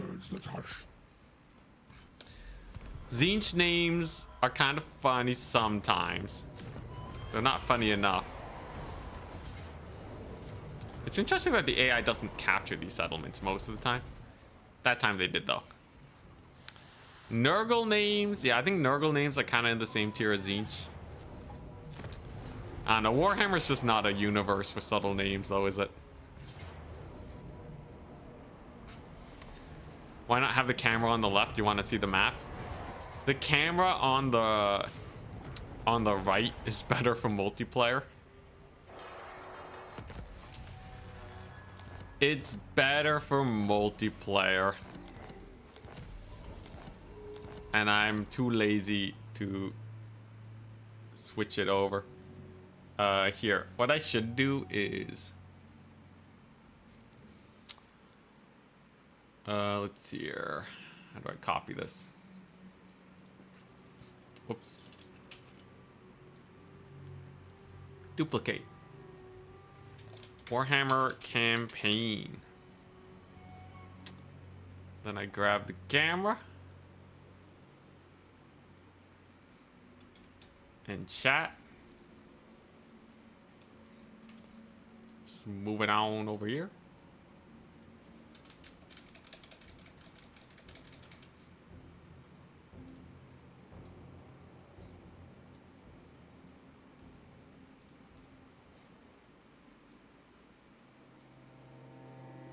There we go. What to do? Yeah. There you go. You can see the map now. Huzzah! The Lonesome King. I still can't take the Black Crag. Dude, movement range sucks over here. Skaven names are your favorite? No dawdling. I haven't paid attention to them too much. You'll have to tell me what's the most appealing thing about them. But yeah, I get requests to move the camera all the time. They can run. So I'm happy to oblige. Drown them in blood. They can. Without doubt. Alright, a couple more turns. My challenge. My grand conquest shall be complete. Executing. For the home. Surely I have enough altars soon, right?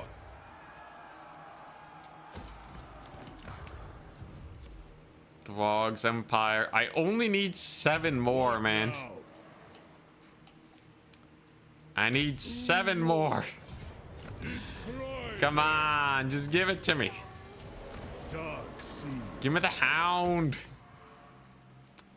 14 out of 15. If Throg just had that movement range, he would have made it. Enslave the Southerners. The tribe consents. Not enough move range. There's no altar nearby. So I don't know if he'd actually get the movement range. Moving out. Okay, this guy's just gonna keep recruiting. Overrun the He's just world. gonna chill here. We'll take it next turn. We're very close. We're very close to doubling our standing army size. There's a few places where I can actually upgrade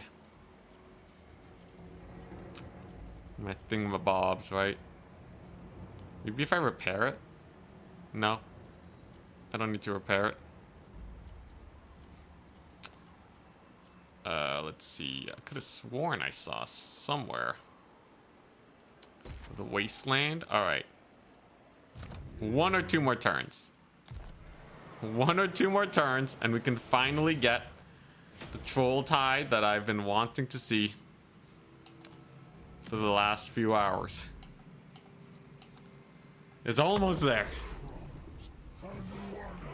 Yeah, I just get a legendary hero and some berserkers. It's honestly not that crazy.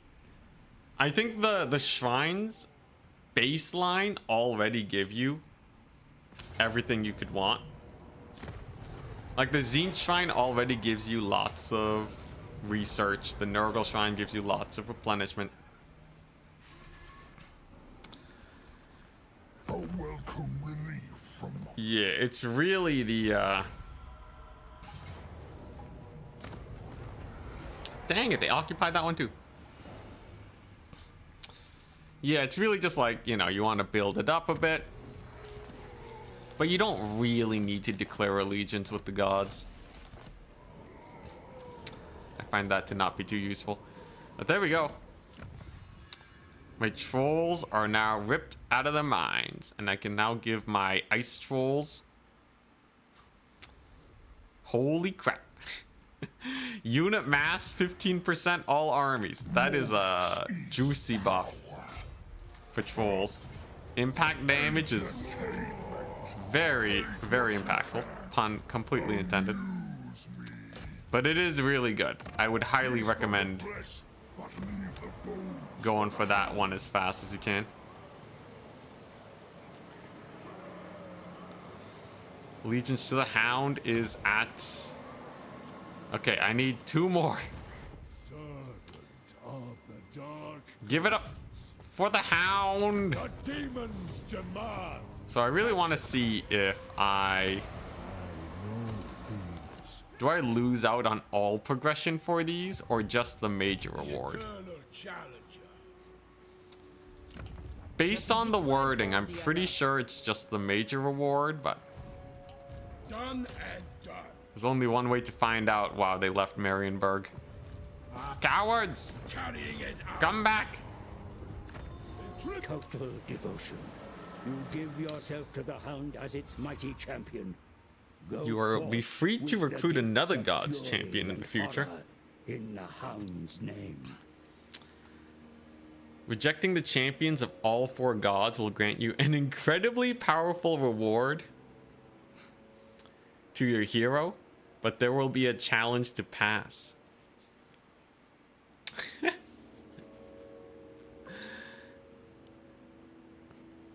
Preventing the other champions from becoming available.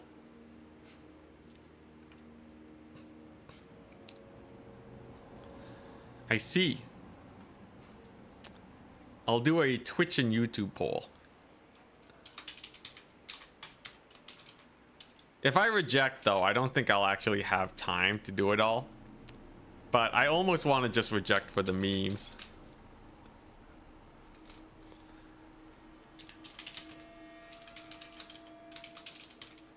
I'm seeing 86% reject.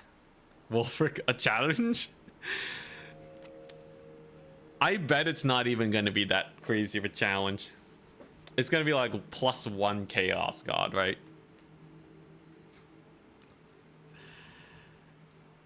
Yeah, most people are saying reject.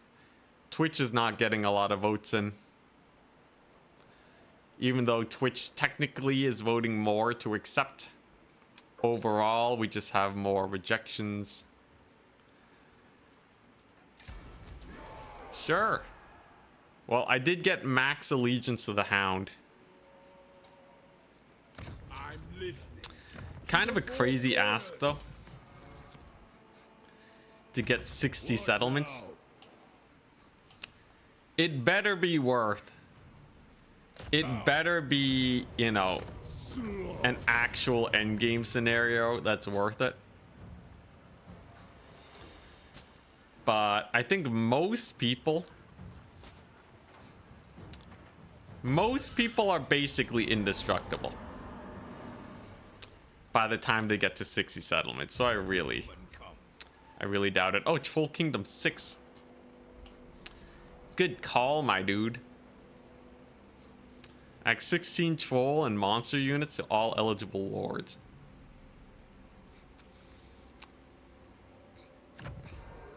Even the simplest beast knows the meaning of my roar! World Walker, no escape. Nice. They get the buffs too. I am in a Oh, Nelly. Oh, Nelly, they in for it now, man. Strength rank? Yeah, I'll check strength rank in a second. And so, everybody died. The end. Strength rank 1. Holy crap, look at those bars. No one's even close. Look at Clan Moors. They're strength rank 2. Miles away. Absolute miles away. Absolutely clowned on. Okay. Oh my god. Well, the next few turns are going to be an absolute massacre. I doubt anyone can actually contest these armies, and I have 16 turns of upkeep even without.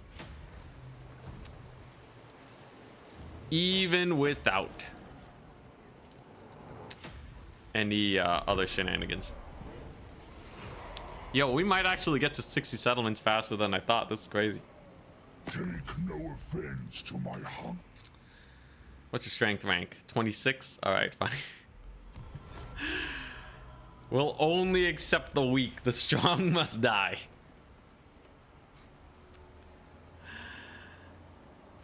Rejecting... Yo, I feel like if rejecting all 4 gods doesn't spawn like 50 armies and the endgame crisis and everyone declares war on you, I don't know what they're doing at CAHQ, man. I'm telling you, they need to make the game spicier. It would be so cool if I actually needed these crazy buffs to continue surviving this campaign. You know how crazy that would be? I'm there like desperately like, man, I really gotta get this research in 3 turns or I'm gonna die. Witness the potential of the I'm like manually playing battles because I'm fearing for my life. Take their will for the North. That's my ideal campaign. For sure. Bloodthirsty. So even this guy got The eagle 20 dudes. Oh yeah, we're friendly with this game, and I forgot. Maybe I'll be on my merry way. Fine. I'll just pick up some of these guys. Yes. But yeah, I feel like that would be so sick. Despoil. Cause like early on, it felt like the mechanics, you know, I needed them.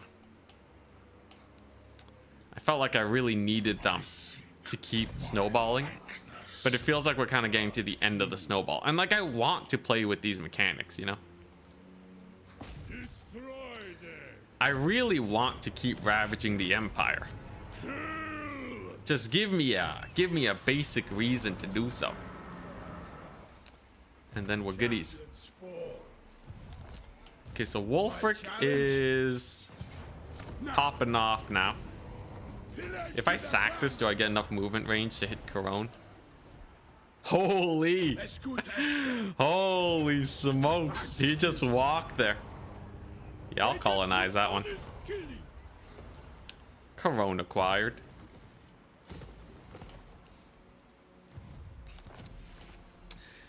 See, so I could try mods I could try mods to make it harder, I need but only like, the strong. I don't know which mods are gonna actually get me where I want to be. And they're not gonna be as polished as what I'm asking for. I don't think anyone's actually made a mod.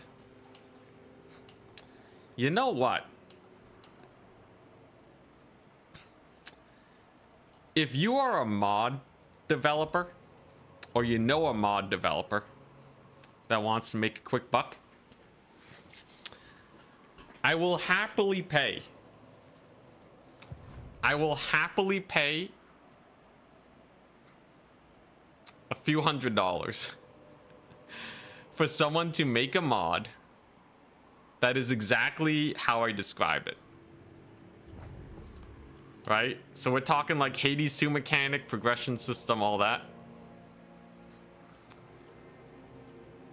Happily, I would happily do that. You know, negotiable. If it's gonna take longer to develop the mod, I'll pay you more, man. I would love to have a modder on payroll to make some crazy campaign ideas a reality. You know, maybe like some double unit size mods, whatever, man. Have you tried attacking from sea? Yeah, Wolfric got to do that against Altdorf. It was pretty hype. That would be so cool. If you want to be on my payroll, it'll also be tax deductible on my part. Not that I get taxed much. I don't make enough money to be taxed a lot. But please, please, that would be so sick. I would love to have a modder. Anticity deciding to postpone buying a house to commission mods. Respect. Honestly, you know, it has to go well, right? We've seen Giant Grant games. He got some crazy stuff with modding.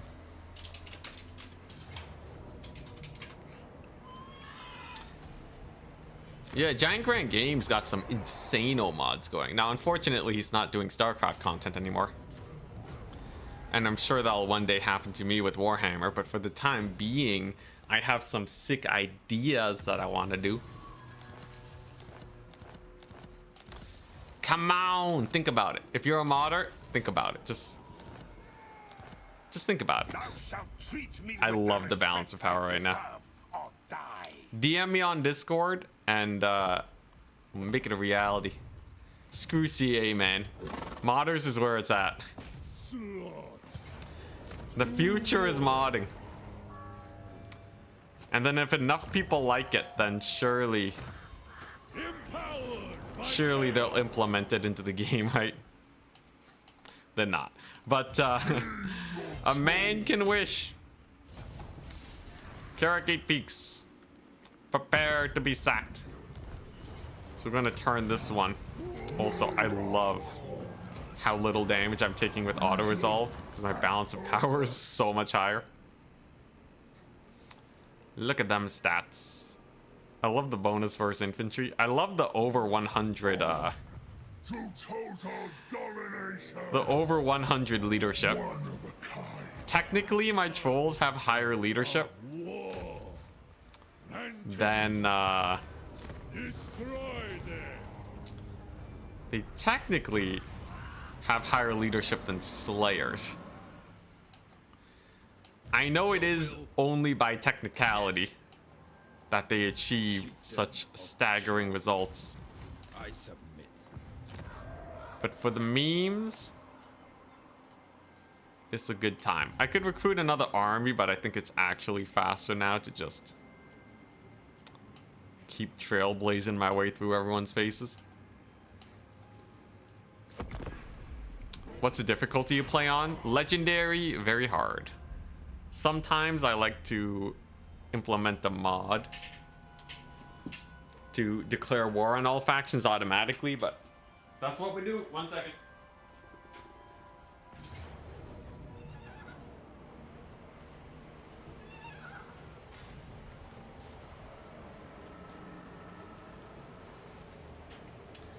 All right, we're back. But yeah, we play on beyond legendary difficulty. Oftentimes. Either that or I'm speed running.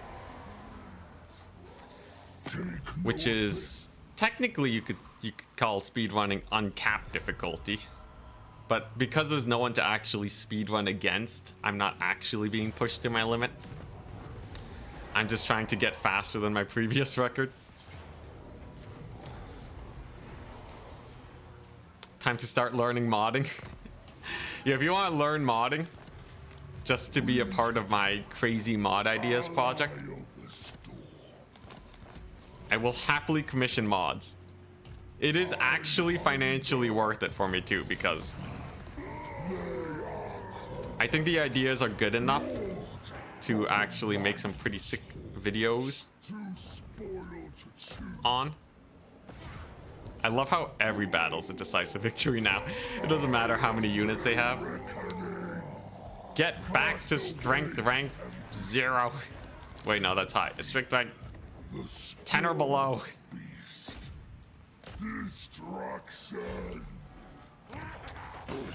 Clan Moors is mighty. Yeah, the goal is... Yeah, Clan Moors is not mighty, man. Get out of here. Start Skaven. I'm going to keep playing this campaign until I have the Skaven suing for peace. And then we can probably call it a day. Dude, Throg's late game army ability is so good. It's so good. Also, I don't think Dreadmaws can burrow underneath walls, so I'm not gonna play that siege battle.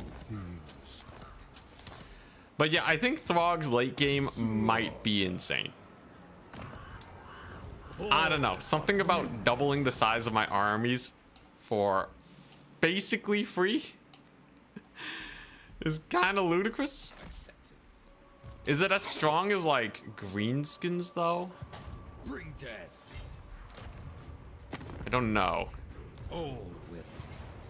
Full map speed run? I would do it if it wasn't so tedious. Those runs tend to get pretty tedious. Even the fastest ones that we're looking at like 6 hours or such. That ends up being just a little unpleasant, sadly.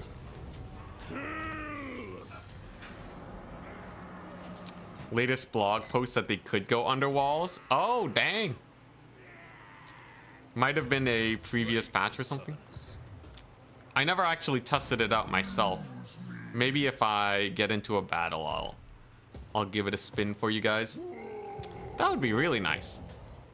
More interactions in siege battles is absolutely what the game needs. I've brought it up a million times, so you're probably sick of me saying it all the time. But yeah, siege battle, like, you know, siege battles just need more interactivity. So we're talking like spiders climbing on walls, ghosts being able to fly over stuff, infantry being able to occupy buildings. Turn sent one under the wall. Oh, okay. I don't need to waste my time loading in then. That's cool. But yeah, more interactions. You are only welcome. Just, you know, just a million different interactions. The towers right now are like the worst for interactivity. Because literally melee units can't interact with them unless you capture a point. Flying units just attack it. Range units, they literally just attack it and then it dies. So it's nothing better than like a summon. Effectively. Standing. In agreement. Fine. But who knows? Maybe they'll get that siege rework out soon. We'll see. Hello, Kislev. Wow, look at that. So that's how good this stack is. With this, with one army buffed up by Throg's ability, you can auto-resolve a Kislev garrison that is maxed out and a 20 stack of mid-tier units with the Pyrrhic victory. It's not the strongest. I've definitely seen more absurd auto-resolves. But it's a solid one. Unfortunately, I did not get a move range buff though. At least not enough of a move range buff. Sad times. Let's just colonize this. The Norscan colonies, they expand. How long does this last? Throg. Bolstered this force. Yeah, and the fact that they replenished you is crazy. I don't know how long it lasts though, but even if it's a couple turns, I am quite happy. No. Let's just take out these guys real quick. Destroy them. Hello, hello.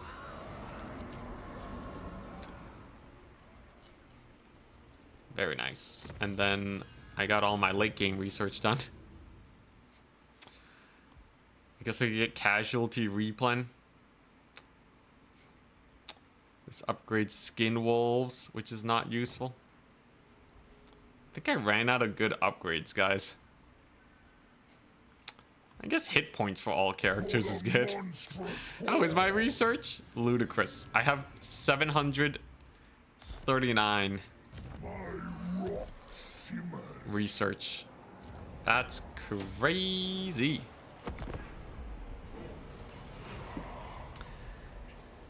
Is vanilla campaign still a joke? This looks incredibly broken.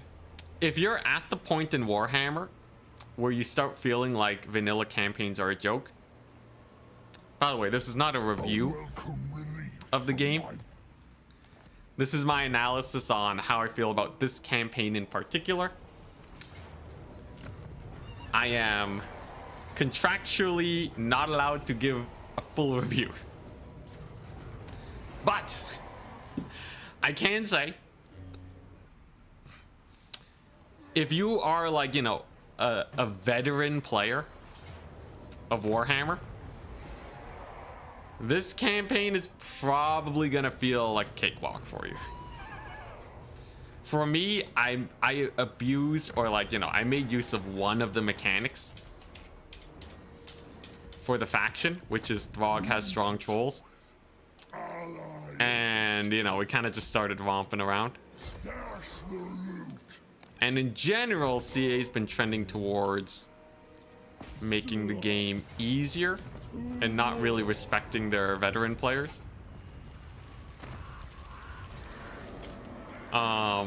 Yeah. Now, when I make a full review, I'll give my full thoughts on the direction that CA is going in, and maybe whether or not you should spend money on the DLCs and all that, and my thoughts overall.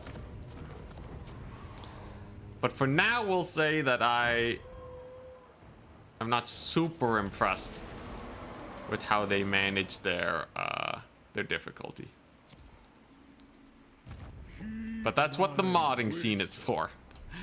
You know, as soon as I get a modder on payroll, none of this matters anymore, you know? So we'll stick with that. Tengris, hello. You're catching the tail end of a campaign. We use Throg's ultimate ability. If you get it maxed out to tier 6, all your armies get a free 20 stack of insanely strong monsters. And yeah. And then life is good. And then life is good.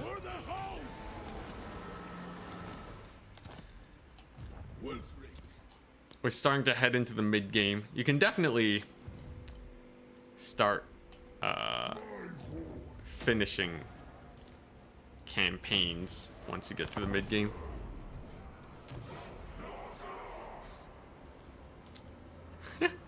I can't give you a review, but I'm gonna pay someone to mod the crap out of the game till I'm happy about it. I'm saying that about the base game, alright? Maybe the DLC will change my mind, alright? We'll get to play Aislinn over the weekend. Alright? You can read into that as much as you can, but I'm not breaking my contract, alright? Contract doesn't mean I don't have to shill for CA, but I do have to keep my lips zipped until I think the 29th. And then I can pop off and I can say whatever I want and give a full review and how I feel about the DLC. But as it stands, I'm just gonna say things that you can interpret one way or the other. Wipe them. Dang, that's a crazy auto resolve. Actually though, like I'm not like Slaughter the shit. I'm not like super disappointed by what I see so far though. Like genuinely, I think it's pretty chill. I just don't think it's perfect for me so far. If I keep saying so far, they won't kick me out of the content creator program. Allegiance, my lord. Allegiance, my lord. Ogre is my lord. This gives upkeep reduction. That's pretty nice. Nasty thing. Dang, that hiss. You, unless you make pledge. Alright. What if I give you the Black Crag? Oh yeah, you'd love that, wouldn't you? But screw you, Skaven. Screw you. I'll take him to Pound Town just a little bit longer. Although honestly, I feel like we're kind of done here, right? I'm only at minus 10,000 a turn. I think I've said everything I wanted to say. We're feeling pretty good. I'll probably call it a day. And tomorrow I'll... Allegiance, my lord. The pecking of the crow. Allegiance. He should really stop. I know how the allegiance system works. Maybe the thematics are cool, but like, come on, advisor. Then again, the memes are good.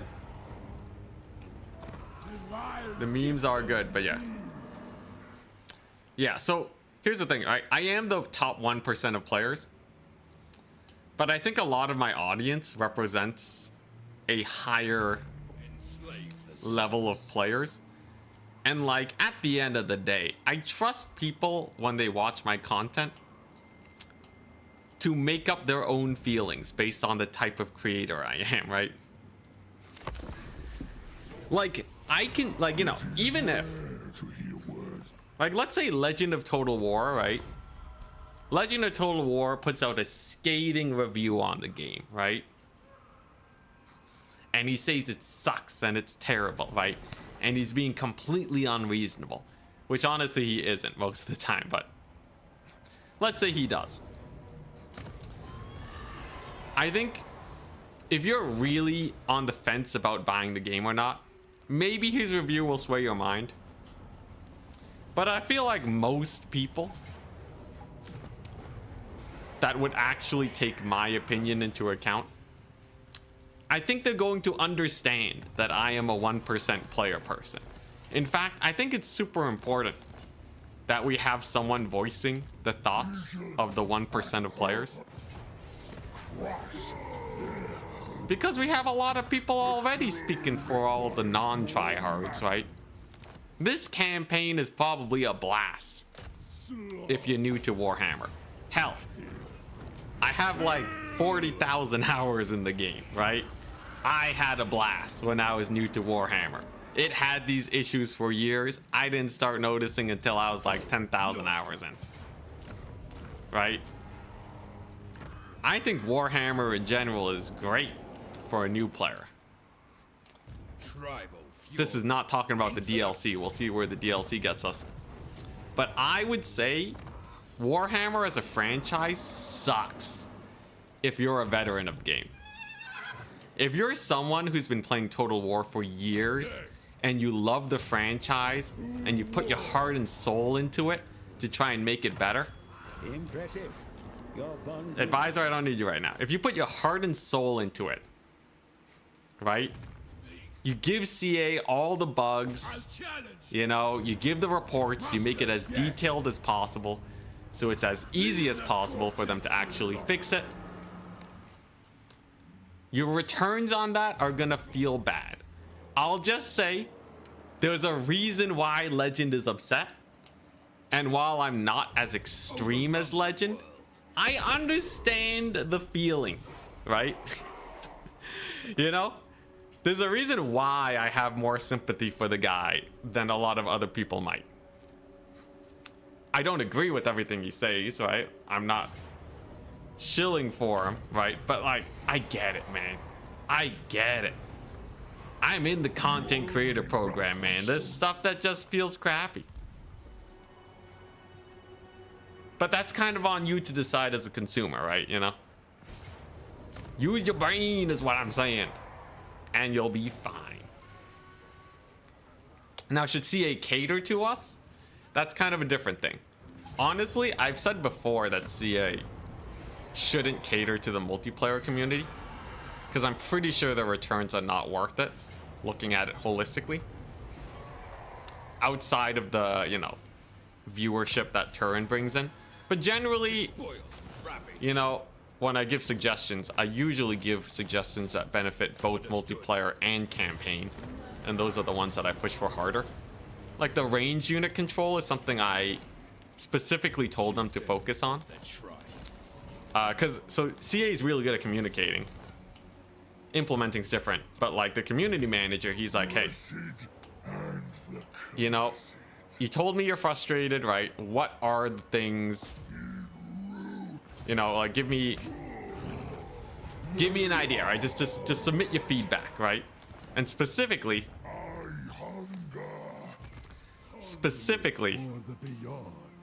what I told them is like a lot of the multiplayer stuff is just way too much time to manage.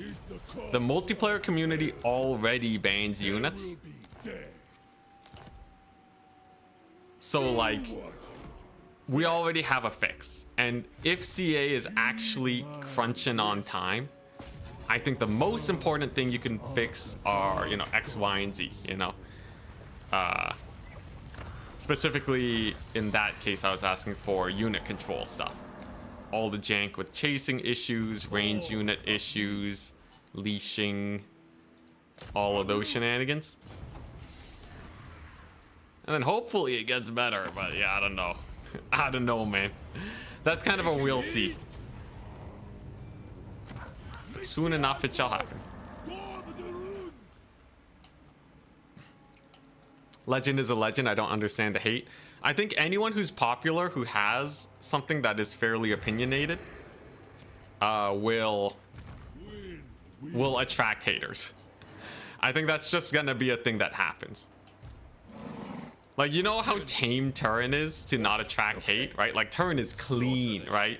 But like, Legend is actually like, you know, giving out opinions, and he's like one of the biggest creators of Warhammer of all time. So, you know, it's just gonna happen. People are just gonna disagree. But yeah. Anyways, those are my thoughts. You know, Legend doesn't always call for the game to be easier. He likes ways to cheese the game. He likes to break its systems, which is different from just easier. He pushed back really hard when the Dark Elf mechanic got simplified a lot, the slave mechanic. Even though the new slave mechanic might be stronger early on, if I understand the main correctly, and maybe I don't, I'm pretty sure the main thing he wanted was for there to be more interactions, more systems and gears to turn. Because he's a man of like cheesing the game in a way that makes Legendary more accessible to weaker players. I think that's cool. I think that's cool. Maybe I'm totally wrong and he's just terrible, but I'm pretty sure that's what he's aiming for. But regardless of my thoughts,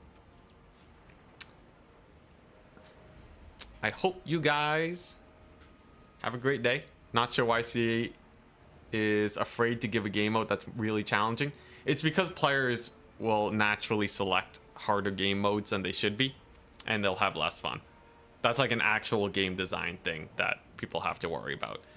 Now, why don't they fix that? That's their thing, but that's the base reason. Anyways, they didn't tell me that. That's what I'm inferring. But I hope you guys had a wonderful time. That Throg campaign was a blast. I had a good time. catering the game to content creators might not be such a bad idea, yeah, but at the end of the day, it's their decision to make. Regardless, thank you very much to all our supporters. If it wasn't for you guys, it would be much harder doing this for a living. So I appreciate very much. I update this list every month. So if you want your name on here,